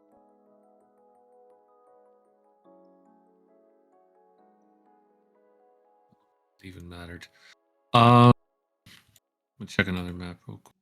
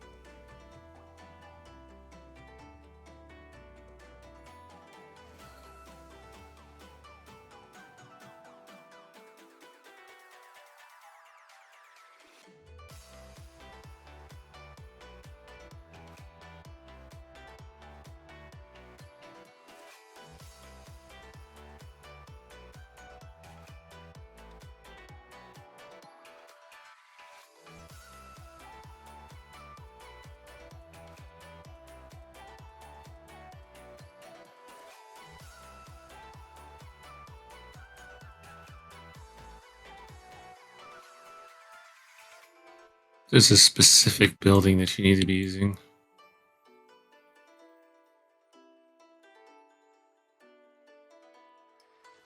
Specific building,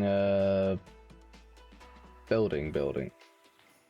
From There's like different things to set up for these. It's a little weird.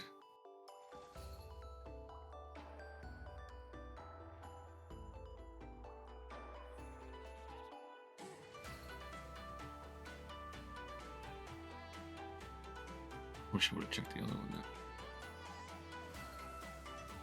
Whatever. Okay, let's see. What is this?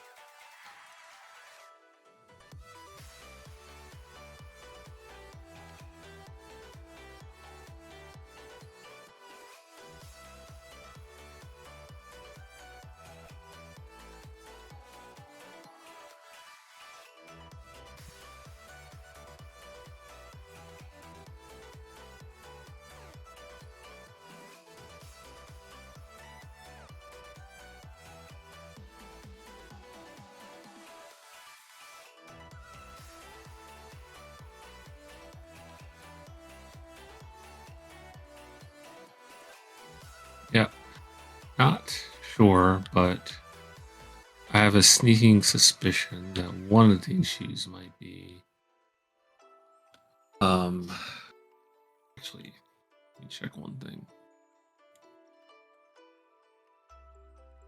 It should about this path target point. I don't think that would be it.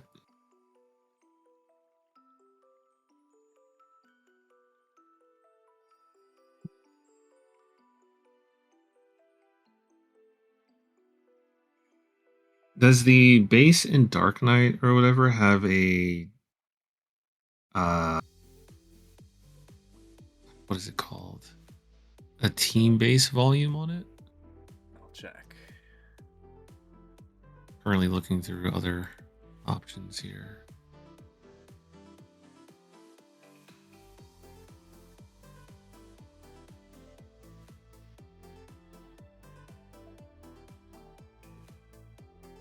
That's what I think. No, I don't see that there. I think that's left over from when they copied the original Lakeside. Yeah.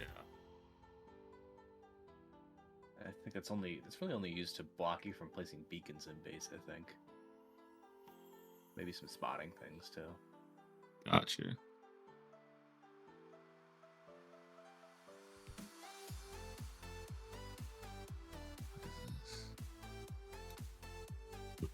That's terrible.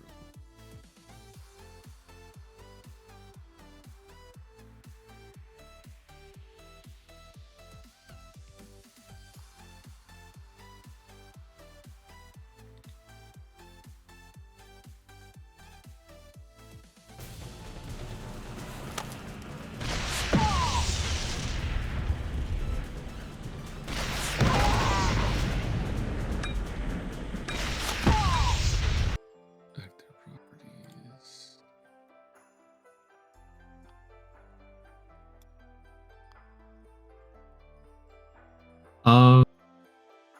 Where did you get that building from?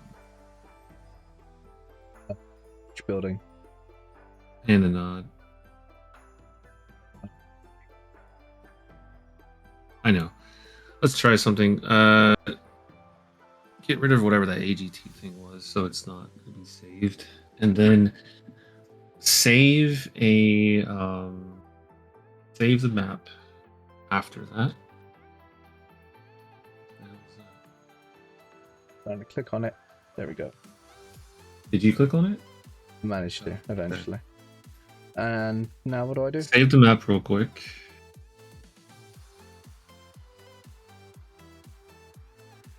Just click on the floppy disk. There you go. Now go into the content browser. Go to prefabs. Control Shift F or that. You're thinking it's an old school building with the prefabs. Yeah, you might have to use that for the. I see a prefab in a different map, but I haven't checked the other one again. Just type in hand and nod, or just type in hand. There you go. Take that, put it where the other hand and nod is, and delete the old one. See if this is the problem. I'm like hoping it is and isn't at the same time. So much for reasons. Sure. Yeah. Okay. Here's something important you need to know before you rotate this. Do you see those volumes that are selected? Yeah. If you rotate it, so if you were to take this and rotate it like 90 degrees, or you're trying to get it to 90 degrees and say you actually do like 86 degrees, and then you hit Control Z, the volumes will not rotate with it. Why? I don't know. But it's a super huge pain in the ass. So if you need to go back or whatever. Don't Control Z. Yeah. So basically do it right the first time or suffer. Those are your options. But you can go back and forth when it comes to just moving, but the rotation, it just doesn't work right. It's really stupid. But you know, welcome to UDK. So yeah, build pass, check and see if it works. Don't worry about getting it in a perfect spot. We just want to see if this actually works. To the right.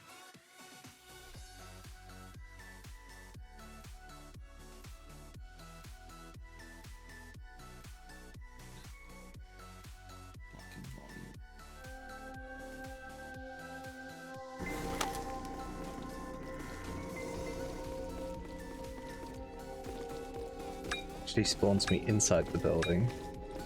Yeah, it gains spawn points around. Because that comes with spawn points. You should go to Ghost and see if they're traveling along the line. Also, you can hit up right there, and you don't have to retype the last thing you did. And they are not traveling, except for the regular bots.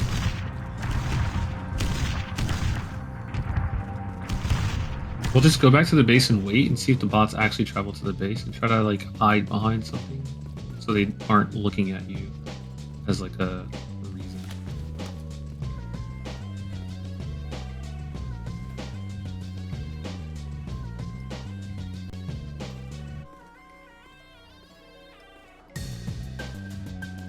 I gotta drop for Mac May time. See you guys later.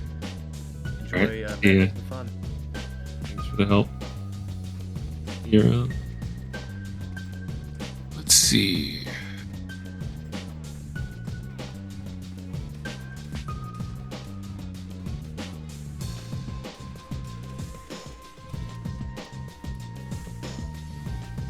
Do they get to the base or are they just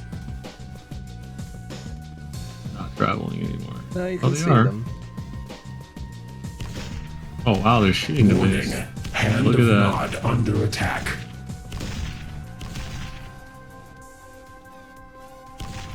No idea what's up with your vehicles though, but hey. Grenadier rush.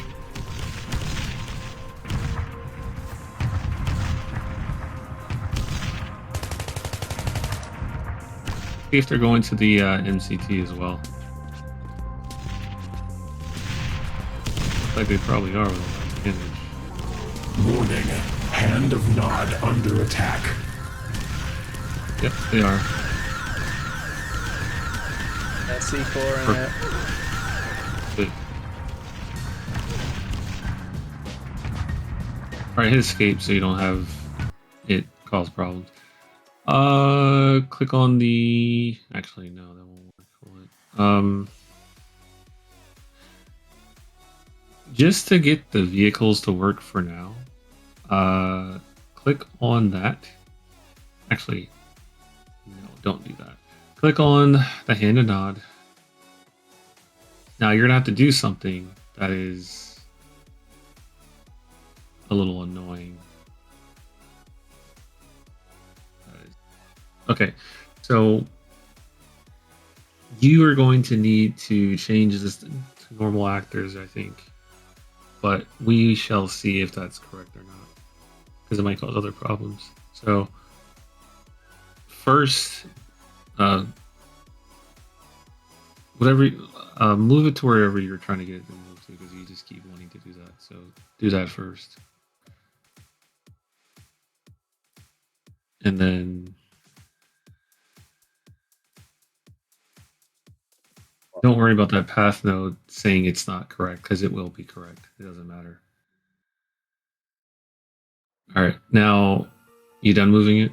Yeah. Okay, click on it again, because that's what we're doing here. Save before you do this. Right click it. Convert prefab instance to normal actors. This one.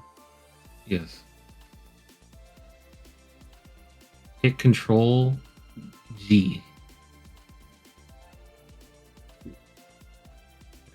Now, click on the hit escape, then click on the path node in front of it. Nope. Yep. Nope. Missed. You missed. Click on it. Click on it. See. There you go. Now hit F4. Lock it. Hit Control Shift G.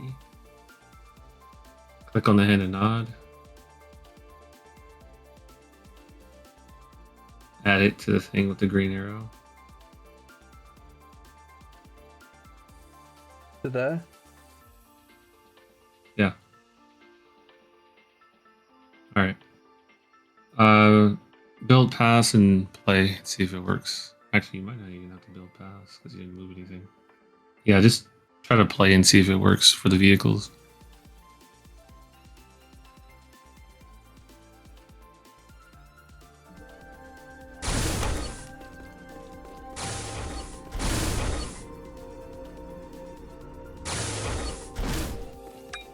Probably won't work, seeing as how it's saying pass need to be rebuilt.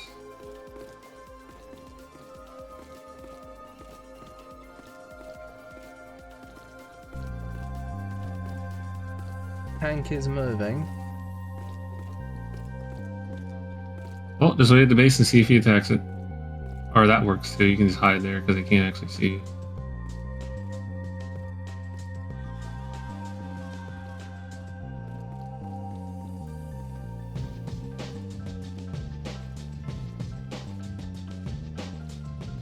Shoot the base is the problem.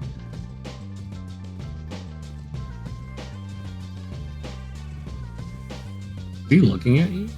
Can't tell. He is. Warning. Hand of Hit the Nod base. under That's the attack. important part. I hate to be a pain though, but is there a way we can get the other HOM, like the HOM with ramps? Or am I I'm pretty sure. You just change out the model. okay?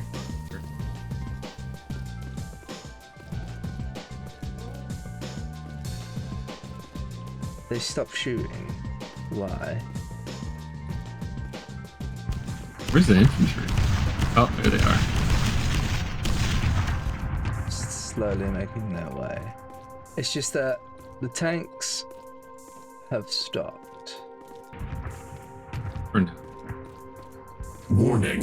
Hand of Nod under attack.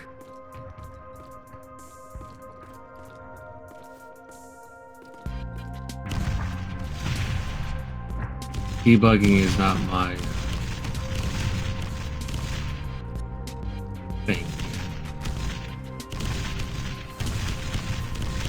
I really want to shoot you more than anything. But the infantry are going in. Warning. Hand of Nod under attack. Alright, escape. Click on the hand and nod.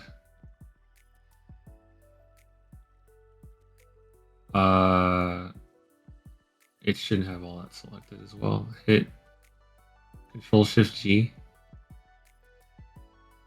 Now click on the hand and nod again by itself. Okay.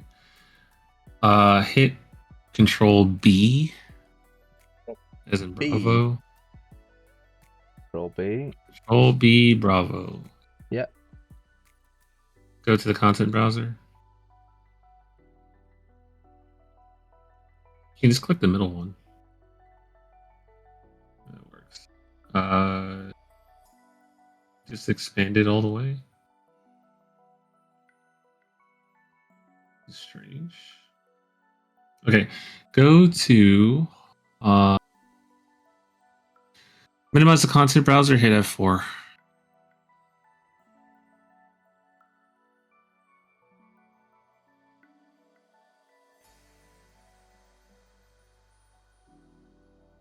What is it? Huh? I gotta find something. Give me a second. I'll find it on my end so it's easier.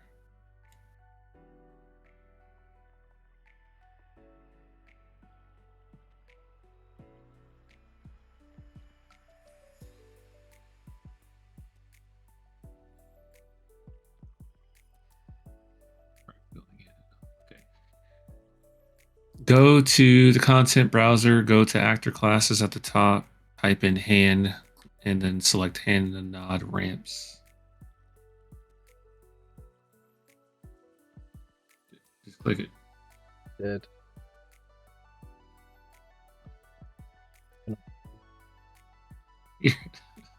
Your editor's just on life support. Go to the top actor classes. Type in hand. Pick the one with ramps. Minimize.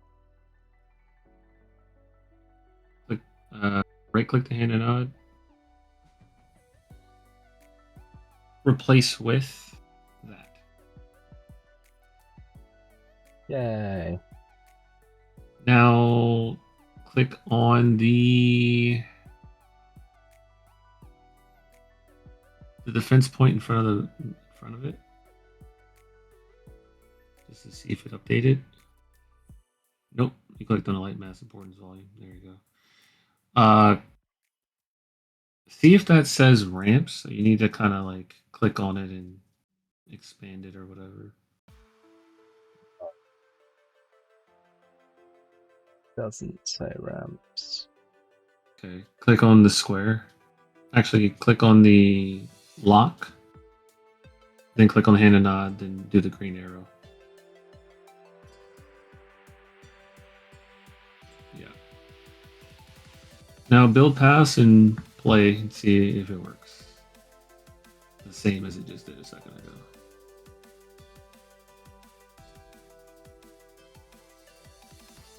Before you play, go to the beach and actually, no, never mind. It doesn't matter. Yeah, just go ahead and play. See what it does.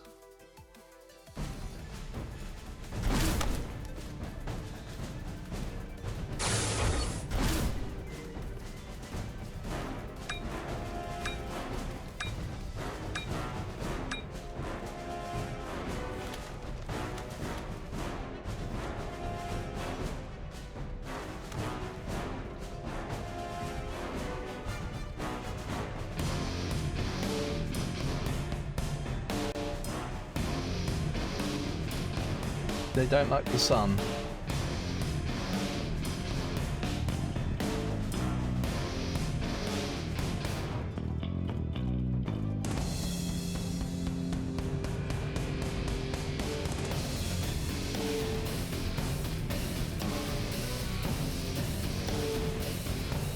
Do they shoot the Hon? Warning. Hand of Nod under attack. Yes.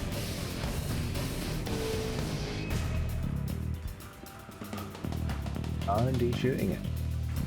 Happy days.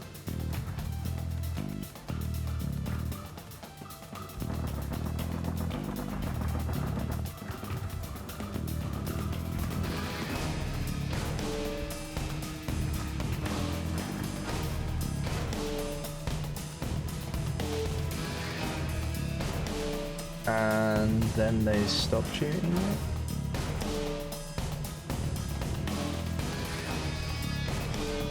How much damage did they do? Warning. Hand of Nod under attack. Furious. Yeah. Them not shooting anymore, that's a whole debugging, whatever. It's not my jurisdiction. Someone else can deal with that. But you're getting most of it working. I mean, honestly, it looks like what's going to happen is the vehicles are going to mainly aim for people and try to shoot them, which is, I guess, fine. So yeah, it works in quotations, right? Like that's the best I'm gonna get you. There's like other things in other maps that people. I can't move this Set up. building as it is because I need to move of all the other things with it, right? Control Shift G, yeah. Do not move that thing solo or you're gonna have a terrible time. So Control Shift G should bring up all the other stuff that you parented to it.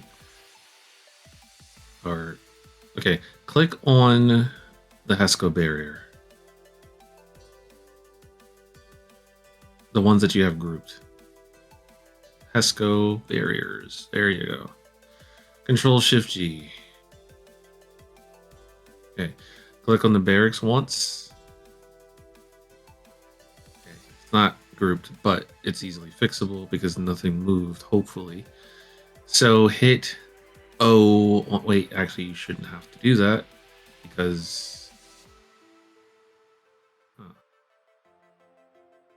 Interesting.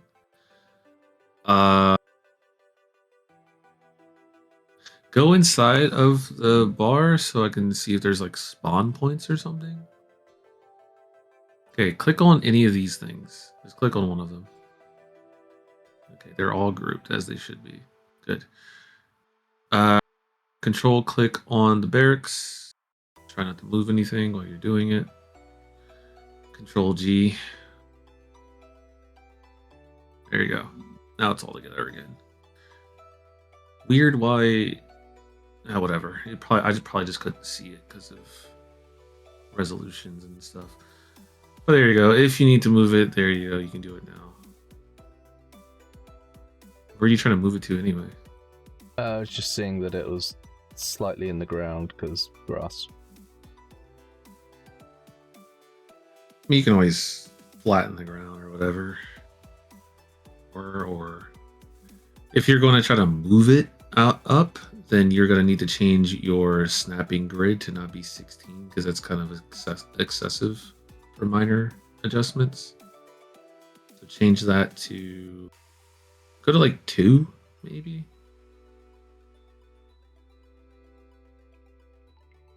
Yeah, that should work. Get close and see if it's good. Do one more. No, don't do one more. Leave it where it is. Go into the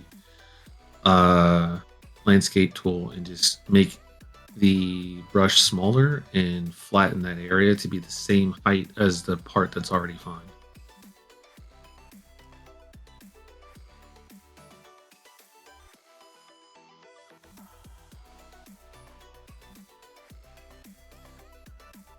Start your brush on the inside and then flatten everything. Yeah, just go to a part that's, yeah, there you go. And that should be good. Check the outside to make sure you didn't fuck anything up, which I don't think you did. You're good. Good. That's good enough. So what you can do to do tests is take I'm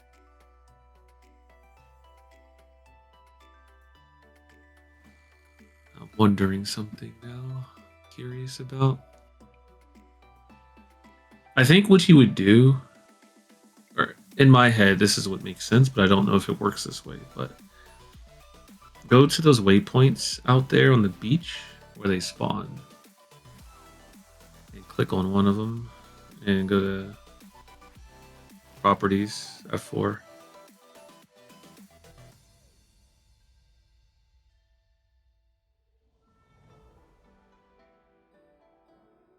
Interesting. I was trying to see, the thing I'm curious about is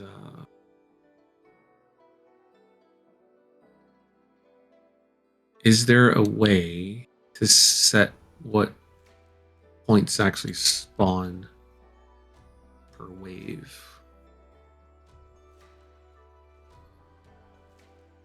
That'll be the last thing I check or call it.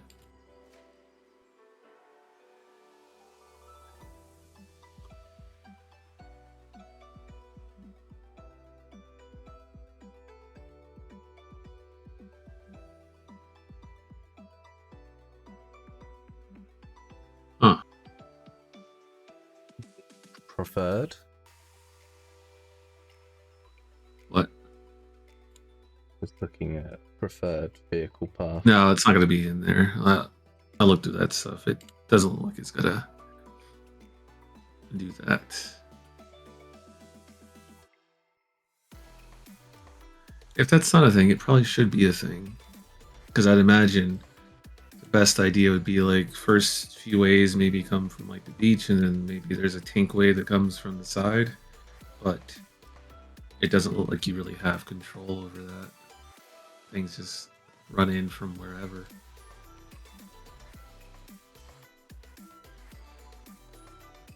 Weird.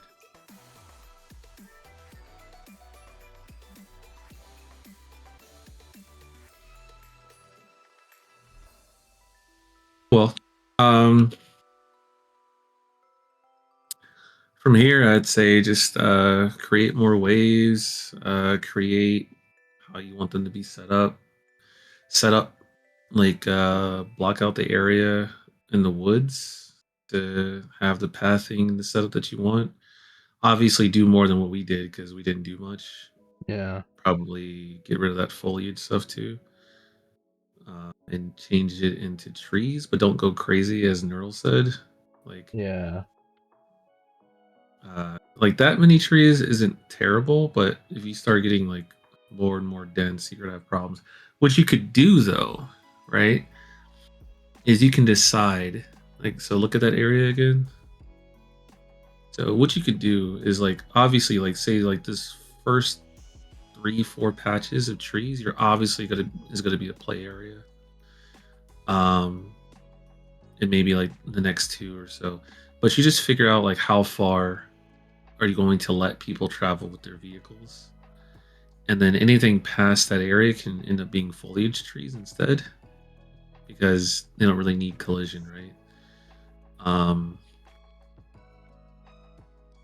And then just, use your trees that are closer to have collision and all that. And like Void also said, is that you can set up your own like blocking volumes to get the type of collision that you're looking for. I think one of the greatest ways to kind of cheat having to get your collision in a really weird, precise way is to also use rocks along with your trees. So then it's like easier to say like, yeah, you can't go there at all as a vehicle, because they'll understand like, yeah, I can't climb that rock because it's too steep or whatever. You can see examples of it in different maps as well. Check maps that have trees and tree lines, because a lot of times you'll see is like they'll put it on a blocking volume and then send it up to the moon, so you don't have to, deal with it. The one problem with that is if you actually plan on having flying vehicles, even a limited capacity, you can't just have blocking volumes just go crazy, because you're going to be trying to go fight something, you're just going to run into a tree. Well, actually, scratch that. This is Renex. This isn't Firestorm, so like you're not going to blow up for running into a blocking volume. You're just going to like nudge it, so it doesn't have to be super precise.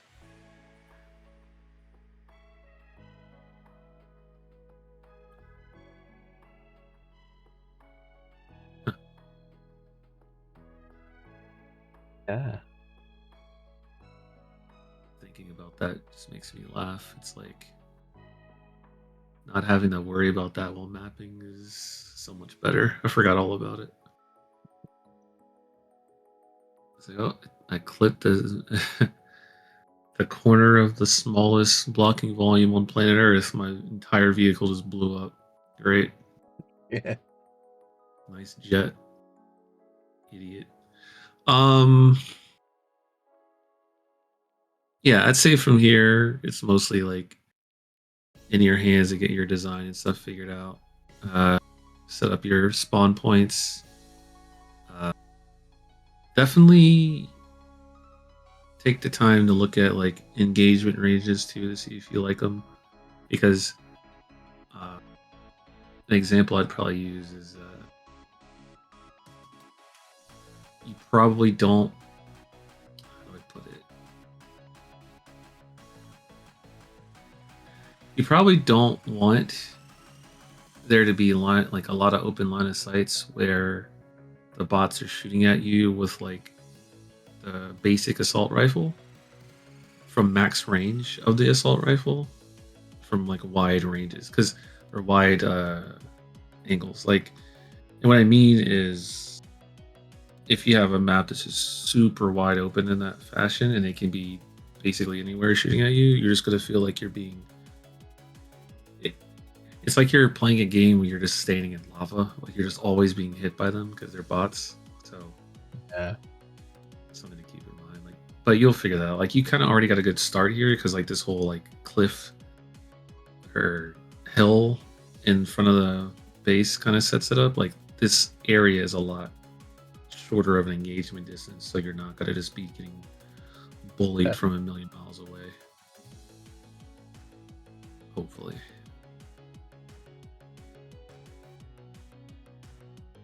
But yeah, at this point, play with it, have fun. It's like all in I'll your probably- hands. I'll probably do like another stream of just building it so other people can watch. Yeah. And if either you or Neural jump in, give pointers, I won't say no to the help. Yeah. Good luck with that. But yeah, I feel I like mean, I've you mostly learned, have everything set up that Yeah. you need for the most part. I feel like I learned a lot more than I did trying to watch Ken's videos, that's for sure. Well, yeah, because Kim's videos are really good. It's just, I think they're designed for people that we're going to make a map no matter what. Because creating stuff, whether it be map design, especially in UDK, whether it be creating like animations or 3D models or literally anything, right? It requires, for people that are getting started, a good amount of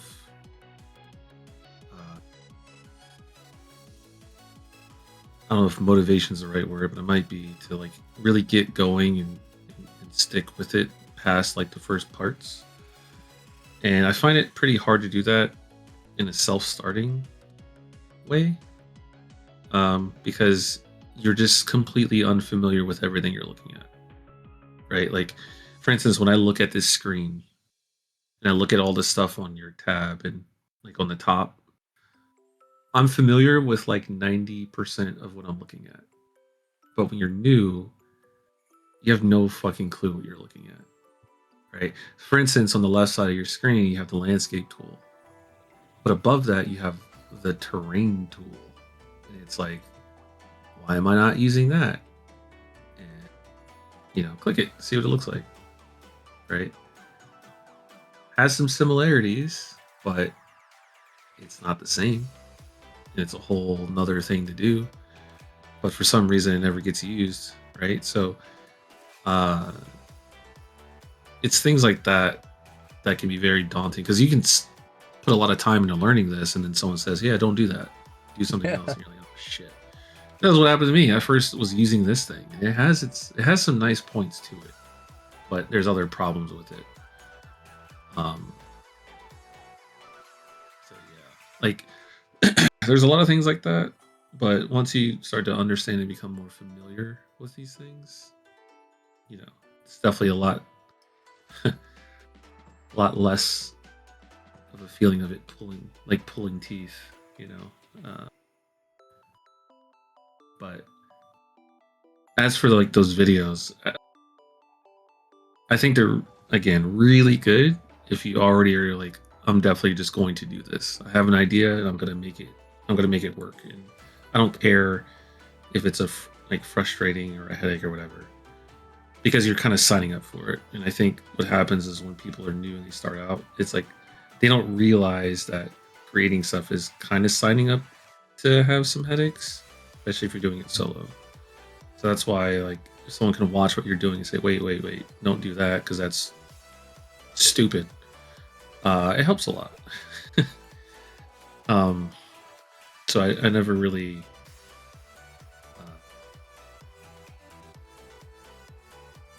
I can completely understand why people are like, yeah, I don't want to do that. They don't have help. So yeah. The other thing I would say do, by the way, is as you update this, pick like a day, maybe like a Friday or Saturday or something, where you actually post in the channel of your updates. I was just taking some screenshots. It's like, here, look what I done. Yeah, you can do that now too, as a starting point. Probably get rid of the paths, because that looks like a lot of shit in the way. But you hit O to get rid of the volumes and P to get rid of the paths. But you can also hit G to see what it looks like in game view, as in like not all the extra editor stuff. So yeah, but yeah, post stuff in there. You can post stuff in there, obviously, and then anyone else that's working on stuff, updates are good. It can also help people like give ideas or maybe potential tweaks to kind of fix problems. So,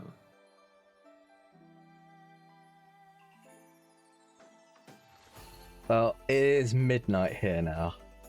yeah, and I am more than exhausted. Thank Also, you again, Tilta, yeah, for you're welcome. the pointers. Yep, no problem. Also, same to Limpton. You're welcome. Glad I can help people. But I don't know. I was gonna say maybe I'll throw one together, but I don't think I feel like doing that. Yeah, that's fair.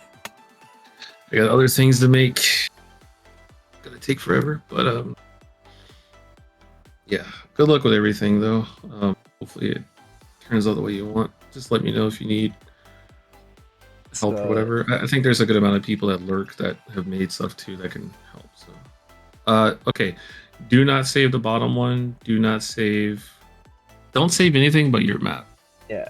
So. Yeah. Save selected. Yeah. Next time I'll show you how to make a package file. You don't really need one with what you've done so far, but there will be some things that will make sense. So.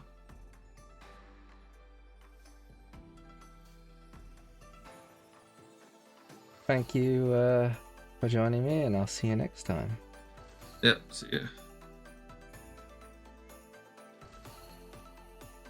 And thanks for joining me on Twitch. I'll see you next time. Yeah. See ya.